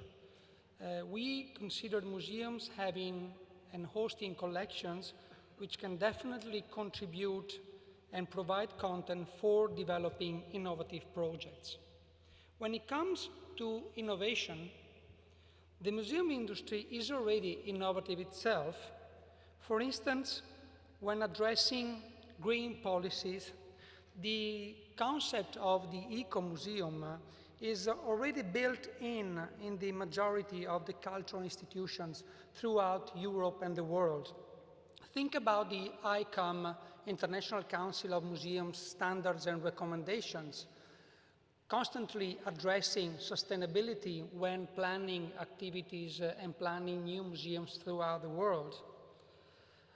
Nevertheless, the museums face big challenges, especially with regard to ordinary and extraordinary maintenance. I mean, let's think about Venice. We do host collections in ancient containers, ancient buildings, and therefore maintaining them, and this is actually true for a great percentage of museums and institutions, namely in Europe. These are containers originally conceived for completely different uses and purposes. Families, palazzos, warehouses, and therefore they are quite difficult to be modeled or to adapt. Nevertheless, the technologies to this regard, and I got to the answer of Professor Pugliese, and it becomes crucial to this regard. For instance, when applied to monitoring the state of the ancient buildings, the historical sites, and the monumentums. Amongst our museums, we do have the 18th century Venice collections, which is Carezzonico. We are actually we are monitoring the status of the building by applying motion and vibration sensors to the building. This is something we can work on it. This is called ordinary maintenance, but it becomes crucial and crucial when widely applied to the city council museums, but not just to the museums, but all the institutions. The technology provides great value when transforming energy-consuming buildings, such as ours originally, and still, unfortunately, for some of them, something actual, into innovative spaces and areas. For instance, by substituting the new generation of lighting systems in the museums. We did that recently in the Doge's Palace. There are great savings into ordinary ongoing costs. Or think about the technologies as applied to secure the collections, the masterpieces, the artworks in the deposit and in the collections themselves. But innovation in museums, it's also about the social and the cultural mission a museum has.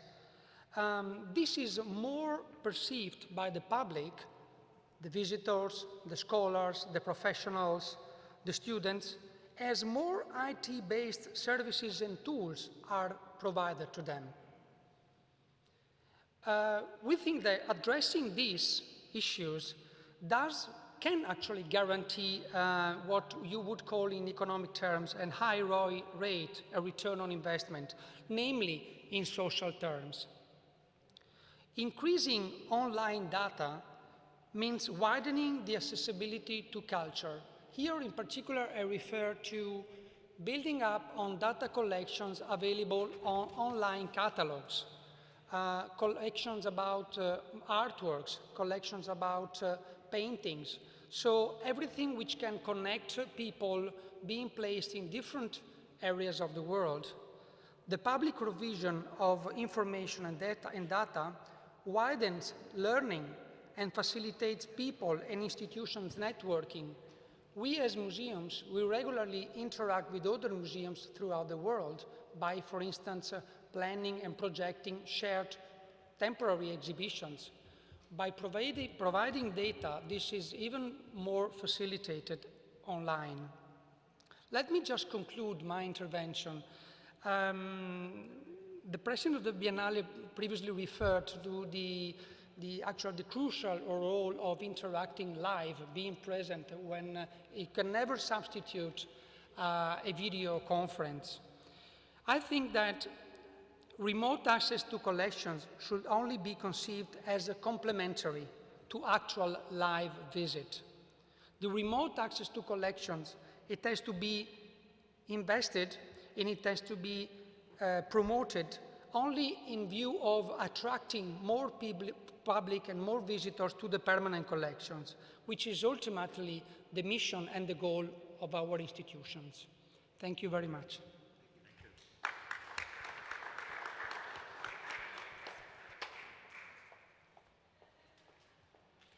Carol Weil. Carol, can I invite you?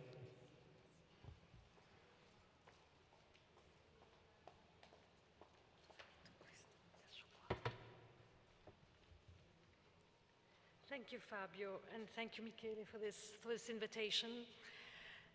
Yes, I'm the director of the Peggy Guggenheim Collection, where I've been for 4 years, an extraordinary collection which many of you might know. And I know that for us and for the Guggenheim Foundation as a whole, technology is really very important. The mission statement of the Solomon R. Guggenheim Foundation is very clear in that it states that it is committed to innovation and that it collects, preserves, and interprets modern and contemporary art. So for us, innovation is strictly linked to technology and sustainability, so that the works of our collection will be, of course, preserved, but also enjoyed for generations to come. So when we talk about technology at the Guggenheim, we're really very much thinking about the future. And I don't just mean next year, I mean in 5 years, 10 years, 50 years, 100, several hundred years. So scientific research is another key word in our vision. And since 2015, the Peggy Guggenheim Collection has been very involved in European-funded projects which aim to provide innovative solutions for the care of collections. The first project funded by the European Commission in which we took part was Nano Restart, nano materials for the restoration of works of art. And the challenge was to address the degradation of modern and contemporary artworks through the development of nanomaterials, considering environmental and human risks, feasibility, and of course the cost of materials. The project consortium comprised 27 members between museums, academic institutions,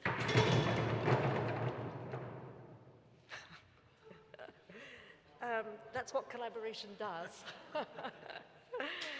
Also private conservators and private companies, all coordinated by the chemistry department of the University of Florence, here in Italy.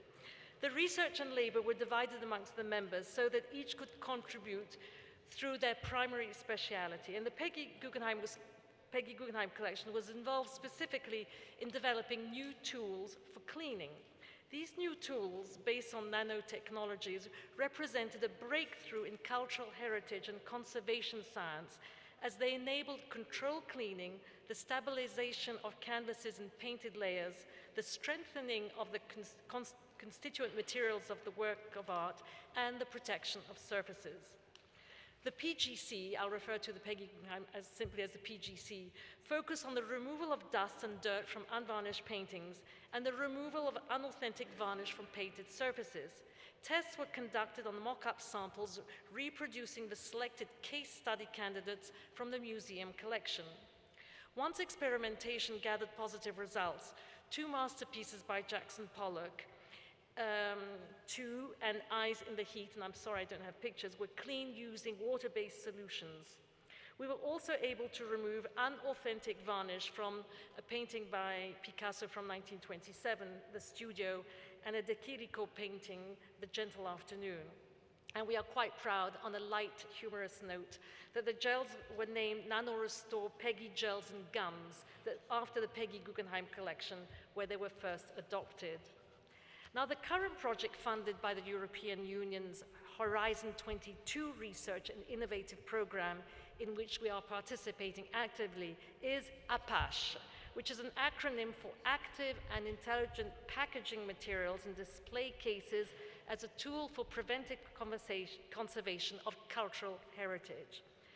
Again, the project will benefit from a multidisciplinary consortium with members from the field of conservation, chemistry, systems science, biology, engineering, and management.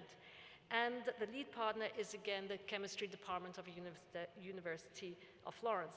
And of course, please let me remind you that the University of Venice Ca' Foscari is also part of the APACH project. The purpose of APACH is to improve preventive conservation so that it will be possible, especially for medium-sized museums like the Peggy Guggenheim Collection with a limited budget, to avoid or at least significantly reduce future degradation of movable, tangible artworks caused by unstable climate conditions, which we are experiencing more and more, and as we know, Venice is also a very sensitive area, light and pollution. By the end of the project in June 2022, so next year, APACH will develop a new generation of display cases as well as crates and storage boxes to preserve artworks that will be both practical and affordable. They will integrate pollution absorbents and temperature and humidity regulators. multi-scale models that will predict the degradation of artifacts, wireless sensors that will provide a smart, user-friendly and low-cost system to detect an unsuitable microclimate, and finally, a decision-making tool for end users to guide them through the best solutions. Now, with respect to the Bauhaus overseas, the museums located along coast will benefit greatly from Apache's research, as we know that their environmental conditions are already very complex and difficult to control with conventional tools. So for Apache, the PGC has selected a group of works with different environmental conditions. Some are on display in the exhibition galleries, while others are kept in storage to be included in periodic monitoring campaigns. Through sensors applied inside the display cases and the environment, information is gathered on the relative humidity, temperature, and pollutants. And the results will help us understand the process of degradation, also in comparison with the other museums involved in the same project that are in a different context. In the meantime, conservators are discussing guidelines and best practices regarding preventive conservation that will merge in a repository for the development of a decision-making tool. Technology was fundamental in the recent study of a masterpiece by Jackson Pollock, of masterpieces by Jackson Pollock, Piet Mondrian, and Max Ernst at the PGC. The research was carried out in collaboration with the Consiglio Nazionale delle Ricerche, which is the main Italian research center at a national level, and its various departments, which focus on the artist's palette, their broad range of techniques, and the overall state of conservation of the works, including previous restoration treatments. Thanks to new technology and digitization that have made possible portable instruments, complex, non-invasive investigations such as infrared, ultraviolet, X-rays were conducted in situ at the PGC. Now, this would have been absolutely impossible years ago, so the advantages of portable equipment are multiple. Works no longer need to be moved from their home, from their collections, from their museums, avoiding the danger of handling and transportation. Works can be studied in their environment with a better understanding of the deterioration causes. Packing and transportation costs are minimized, and more funds for conservation, diagnosis, and treatments are thus available. On another note, digital technologies such as location trackers and video streaming software have been adopted as a temporary response to worldwide travel restrictions brought on by the COVID-19 pandemic. Since 2020, whenever the physical presence of an in-person courier is difficult, the phases of packing and unpacking, transportation, condition reporting, and installation of artworks loaned to other institutions have been conducted remotely. We were talking with Mattia earlier about the complexities and the expenses of traveling works of art from abroad. And although the method of virtual couriering needs much improvement, it has avoided the complete paralysis of exhibitions and, of course, has contributed to a reduction of carbon footprint due to air travel. So in conclusion, I think that new technologies will certainly play, as we know, an increasingly fundamental role for sustainability, but they work at their best only when they engage interdisciplinary cooperation and are accessible to the international community, as the challenges posed by sustainability in all fields can only be faced as a collective endeavor. Thank you very much.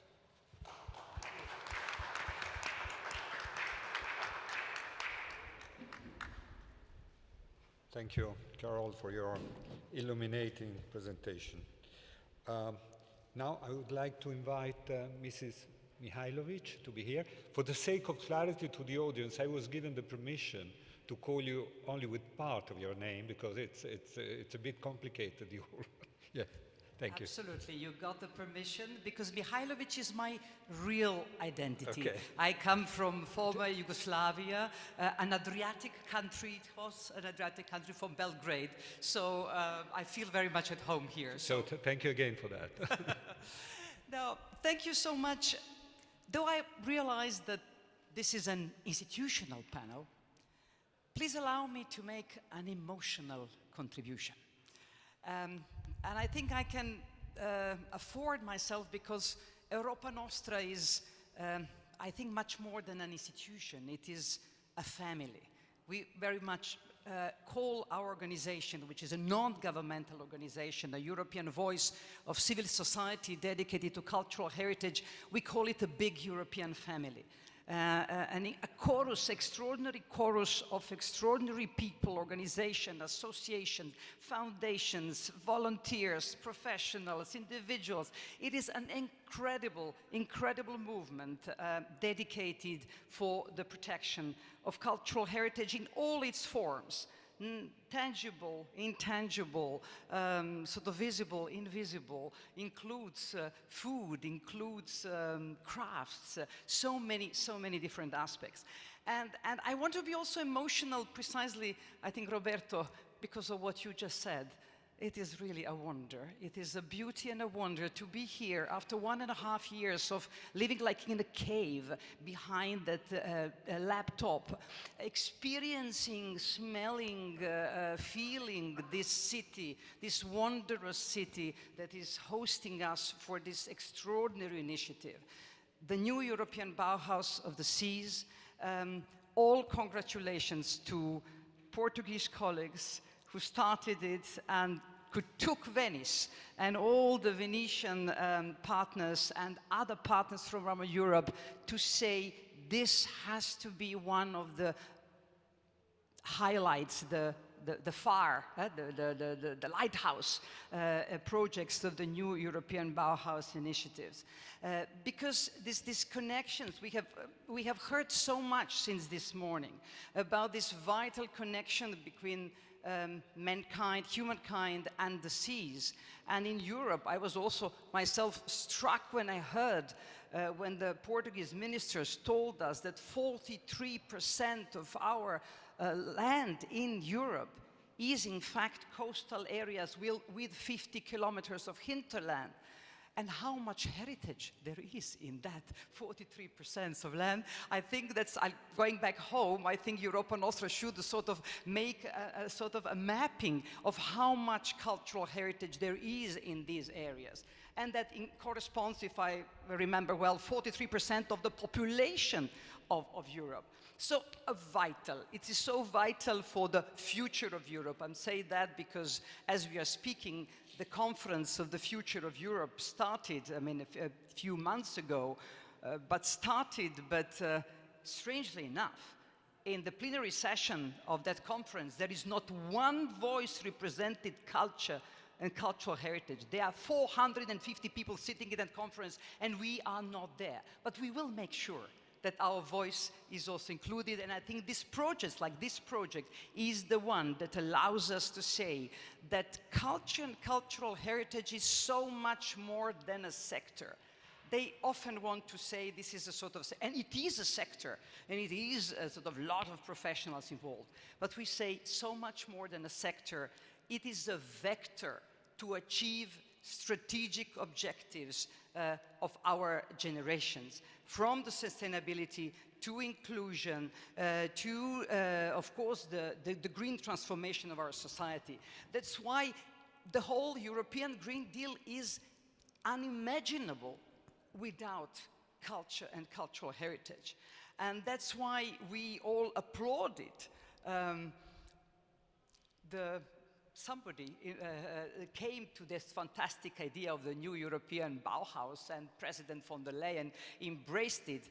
We feel that probably she didn't expect that explosion of energy, creative energy, an explosion of willingness to sort of break silos and sort of work and collaborate between various stakeholders. And what we see here today in this exceptional historical heritage place where we can touch the spirit of the place and spirit of history. We can touch Europe in the sense here. There we are talking from ministers to important private foundations, Biennale, the Comune, they're all here to say we have to work together, and we can't afford anymore the fragmentation. Far too much fragmented. If we put it all together, we are a superpower. But it has to be done, this mobilization has to be done in accordance with some principles. And so when I was coming here, coming back from the lunch, I saw perhaps you haven't seen there is a little plaque saying that this tower has been restored with European funds, and the project was called Second Chance.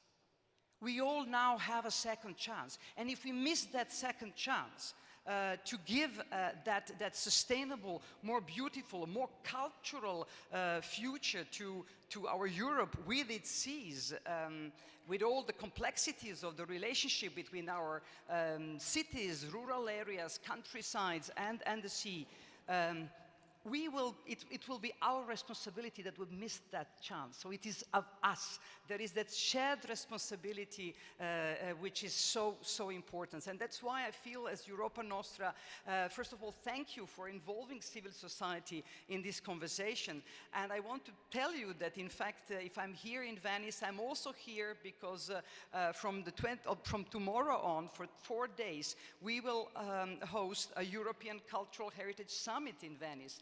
And for the same reason why Venice is involved in this project, we thought that this first physical meeting of the European family of cultural heritage has to be in Venice. Because if we are talking about some kind of restarting, resetting, renewing this city with all the threats, because we are talking about opportunities, but we have to talk about all the threats, all the dangers, all the difficulties that this city is facing, and not just because Venetians are not capable of solving them, because the problems are so immense and created not just by Venetians, but created by humankind. But so we want to say here from Venice to send a strong message to the European leaders. You are doing it with this conference, and we want to make a bridge between this conference and our European Cultural Heritage Summit to say it's time now to say that we are putting our care for cultural heritage at the heart of our preoccupations. And over lunch we have been talking with the president on the Fondazione di Venezia. Of course, when we talk about saving cultural heritage, we can't do that if we are not investing in people. And in this city, when the problem of demography and losing people from the historical cities, find a way, and it seems to me the project like this one, the new European Bauhaus, is also the project that can bring here an extraordinary sort of consortium of creative, academic, intellectual, civil society organizations that wants to be inspired by the wonder and by the beauty of this place. And I want to end with beauty in that, because we have to realize that it's the first time that the European Union has launched a project and putting beauty as one of the objectives of that project. This is a breakthrough. And I think that we really have to make something of it, combining the beauty, sustainability, inclusivity, and so it's just, once again, we are here. If you need a civil society partner for this initiative, we are in this consortium. Thank you. Thank you so much for your words full of passion and full of love for the city. Thank you again. Roberto Gottipala.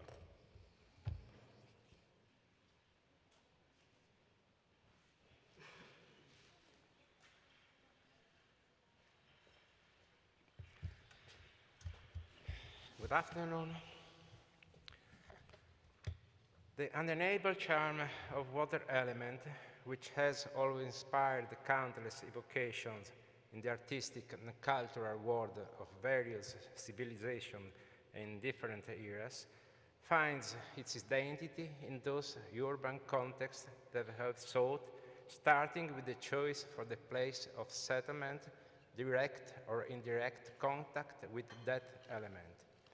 This identity is best represented by the city of water for excellence, Venice, which in its secular history has and continues to represent a symbol known throughout the world. The Benedetto Marcello Music Conservatory, located in the heart of the city with its headquarters in Palazzo Pisani since the end of the 19th century, regard essential to open its door to all those initiatives that can qualify as a cultural offer, especially in the artistic musical field, which can make a contribution to the development of creativity at the service of beauty, inclusion, and sustainability. For this reason, the Conservatorio enthusiastically decided to share and join the Manifesto for Bauhaus of the Seas, willing to give its contribution to its founding anchor, the reconnection of communities with their local habitats and the different forms of material, ecological, aesthetic, and cultural inheritance.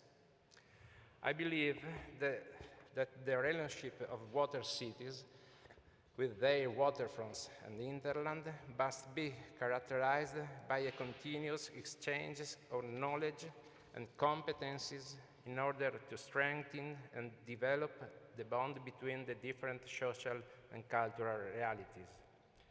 This challenge also concerns Venice, perhaps in a more significant way than other cities.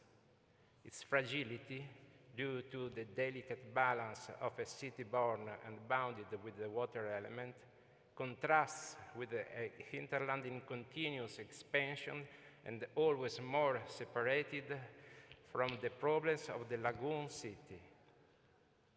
I think that the Conservatorio can be an important part of this initiative, which we want to interpret as a cultural enterprise, since the Conservatorio's mission is identified with education and musical production. Thanks to the Conservatorio's collaborations with foreign institutions and countries, as proven by the now stable presence of numerous students from all over the world in our classrooms, we feel like our institution will be able to contribute in the cultural field to the success of the new European Bauhaus. Technology and music have a relatively recent common history.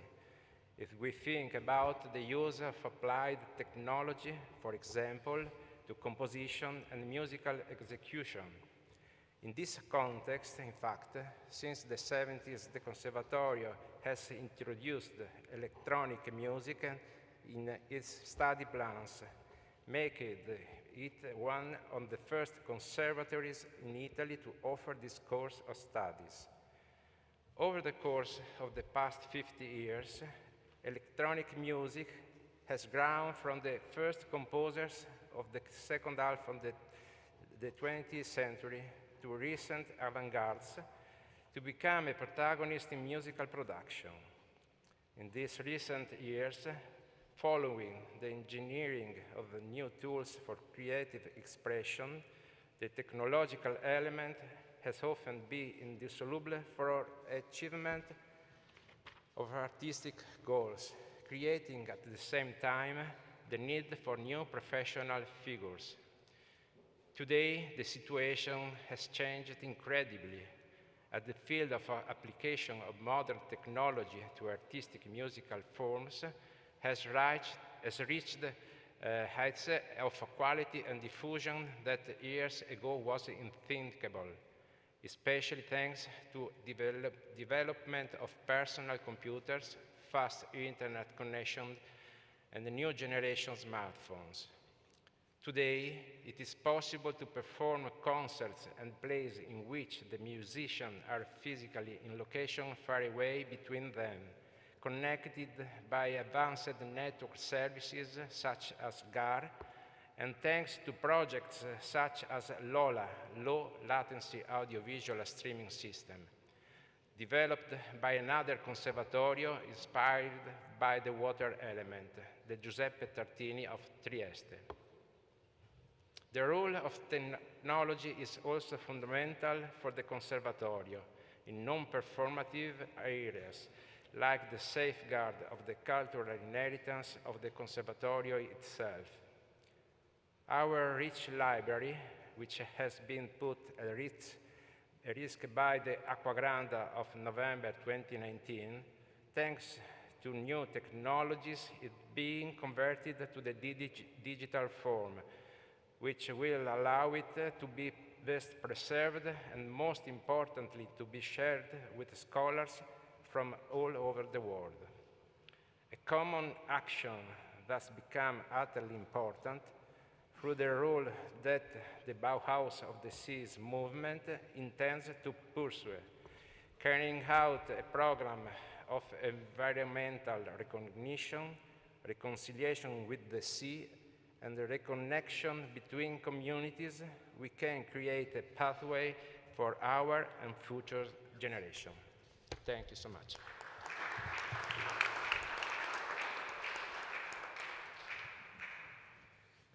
Last but not least, as we say, Benno Albrecht is a full professor of architecture and urban design, incoming rector of UAV, faculty, the School of Architecture in Venice. Please, Albert.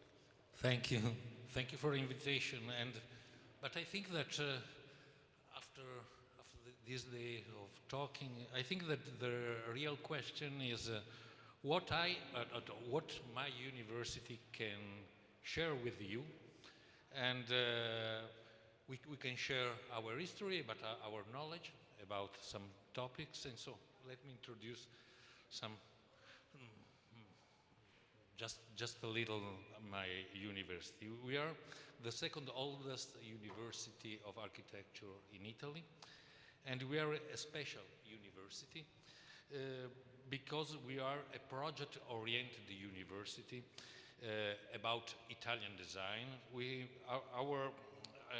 Our topics are architecture, urbanism, landscape, design, art, and fashion. And so the most famous architects, designers, artists of the last 100 years were teachers, were professors in our university, from Frank Lloyd Wright, from Le Corbusier, Frank Stella, and so on, Aldo Rossi, and so on. In the 50s, urban restoration was invented in our university. If you see Venice, like today, a beautiful city, is due those people and those professors, like Saverio Muratori or Leonardo Benevolo. After the flood of 1966, the UNESCO report was wrote in our university. It was the starting point of the special law of Venice. In the 70s, solar architecture, that was the starting point of sustainable architecture, we study in our university. We have a professor about solar architecture. And so we are 50 years that we are studying topics about sustainability. And 20 years ago, we were the first university in Italy, I think probably in Europe, that launched a postgraduate degree on sustainable architecture. And so we have the knowledge, and we know that, as you know, that sustainability is an old word and also is an old idea. The new way of thinking is about transition, is to what will happen, is transition to what? Is transition probably to something like an ecotopia. An ecotopia, an ecological utopia. You remember the famous book of Ernst Kallenbach in the 80s, in the 70s. Is an utopia about a new world, yes, a new world about freedom, about equality.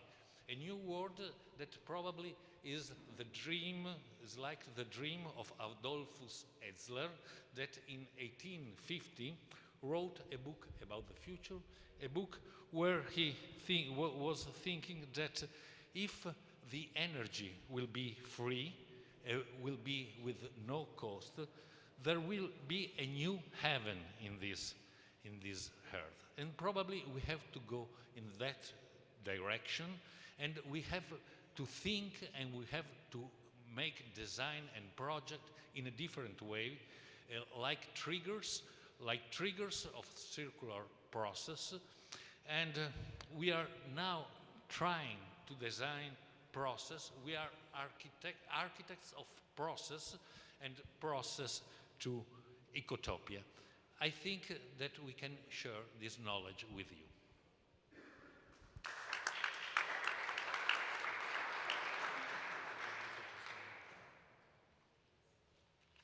Well, unless there are any questions from the audience, we would close this panel. We are unfortunately running a bit out of time. So no questions, but let me highlight how wonderful it was to have these panelists with us today, and how it becomes evident how culture and the cultural heritage of this city is a pervasive concept.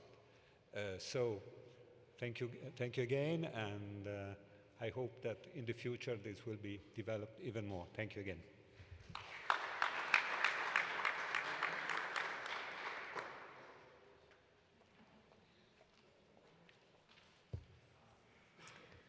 I too would like to thank our last panel's chairs and panelists for offering their institutional and occasionally emotional perspectives. Our final panel of the day is entitled Developing the Vision of the Bauhaus of the Seas, Part 2, Making Peace with the Sea. And it explores the second of the 4 anchors of the Bauhaus of the Seas project. This notion of reconciling with the sea explores the idea of recognizing our oceans as a territory of transgeographic continuity and of syncing its various dimensions with the strategic needs of the European Bauhaus project. To begin our discussion, it's my pleasure to introduce Ricardo Serrao Santos, Portugal's Minister of Maritime Affairs. Minister?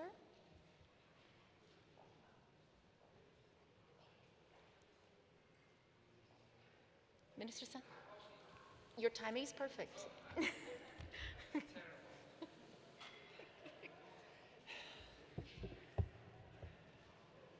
I'm sorry that we are all in time, huh? Just right. The floor is I yours. could be delayed in the delay.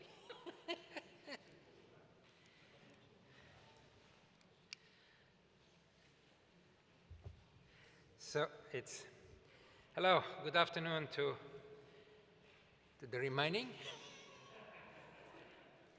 and the ones who are in virtual mode, and I'm for sure there is a lot.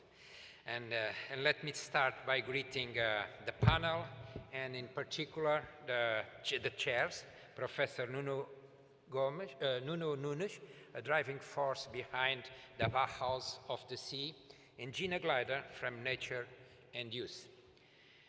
The new Bauhaus was launched during the Portuguese presidency of the Council of the European Union, and I am happy to see it making the agenda at the presidency of Slovenia and at the State of the Union address last week, where Ursula von der Leyen announced that there will be about 85 million euros dedicated to Bauhaus projects in 2021-22 in the new European Bauhaus Lab. In Bauhaus of the Seas, Lisbon reconnects with Venice, aiming to make peace with the sea through a new pact, bringing the blue dimension into the European Union Green Deal.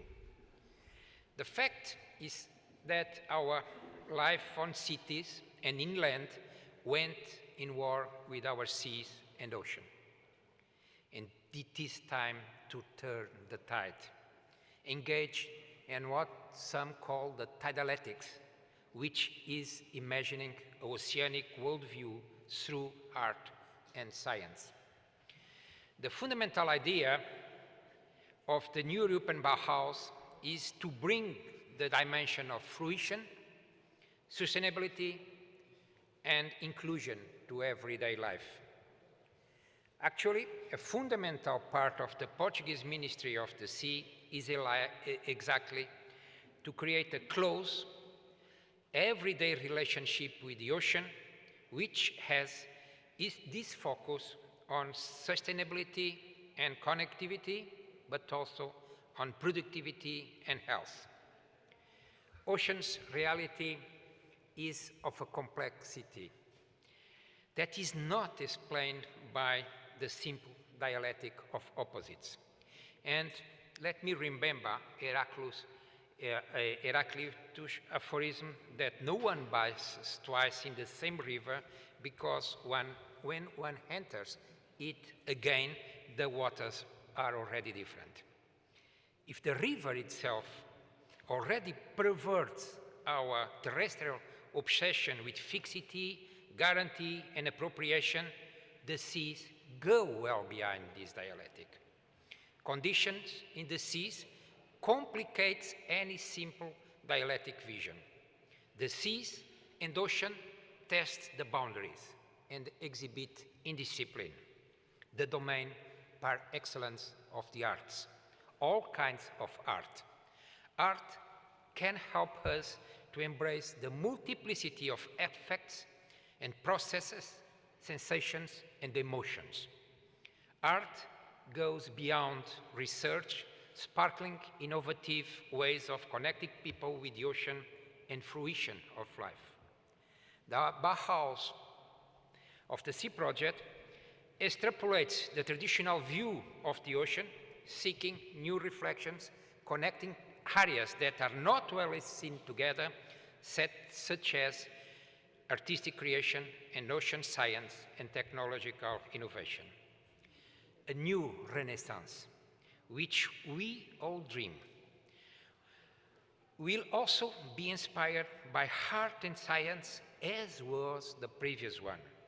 Never before art and science has been so intertwined as in the period we call the Renaissance. As I see it, the Bauhaus of the Sea progress in this direction, reviving the dream. As an ocean scientist, and I did science for 13 years, I was lucky to live in a time where the wisdom of the scientific exploration and pure curiosity was integrating with new technologies and engineering. I was lucky to engage in scrutinizing the vastness of the oceans and seas in oceanographic ships and diving at great depths in manned submersibles, as it was the case of the yellow submarine called the Nautil. And by the end of the 20th century and the new 21st century, I was lucky to connect with artists from different domains: painters, sculptors, musicians, designers, creative photographers, architects, that joined the same expeditions where I was participating. And let me tell you that this new acquaintance not only opened my eyes, but broadened the knowledge of the seascape into the society. There has been a clear path that we have been tracing in Portugal, the scope of education and culture, with initiatives such as the Blue School, which has transformed the relationship of over 35,000 students and young people with the sea, and is already present in around 250 schools in the country. So take this in consideration, Nuno. The idea launched by the Bauhaus of the Sea of a school ship bridges with this initiative.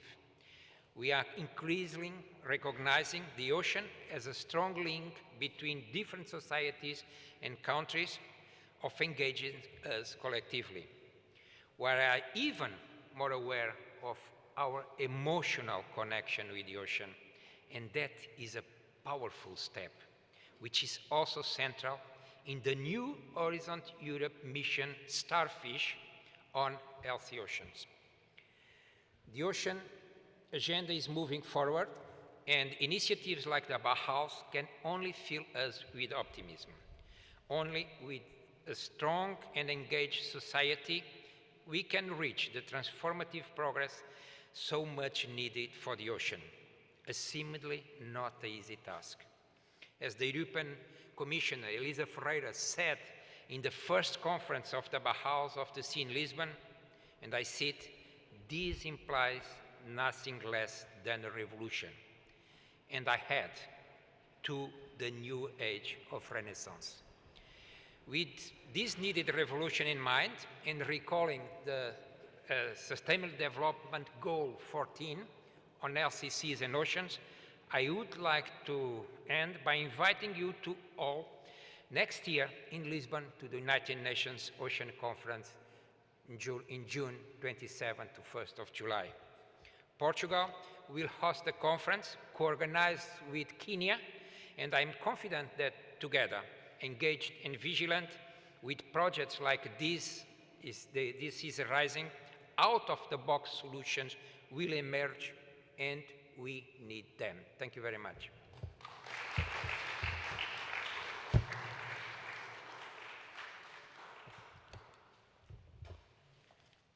Thank you, Minister. I have to leave in 15 minutes for another conference. Understood. So our panel discussion will now continue, and I'd like to introduce our two chairs. Nuno Nunes, professor at the Instituto Superior Técnico in Lisbon and president of the Interactive Technologies Institute, and Gina Gulver, a board member of Nature and Youth, Norway's largest environmental organization for young people. Welcome to you both. Good afternoon, everybody. We managed to magically get back on time. I'm very glad about that. I just want to say a few words about how pleased I am that this project that initiated almost a year ago is having so much traction and is becoming such an important vision that is shared by so many people. I'm very pleased to see that, and I'm very pleased to see that what we started in Lisbon is becoming something that belongs to everybody. And I think it belongs mostly, and this is why I wanted to have the panel co-chaired with Gina, it belongs mostly to the younger generations. And I think she represents those generations here. And I think it's very important that we make peace, because we can only solve this problem if we work together.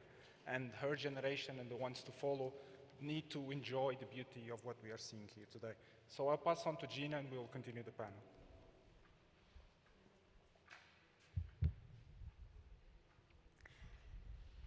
When I was a child, I wanted to become a marine biologist.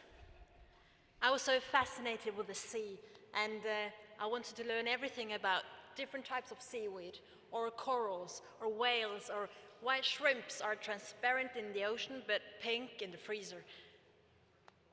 But when I finished high school last year, for me, university was not even an option. The urgency of the crisis we are facing makes it impossible for me to sit down at school and study. Because how many types of corals and shrimps and whales and seaweed will go extinct during that time? Instead of beginning my studies, I work full-time and unpaid as a climate activist in Nature and Youth, Norway's largest environmental organization for youth. For me, the urgency makes it unavoidable to put my future on hold. Because the university will always be there. But the university will be there, but you know, the possibility to avoid mass extinction and tipping points and ecological breakdown will not. That's on our hands right now. I took the train from Oslo to Venice. It took 3 days. It would have been a lot easier to just jump on that flight, and the emissions and the big picture wouldn't be that big. But I think we are at a point in history where we actually have to walk the talk. I'm sick of conferences. Sick of conferences where we talk a lot in big words, and then we go back home to our offices and we continue talking. This conference right here and the new European Bauhaus as a whole is a call for action, a call for radical change. Most of the people attending this conference, you're already convinced, already part of the solution, or looking for a way to become that. But still, I do urge you to do more, to go even further, to shout louder. Our topic is making peace with sea.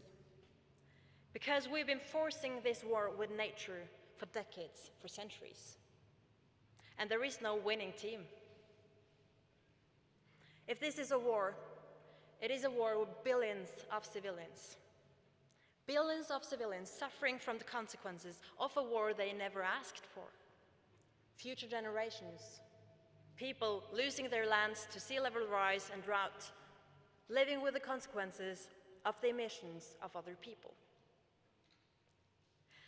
That is why I'm so excited to be in Venice today, with this amazing panel that we're going to hear from, discussing different ways to make peace with sea.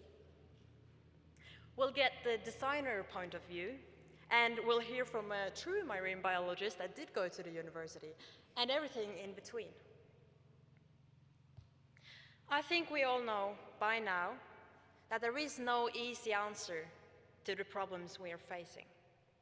No country, no field can solve it alone. And the solutions have to be interdisciplinary. That is what the Bauhaus of the Seas is doing right here, right now. Creating a platform, giving us a space where we can put our minds together, get inspired by each other. The NEB is not an elite project for people with PhDs. I mean, my formal education, that is 3 years of high school. And I'm a member of the high-level roundtable of the new European Bauhaus. When we talk about interdisciplinary solutions, I think we have to take that term to a whole new level. Interdisciplinary, not like one faculty cooperating with another faculty. I want a scientist and a politician cooperating and having common visions with the activists, with the single mother, way too busy to think about sustainability. And for us, working with this all the time, like protesting and meeting with politicians and sick, way too frustrated to hear one more reassuring word from a middle-aged man in a suit. Not you, no. But it is time to really gain forces. And it is not easy to do that, but I think this is a really important first step. The Bauhaus of the Seas, and that's really cool. That is possible in different ways and shapes. It's one of the many important visions of the new European Bauhaus. So right now, I will not ask you to lean back and enjoy this conversation, not you, not anyone following this remotely. I hope you will sit like at the edge of your chair, following it, letting yourself be inspired by the panel, getting ideas, writing them down, just feeling the weight of the responsibility you're carrying. And afterwards, do something about it. So I'm very excited to hear our panelists take on today's topic. And first out is John Palmesino. He is an architect, urbanist, and the founder of Territorial Agency, an organization I guess we will hear more about later. Thank you.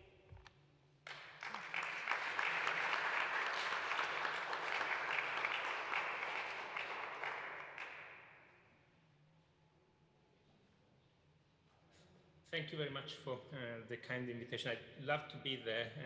I did not manage to travel during the pandemic. It's too complicated and the footprint will be too high. The proposition of peace with the seas is a complex one. It's a difficult one because, of course, nobody actually understood that we had declared war with the entity that we still call the ocean. I'm going to show you 3 videos that I think might bring a little contribution to the discussion on how peace can become a contractual agreement. But before doing that, I'd like to really start indicating that when we exited the Cold War, we all thought that war became just a fizzle out, that it was a condition that might flare up in distant parts and became a situation of continuous and difficult low intensity operations. When we start thinking from the ocean, we start in reality understanding how we've entered, after the Cold War, what we call the Warm War. It's a war that has been developing through a series of constant separations, constant segregation of space and segmentation of space, and the knowledges of space. The event of climate change is accelerating, and it is not only accelerating in its intensities, in its storms, in its surge of the waters, and its acidification. It is accelerating also as a knowledge condition. It's crossing boundaries between disciplines and transforming completely the way that we thought and we were told to think the space of knowledge. The Cold War gave way to the Warm War, and that is now a situation where there are so many fragmented knowledges. And one of the contributions of territorial agency in this project that you've seen glimpses of, which is a project called Oceans in Transformation, which was commissioned by I.D.E.A 21 Academy, you've heard earlier in the conference, Marcus Reymann, is that the oceans are not only unknown, but they are so segmented that there are many oceans. We all know that there's one large body of water that is interconnected and water flows and circulates everywhere. But in reality, we also know that the knowledges of it, the knowledges of this entity are so scattered and so multiplying that it's almost impossible to reconcile them with one body versus multiple societies, multiple people known. And so the hypothesis is really that the oceans are multiple, but they're not a site of reconciliation with nature. There's no reconciliation in nature. It's no longer that dream, and maybe we can pass to the second video, of finding in nature somehow a space of calm, of joy and beauty, because when we start noticing the traces of the human activity on the oceans and in its material bodies, in its currents, in its added energies, in its surge of waters, in the acidification, in the complete extraction of resources from its seabed, we start understanding that the distinction between humans at war and beautiful, lively nature is no longer a tenable one. The Anthropocene epoch that the project sets out to investigate demands new forms of collaborations, new forms of inquiry, and new ways of dealing with the multiple changes that are transforming it. These are images that are produced by bringing together all the data sets produced by scientists investigating different domains of the oceans and different locations and trying to build a quasi-coherent image. And it's, of course, a very disturbing image. It's an image full of discrepancies, full of incredible traces of extraction and depletion and pollution of the ocean. But there are also ways in which we try to bring people together to form what we call at Territorial Agency climate peace.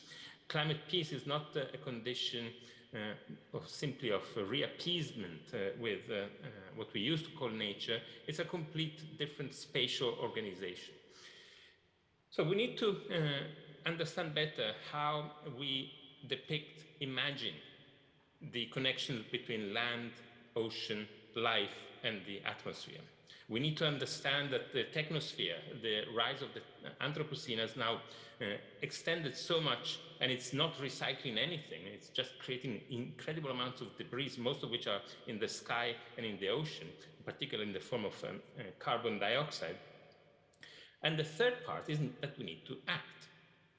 So where shall we start? And the hypothesis that we are putting on the table at Territorial Agency, which is a small organization that collaborates with environmental organizations, in particular with connecting science, art, and culture and architecture, is to focus on the most sensitive component of the Earth system, the most susceptible to small perturbations, what we call the sensible zone, which is a new zone of the oceans that connects the upper part of the ocean, where life is activated through photosynthesis by light, and the areas that will rise with sea level. The sensible zone is from -200 to +200, where the majority of humans live and the majority of the technosphere interacts with the dynamics of the biosphere, the ocean, and the land. The areas that are now that we're now seeing in this composition that you can explore if you're in Venice at the Venice Biennale. It was for many months in the Church of San Lorenzo, which is now ocean space, a dedicated space for the inquiry into the ocean through arts by TBA 21 Academy, is an indication that the areas that are now covered by more than 1.5 billion people will be subject, if we are all good boys and girls and manage to meet the minimum Paris Agreement of maintaining the global warming well beneath 2 degrees, will be covered by the sea surge. There will be enough locked in energy into the Earth system that the sea will rise to cover the areas that are now inhabited by 1.5 billion people. In the last 30 years, we've discovered the phenomenon, the great acceleration of climate change, and we discovered that at the same time as the rapid urbanization. We have now 30 years ahead of us where we need to decarbonize. Our proposal, it's a very simple proposal, is that we need to re-engage with peace processes, as Nuno and Gina has so eloquently said, but also throughout the conference, and Mr. Serrao Santos has indicated earlier. And we need to reorganize our relationships and redesign completely those spaces, those small spaces where life is the most important one. We have 30 years to do it. It's going to be the largest project of redesign that we can face, and it's going to be an exciting new moment of re-engagement with a peaceful project, with the caveat that Europe has unleashed all of this. And so to think a European project that again takes on itself the burden of somehow gathering as a central device, so to say, the energies and the expertise and the beautiful intelligences around that can redesign this area needs to come really with a footnote. And that is that we cannot have a second Renaissance, as I heard earlier. The Renaissance unleashed the conditions that then eventually led to the modernization process and the conditions of exploitation and complete destruction of capitalist economy, extractive capitalism, and the contemporary form of the logistical capitalism. So what we need to do is to engage with the multiplicity of entities that are operating in this sensible zone, the multiple cultures, the different knowledges, the different know-hows, both from young people, old people, and non-human entities and post-human entities. I think that I conclude just by putting again on the table the three elements that I've indicated. We need to engage with the Anthropocene ocean. The ocean is not that where we developed our incredible civilization. That was during the Holocene. We need to engage with the multiplicity of forms of knowledge. We need to bring them together and negotiate. It's not going to be easy. It's going to be a really difficult condition. We need to think of the oceans as multiples, plural. And the third part, let's focus. Let's start not with mega infrastructural projects yet again, but thinking the interaction between land, sea, and atmosphere in its most sensitive conditions, and recognizing the incredible agency of life. To maintain life on the planet requires foremost a climate project, a piece of with the multiplicity of life forms. Thank you.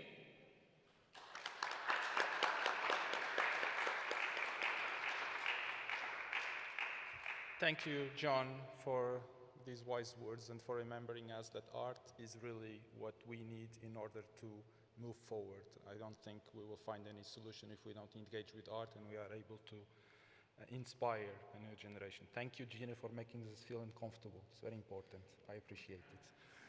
Our next speaker is actually here, is Nate. He's also a good example of a new generation of researchers. He started as a fine art person, then he was a cook, and then he ended up doing a PhD in additive manufacturing and building 3D printing technologies in Africa. Thank you for coming, mate.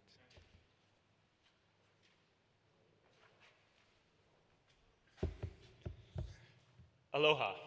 Aloha tutti. I was thinking about this earlier, and this idea of making peace with the sea, I couldn't get my head around. I was talking to Niall there about it last night. I started off as a marine biologist and got kicked out of university when I started.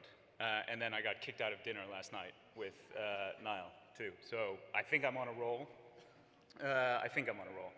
But we were talking about this idea of peace, making peace with the sea. And I would hate for the sea, for the ocean to be at war with us, because we would not. It would not be good. It would be very, very one-sided, I think in my opinion.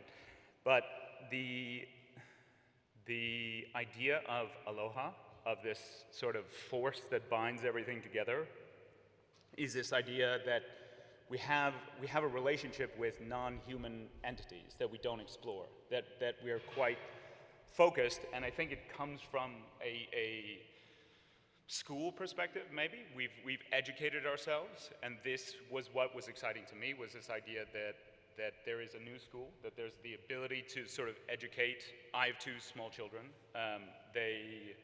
We've looked all over the place for a forest school, someplace to just put them out and learn without this implication of commercialization, economy, a pathway into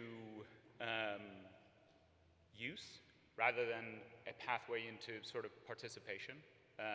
And I think the Bauhaus of the Sea, to me, was this idea of you had a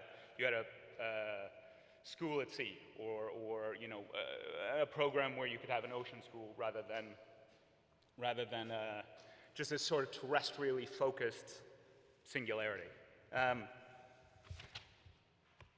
In 2017, I started to have a conversation with NASA. NASA and I chatted about, not NASA as a person, but NASA as the group, making a surfboard out of seaweed. And I proposed this idea where we would take, where they challenged me essentially to make a surfboard out of seaweed. And I said I'd do it. And I cheated a little bit because I didn't make it out of seaweed, but I made it out of an invasive algae that is caused by excessive runoff with fertilizer in the States, where it runs into lakes and rivers and streams and causes these giant blooms that is then sort of toxic, hypertrophic to environments. But what it gave was this, well, they ended up forking over $5,000, and we printed a surfboard, and it was the first 3D printed compostable surfboard ever made. And it toured around, and it actually introduced me to TVA 21 Academy by way of going surfing. They actually discovered me. I started my PhD I was squatting, I was researching in the halls of residence in some of London's most expensive real estate. And I'd never built a printer before. I kind of started my research in additive manufacturing, but ended up realizing that if we built a platform for manufacturing, that you could, if that was affordable, you could transport that to an environment and then begin a cultural conversation with that culture, with what they needed, with what was useful there. Given that whether it's mushrooms or invasive algae species, whether it's plastic, by which we have, you know, tons and tons and tons in every environment that I've ever been to, we have a material, and all we need is the platform. So it's this idea of kind of shifting manufacturing and a cultural conversation locally. This is a representation of what is called a von Neumann probe. John von Neumann was a Hungarian mathematician who proposed many things. He was one of the first sort of mathematicians to propose DNA. But essentially, his whole thing was self-replicating. So how do we make a machine that can make itself? And this idea that you could explore space by having a machine that went out and mined a planet and made more of itself and more of itself and more of itself. Now, I started off chatting with NASA, but this idea that space exploration is the sort of push or the focus, for me, I think it's too far from home. And we have this thing right there that should be explored, should be created around and with in this conversation of Aloha. And this was this is my representation, or has become my representation of a von Neumann probe. This is a underwater sculpture park in Jamaica, off of the coast of Portland Parish. And when I was there working with TVA 21 Academy as their long-term fellow, they also happened to be shooting James Bond, the new No Time to Die, I think it's called. But I said to the film crew, I said, look, give us all your plastic bottles. We will use all those plastic bottles to print a tool to make a sculpture that local people, Jamaicans who don't even know how to swim for the most part, because when they were slaves and brought over, were told not to go in the water. So most of the country can't swim. So it was this idea of getting people in the water to see something. Coral and everything is amazing, but if you don't sort of know what you're looking for, it's much easier to put almost a playground in the sea that has a dual benefit. So this is an initiative by TVA 21 Academy, which is incredible. You can see more of their work at the Ocean Space, as John was saying. And I think there are, there are those that can afford to turn their fortunes outwards towards space, but this is this opportunity to turn that. For me, as somebody who has seen the effect of sort of taking this approachable technology to a place, right? We went to Jamaica and we built printed surfboards, printed art installations, printed useful objects, and left that behind as a means of conversation. I then went to Uganda and in a 40-foot container worked with 15 children who had never even seen a computer, much less a 3D printer before. And by the end, they were printing Barbies from recycled waste that was nearby. And that began this conversation, again, of about 8 boys running around holding up Barbies, never having seen a toy before, because they have the material locally, because that eliminates this need for commercial involvement. This is the beginning of a conversation around creativity, around invention, around cultural sort of ownership versus implication and commerce. It's funny, in the studio where we are, we have a small door. It's a single door like that, but I built the largest printer in the UK in the back of it, but I'm limited in building a printer just by the door. So I can only get it out this tiny space, so I've got to kind of build it to the tiny space. But I look at this space and I think, look, you could build ships, you could print ships in this space. You can, because Venice imports all this material, you have this opportunity to begin this conversation with port cities, with places that have a fundamental closed structure around the ocean, to open that up, to integrate more people like me, who, like Nuno said, I was a cook. I went surfing, I talked to some friends, and they said, let's do something different. Let's have some engagement. So I think between the youth and the not youth, there is an opportunity to sort of begin this school in a new way with some brighter students who don't get kicked out.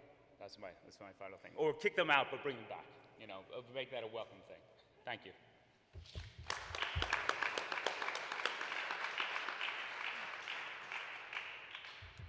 Thanks a lot, Nate. That was really cool to hear all the concrete examples and stories and how you actually have, like that is interdisciplinary on a new level. Our next speaker, her name is Laura Forlano, really impressive curriculum. So she's a writer, a social scientist, and a design researcher. She's the director of the Critical Futures Lab at Illinois Institute of Technology. I was reading about her work, and there were lots of words I didn't understand. Looking forward to get them explained, because her research is focused on the aesthetics and politics of socio-technical systems and infrastructures at the intersection between emerging technologies, material practices, and the future of cities. Looking forward to hear more about your work. Thank you very much, Gina. It's an honor to be here with you all today. I believe that I need to be able to share my screen so I can show a few slides, but a little bit about me. I'm a social scientist by training and a design researcher for about the last 10 years, working at what was called the new Bauhaus. When the Bauhausers came to the United States, IIT's Institute of Design was one of the places where Laszlo Moholy-Nagy, of course, started a school. So today, I just want to talk to you a little bit about a pretty broad agenda of things I've been seeing across the fields that I participate in. And again, I just need to share I see that the participant screen sharing is still disabled, so I just wanted to try to share those slides while I talk, if possible. Laura, they are saying you should be able to do it. It says host. I think I might need to be added as a co-host.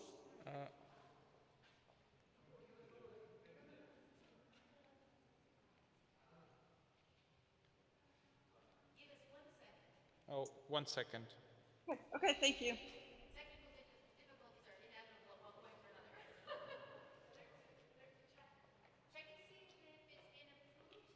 Check if you've been approved as a co-host, Laura. Does not look like it, no.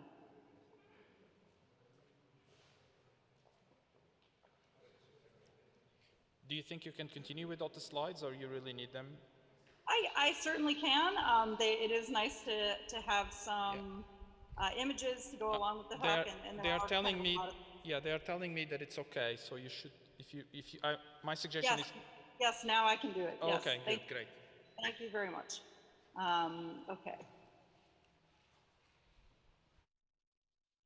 Okay. Hopefully you can all see that. So I'll tell you a little bit about the work that I've been doing over the last 15 years. So my most recent edited book is called The Bauhaus Futures. And the purpose of this project was to really reflect back on the last 100 years of Bauhaus history with design scholars around the world to think about, what would keep the Bauhaus up at night if it were practicing today. We really wanted to reclaim and recover some of the lost and lesser known parts of that Bauhaus history, including, the work of the women weavers, communities and people. There were really people from all over the world that went to study with the Bauhaus. And in the centennial celebrations, there were a lot of exhibitions showcasing the work that was done in Brazil and Japan and India. And so many people, really experimental, creative, and interesting people were engaged with the Bauhaus, but it's often remembered primarily for the kind of modernist design agenda, which is of course also heavily critiqued because it's part of the reason that we are living, with all of the kinds of products and things that we see around us, right? So just to give you a sense, one of the initiatives in terms of bringing new curriculum together to think about this question of Bauhaus of the Seas, we asked the question in the book, would the Bauhaus be thinking about, for example, emerging technologies, artificial intelligence? Would they be exploring generative art? We also asked, and that's sort of the topic of the first book that you see pictured here, From Social Butterfly to Engaged Citizen, which was published in 2011. It's really about ubiquitous computing and how to think through the use of these kinds of technologies, but in a ethical and informed way. The second book that you see there is called Digital STS, and this is really from the field of science and technology studies.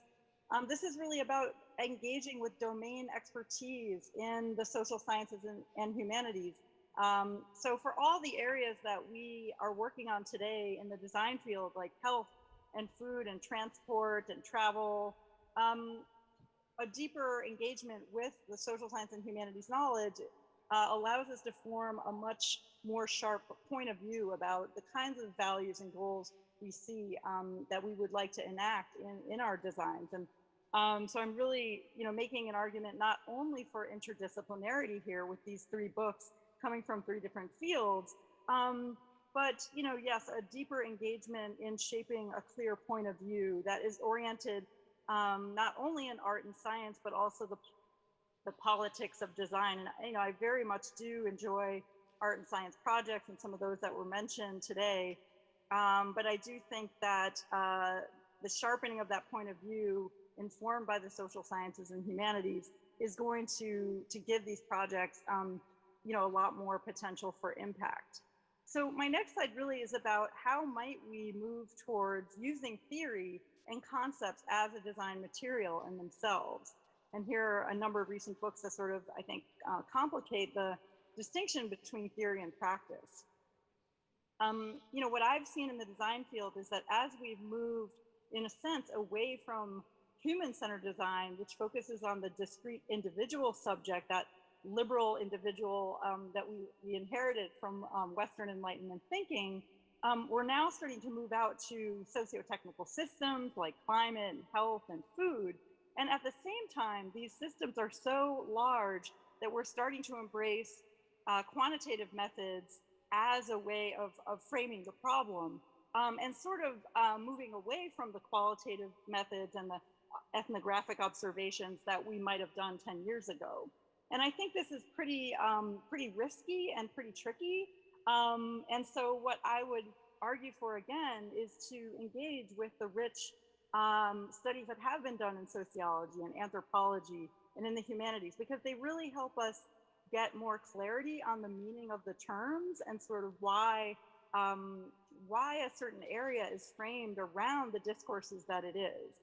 I think we can probably see that much of the world around us is framed in terms of the science, in terms of the economics, in terms of the legal.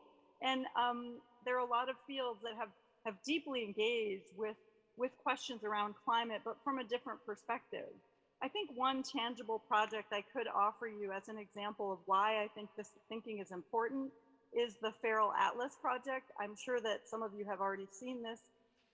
It's a project that was done out of the Stanford University Humanities program and led by Anna Singh, the author of the book called The Mushroom at the End of the World. And what she does in that book is to tell a story of the ways in which these complex systems are intimately entangled with one another and rely on one another in a way that doesn't necessarily reject, say, quantification, but tells a very different kind of a story about the world. And so this is a kind of example of what I mean by if we can engage with some of these rich texts that really engage in the intervention and invention of new concepts for thinking, I think our projects around Bauhaus of the Seas are also going to be much stronger. And I know there's a tension between theory and practice, and I heard Gina's call at the beginning about the move to action. And I think that a deep engagement with theory does not mean a lack of action. But I think it does involve a richer and deeper consideration of what the terms mean. So I published a couple of articles thinking through what it might mean to shift away from a purely human-centered orientation in the design field and yes, towards thinking through socio-technical systems and maybe decentering the human.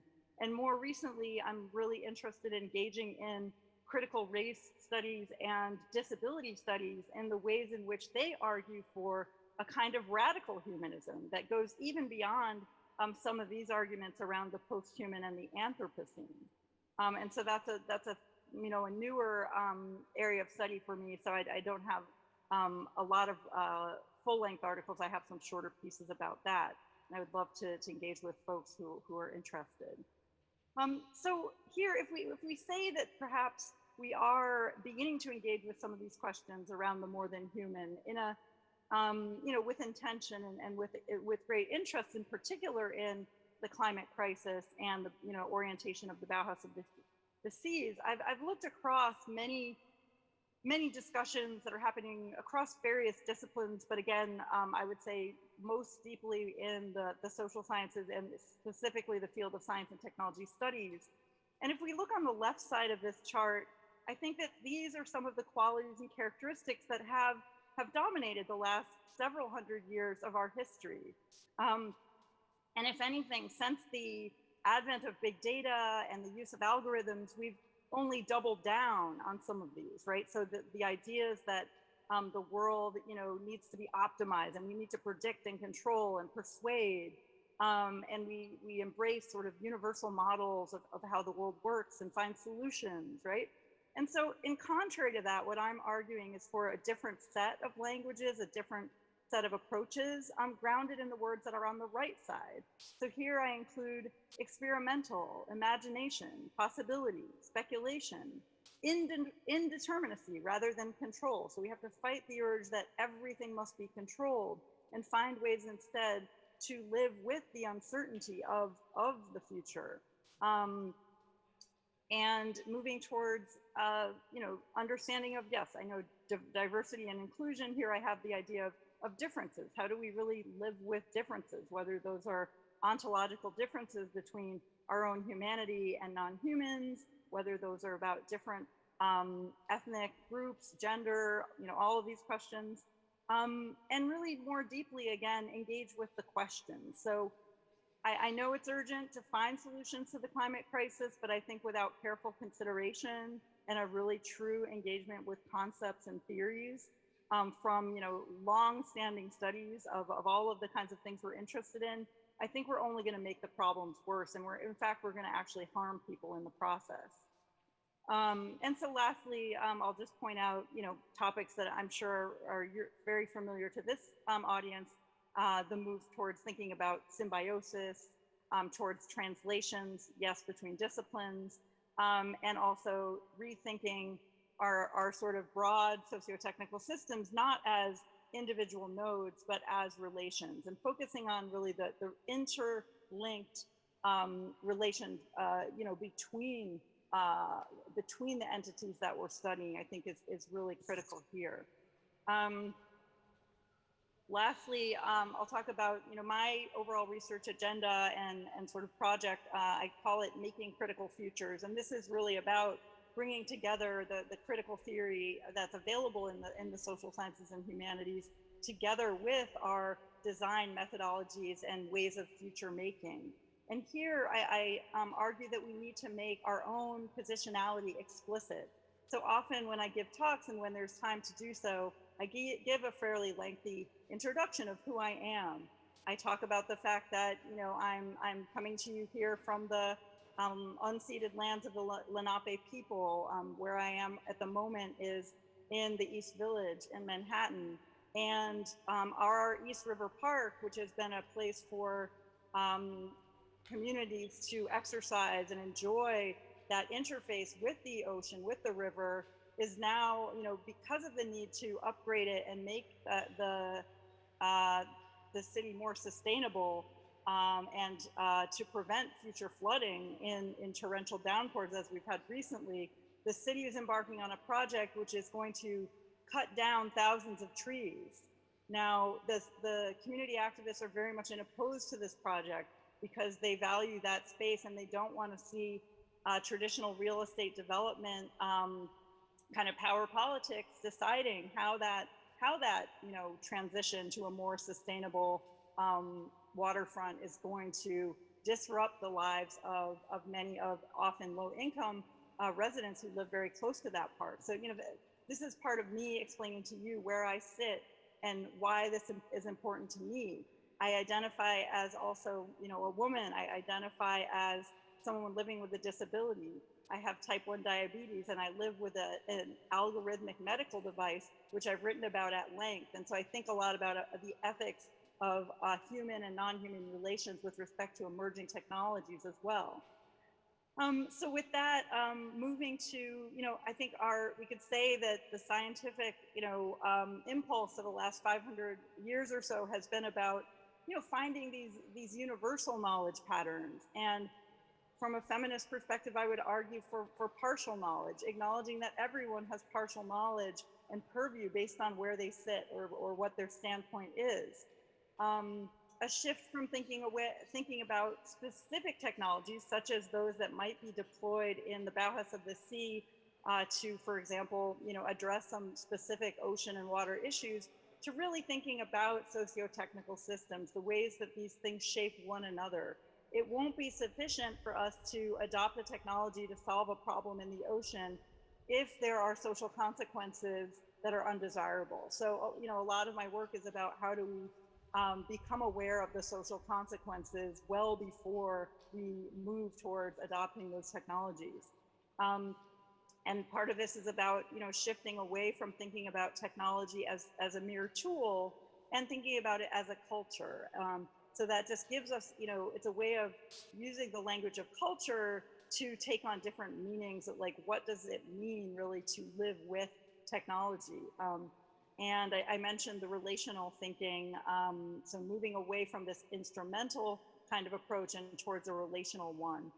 Moving away from the idea of the user that we often have in human-centered design to really what it means to live with technology or live with the ocean, right? So again, I think these terms can be applied both to emerging technologies, which is the area that I'm, most familiar with and have spent the most time studying, to thinking about the environment and the multi-species and the oceans as well. So with that, I'll close the talk, and I look forward to the conversation. Thank you very much.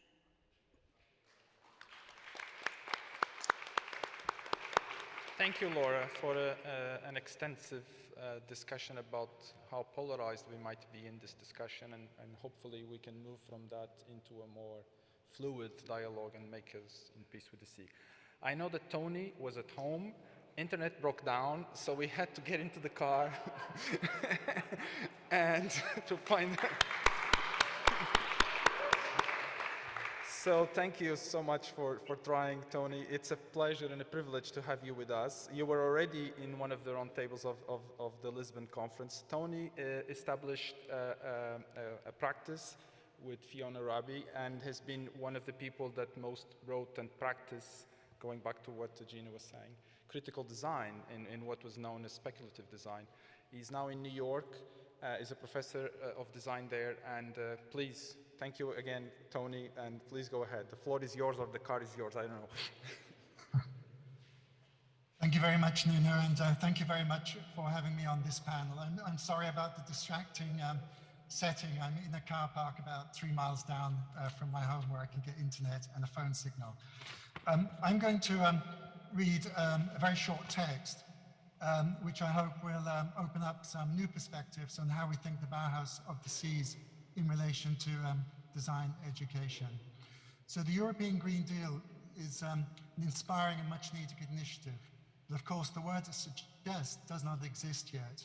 It's an idea, or even an ideal, that's yet to be translated into reality through radical policy making, innovative economic models, and bold legislation. To help get us there, we need new and compelling stories about the changes that need to be made to our troubled relationship to our planet, its limited resources, as well as our relationship to the many different life forms we share this planet with. A decentering of human needs as part of a new awareness of the fragility of the ecosystem we are part of. Design can show us how such a world might look, but in doing this, it's important to not only focus on new materials, systems, products, and technology, but also on subtle shifts in mindset and ways of seeing and making sense of the world that need to accompany such a radical shift in vision and enable it. And to do this in ways that allow people to see how their own lives might unfold within these new realities. So at a time when dystopian possibilities dominate the collective imagination, there's a need for new ways of unlocking different professional and public imaginations that inspire and motivate people to embrace radically different ways of living, beyond the collapse of civilization scenarios played out on TV, cinema, literature, and the news, of course. This is not an easy task. Even in my role as educator working with young and creative people, there's often a reluctance to let their imaginations flow for fear of being unrealistic. But this is exactly what we need, to imagine different ways of being currently deemed unrealistic.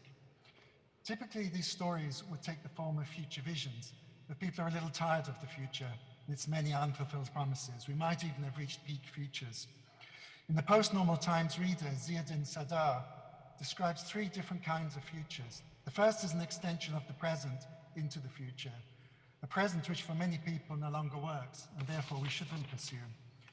The second is the near future, which consists of the many futures we carry around inside our heads, internalized futures informed by media and culture, a sort of cliche-ridden prison of the imagination.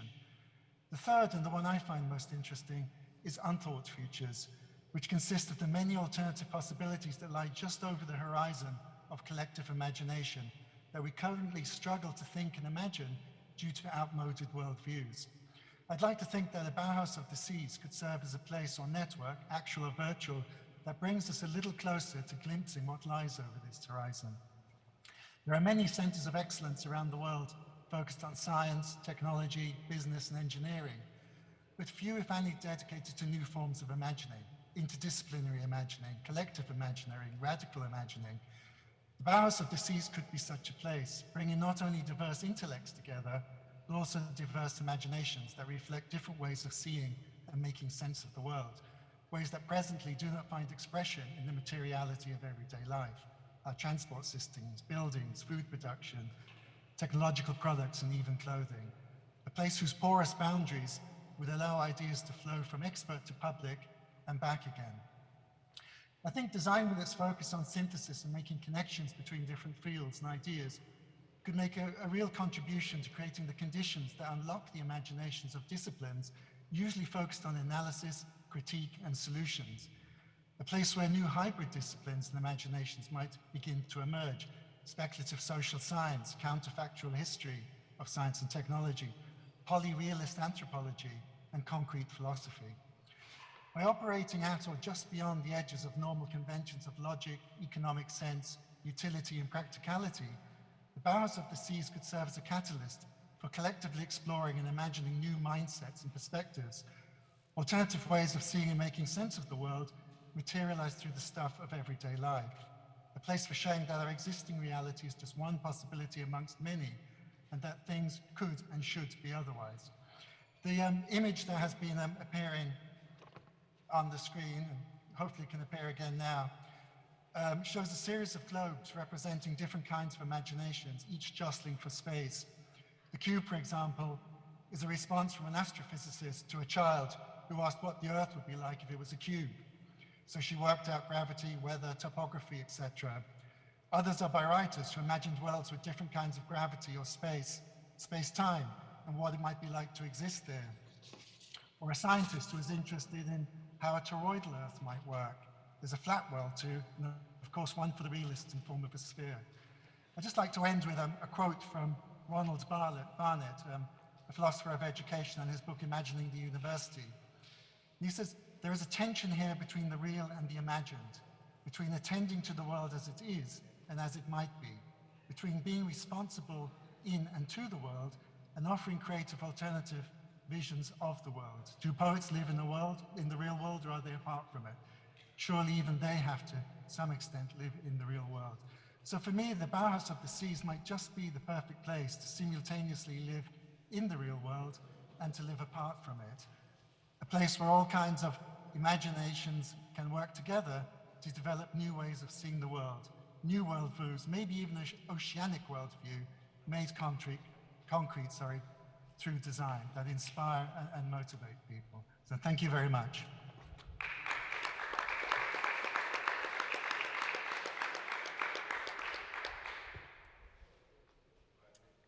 Thank you very much. We're moving over to our last panelist before the conversation, and that is Raquel Gaspar. She is the marine biologist of our panel. And she's also the co-founder of Ocean Alive, an NGO with a goal to empower rural women in ocean restoring. Looking forward to hear from you, Raquel. Thank you very much.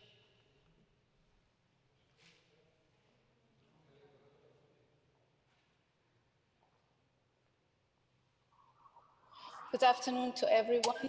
I hope you listen to me. I'm parking on a car.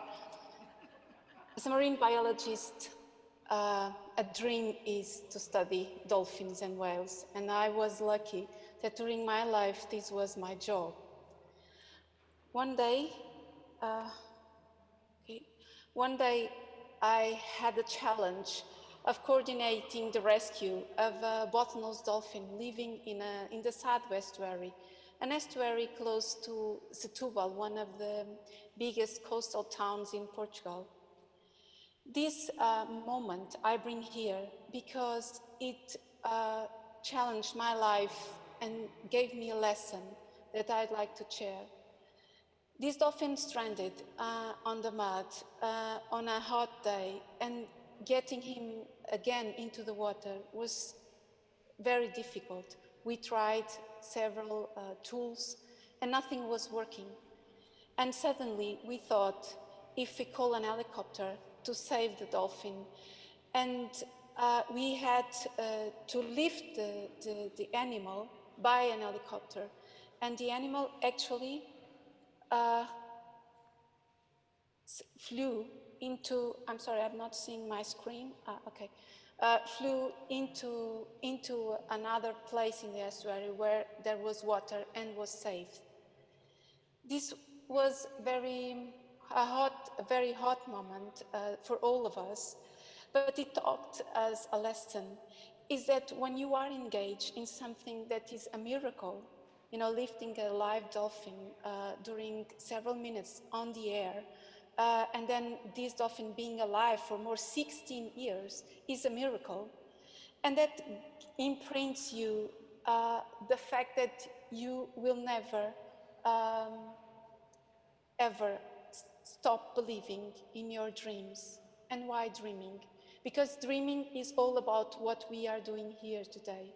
And in that day, I understood that my dream of saving dolphins was more than just saving every animal. It had to be with saving what the ocean has that feeds, that gives support to the life of these symbols of beauty in the ocean. Okay, so as a woman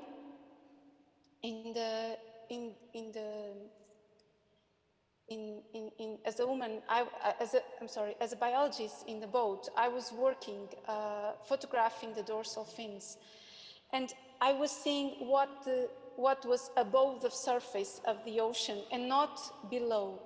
And suddenly I understood that below the surface there was something that the dolphins themselves knew and saw that I've never seen, was a marine forest. And forests, like on land, they are very important to give us food and protection and clean the air and regulate the temperature, and are a major source of biodiversity.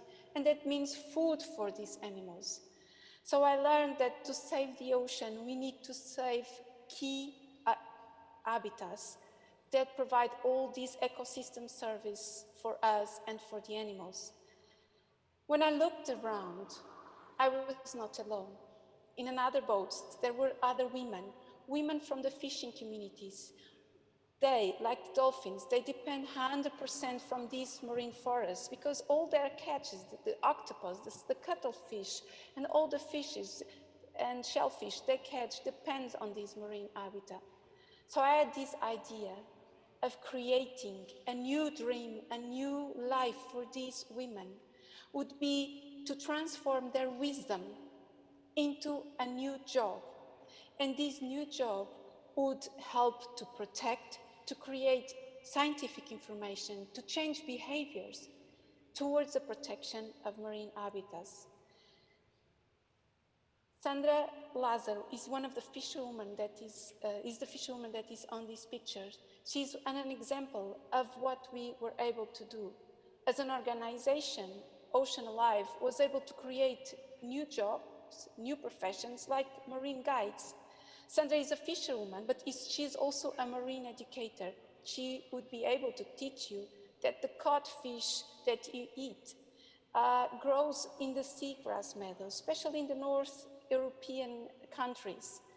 She's also able to teach you how the climate is dependent on seagrass meadows, since they are one of the best natural sunkers of the carbon, 30 times more efficient than terrestrial forests. Elena is another fisherwoman, and she fishes like her husband. For example, at this time of the year, she's trying to fish the octopus. I taught her how to use a GPS, and with that skill, she helped us mapping the seagrass meadows. And today, we created scientific information about the distribution of this habitat. And as you know, we cannot protect what we don't know. So we use their wisdom to transform it into a map that scientists and managers can see where the seagrass meadows are and have an action towards cleaning the threats of this habitat. And Sidalia, she works with her husband also catching crabs. The crabs she catch are then sold to the octopus fishing in the south of our country. But with us, she learned also how to be an awareness agent. She works within our community, especially within other members of the fishing community, awareing them of the problem of the marine litter and how the marine litter affects the seagrass meadows and the marine environment. And especially all this wisdom, all this traditional knowledge of these women revealed to me to one thing, that we can now see the world as they have seen 30 years or 20 years ago or 40 years ago. They saw the ocean as a plenty forest, a plenty fields of marine forests, and I've never seen that. And this picture that you see, where Sidali is with the goggles, we exchanged a vision. I gave her a goggles for her to see the ocean as I see it as a marine biology. And she gave me the dream of seeing the ocean as her memories saw it. So in this exchange between marine biologists and rural women, fishing women, in this exchange of wisdom, I create a challenge that is that we now vision new professions for women that put them as leaders in ocean conservation. We can transform the opportunities that they live close to the ocean and transform their ability to be there, their knowledge in restoring the ocean. We can only now dream of having an ocean plentiful again of marine forests. And the challenge that I'd like to see in Europe is that we create new professions that are able to take part and to include this knowledge into our new, better world. Thank you.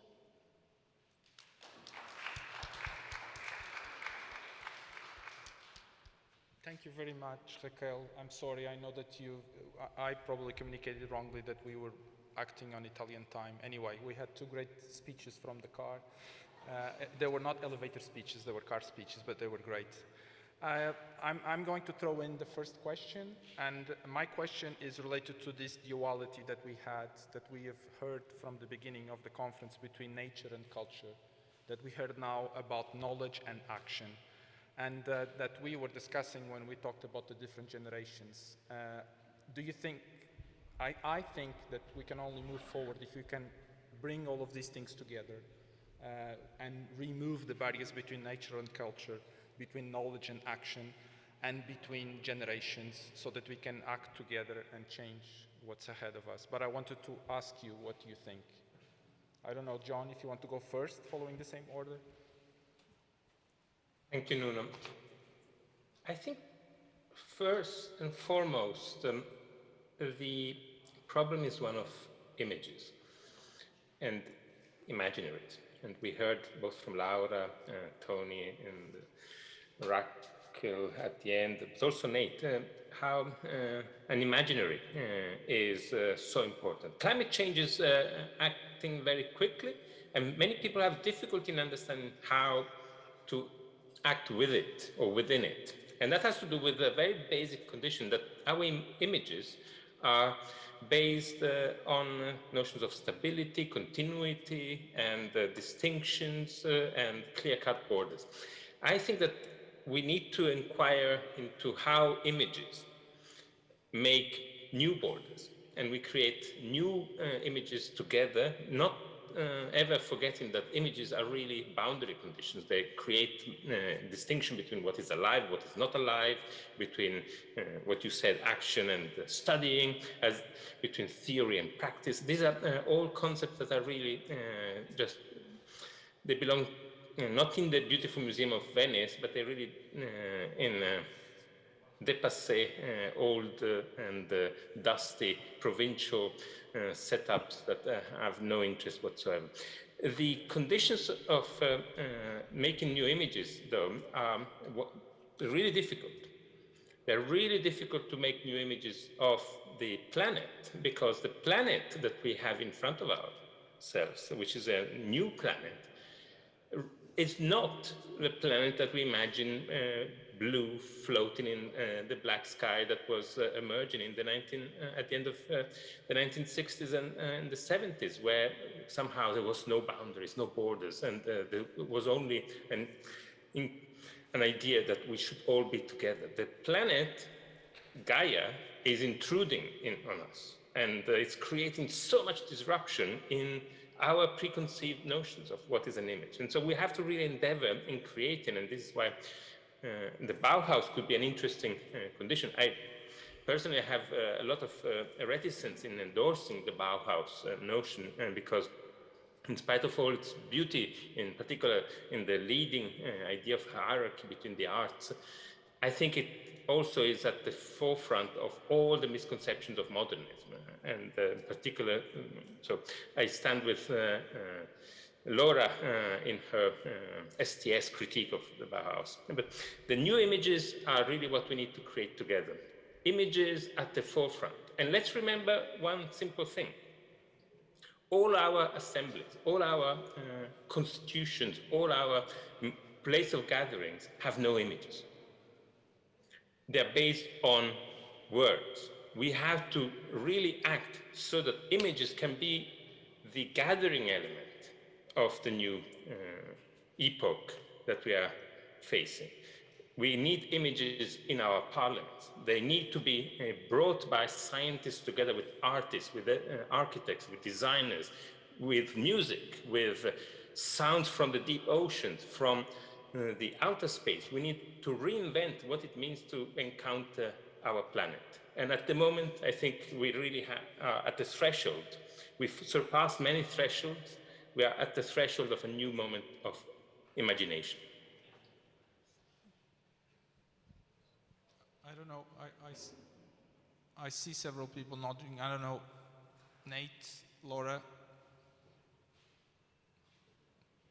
I wholeheartedly agree with that. And I think images, metaphors, and I would say rather than, I think there's a lot of discussion about like hybridity between human and non-human, but I actually think rather than hybridity, we actually need to name those new associations. And I think those are the images that are so essential. And I think art does, have a way of doing that. And I think we encounter that when we see art all the time. We always see things that we can't easily capture in words. And so I am really excited about art-science collaboration, especially with a particular point of view, I'm working on a project now with a sculptor in New York in which I'm feeding data from my AI-driven insulin pump into a robotic sculpture, and it allows me to learn about the terms, the concepts, the ways the machines work, but it also allows for us to create something that does something kind of different.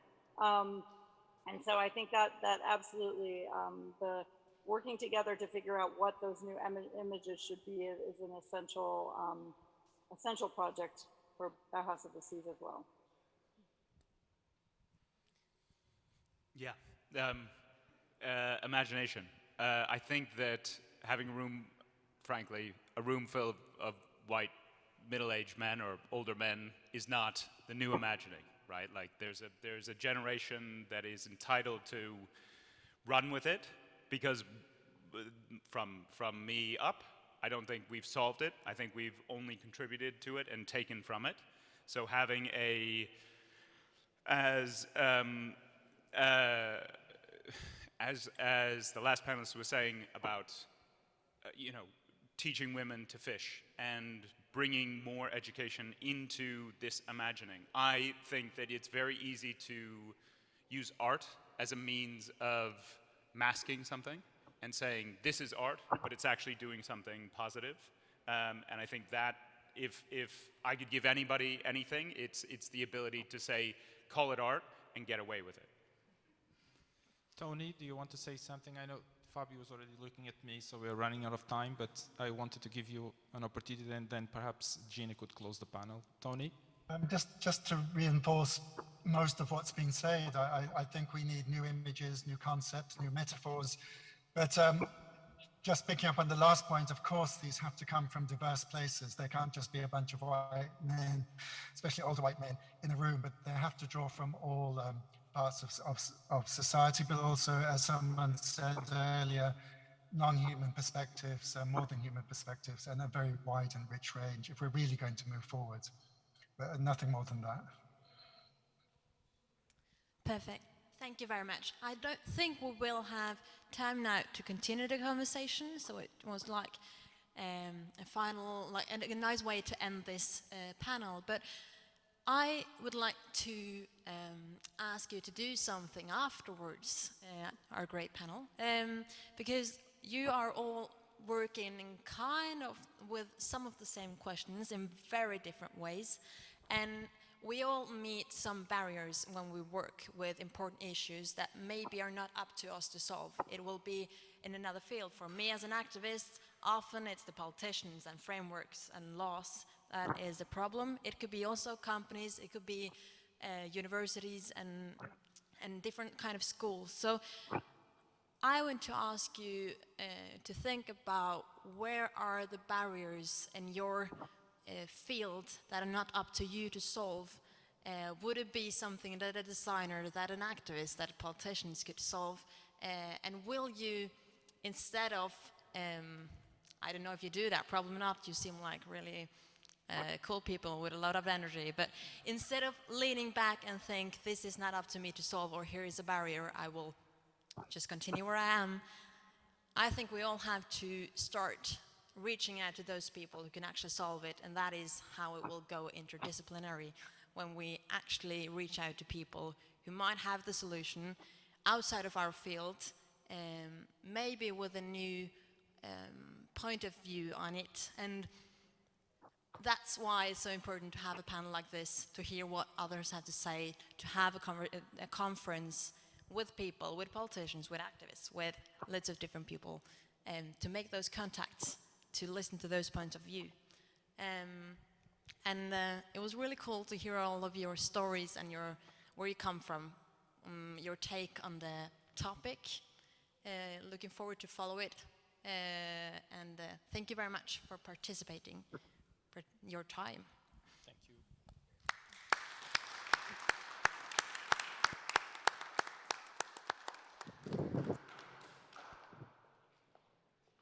Okay, we did it. We've almost come to the end of our day. And I'd like to just steal a word from Gina and say that today brought me many cool moments. If I'm the target audience of this event, if this is about making someone more sensitive to this complex situation in which we find ourselves, encouraging us to act rather than just reflect upon or study. Having listened to all of these different voices and the various perspectives, I'm completely aware of the burden that we bear, but I also feel that there is a chance that putting this together, something good will come of it. So we're only halfway along our journey. I thank all of our panelists, all of our moderators, all of our guest speakers. Our last little moment of the day is actually going to be a great pleasure for all of you who have the time to enjoy it. Our Professor Fabio Pranovi of Foscari University of Venice, who is a professor of marine ecology, is going to get us out of this room and get us onto a boat and take you out to actually see part of this environment you've been talking about here in the city of Venice. So I encourage all of you here to enjoy that voyage with him and to see things through the eyes of a marine ecologist. Of course, tomorrow we will be back here again in the morning. For those of you following us online, be sure to join us at 9 a.m. And in the meantime, feel free to have a look at the website for the Bauhaus of the Seas project so that you can see also what's coming up next. Arrivederci, a domani. See you tomorrow.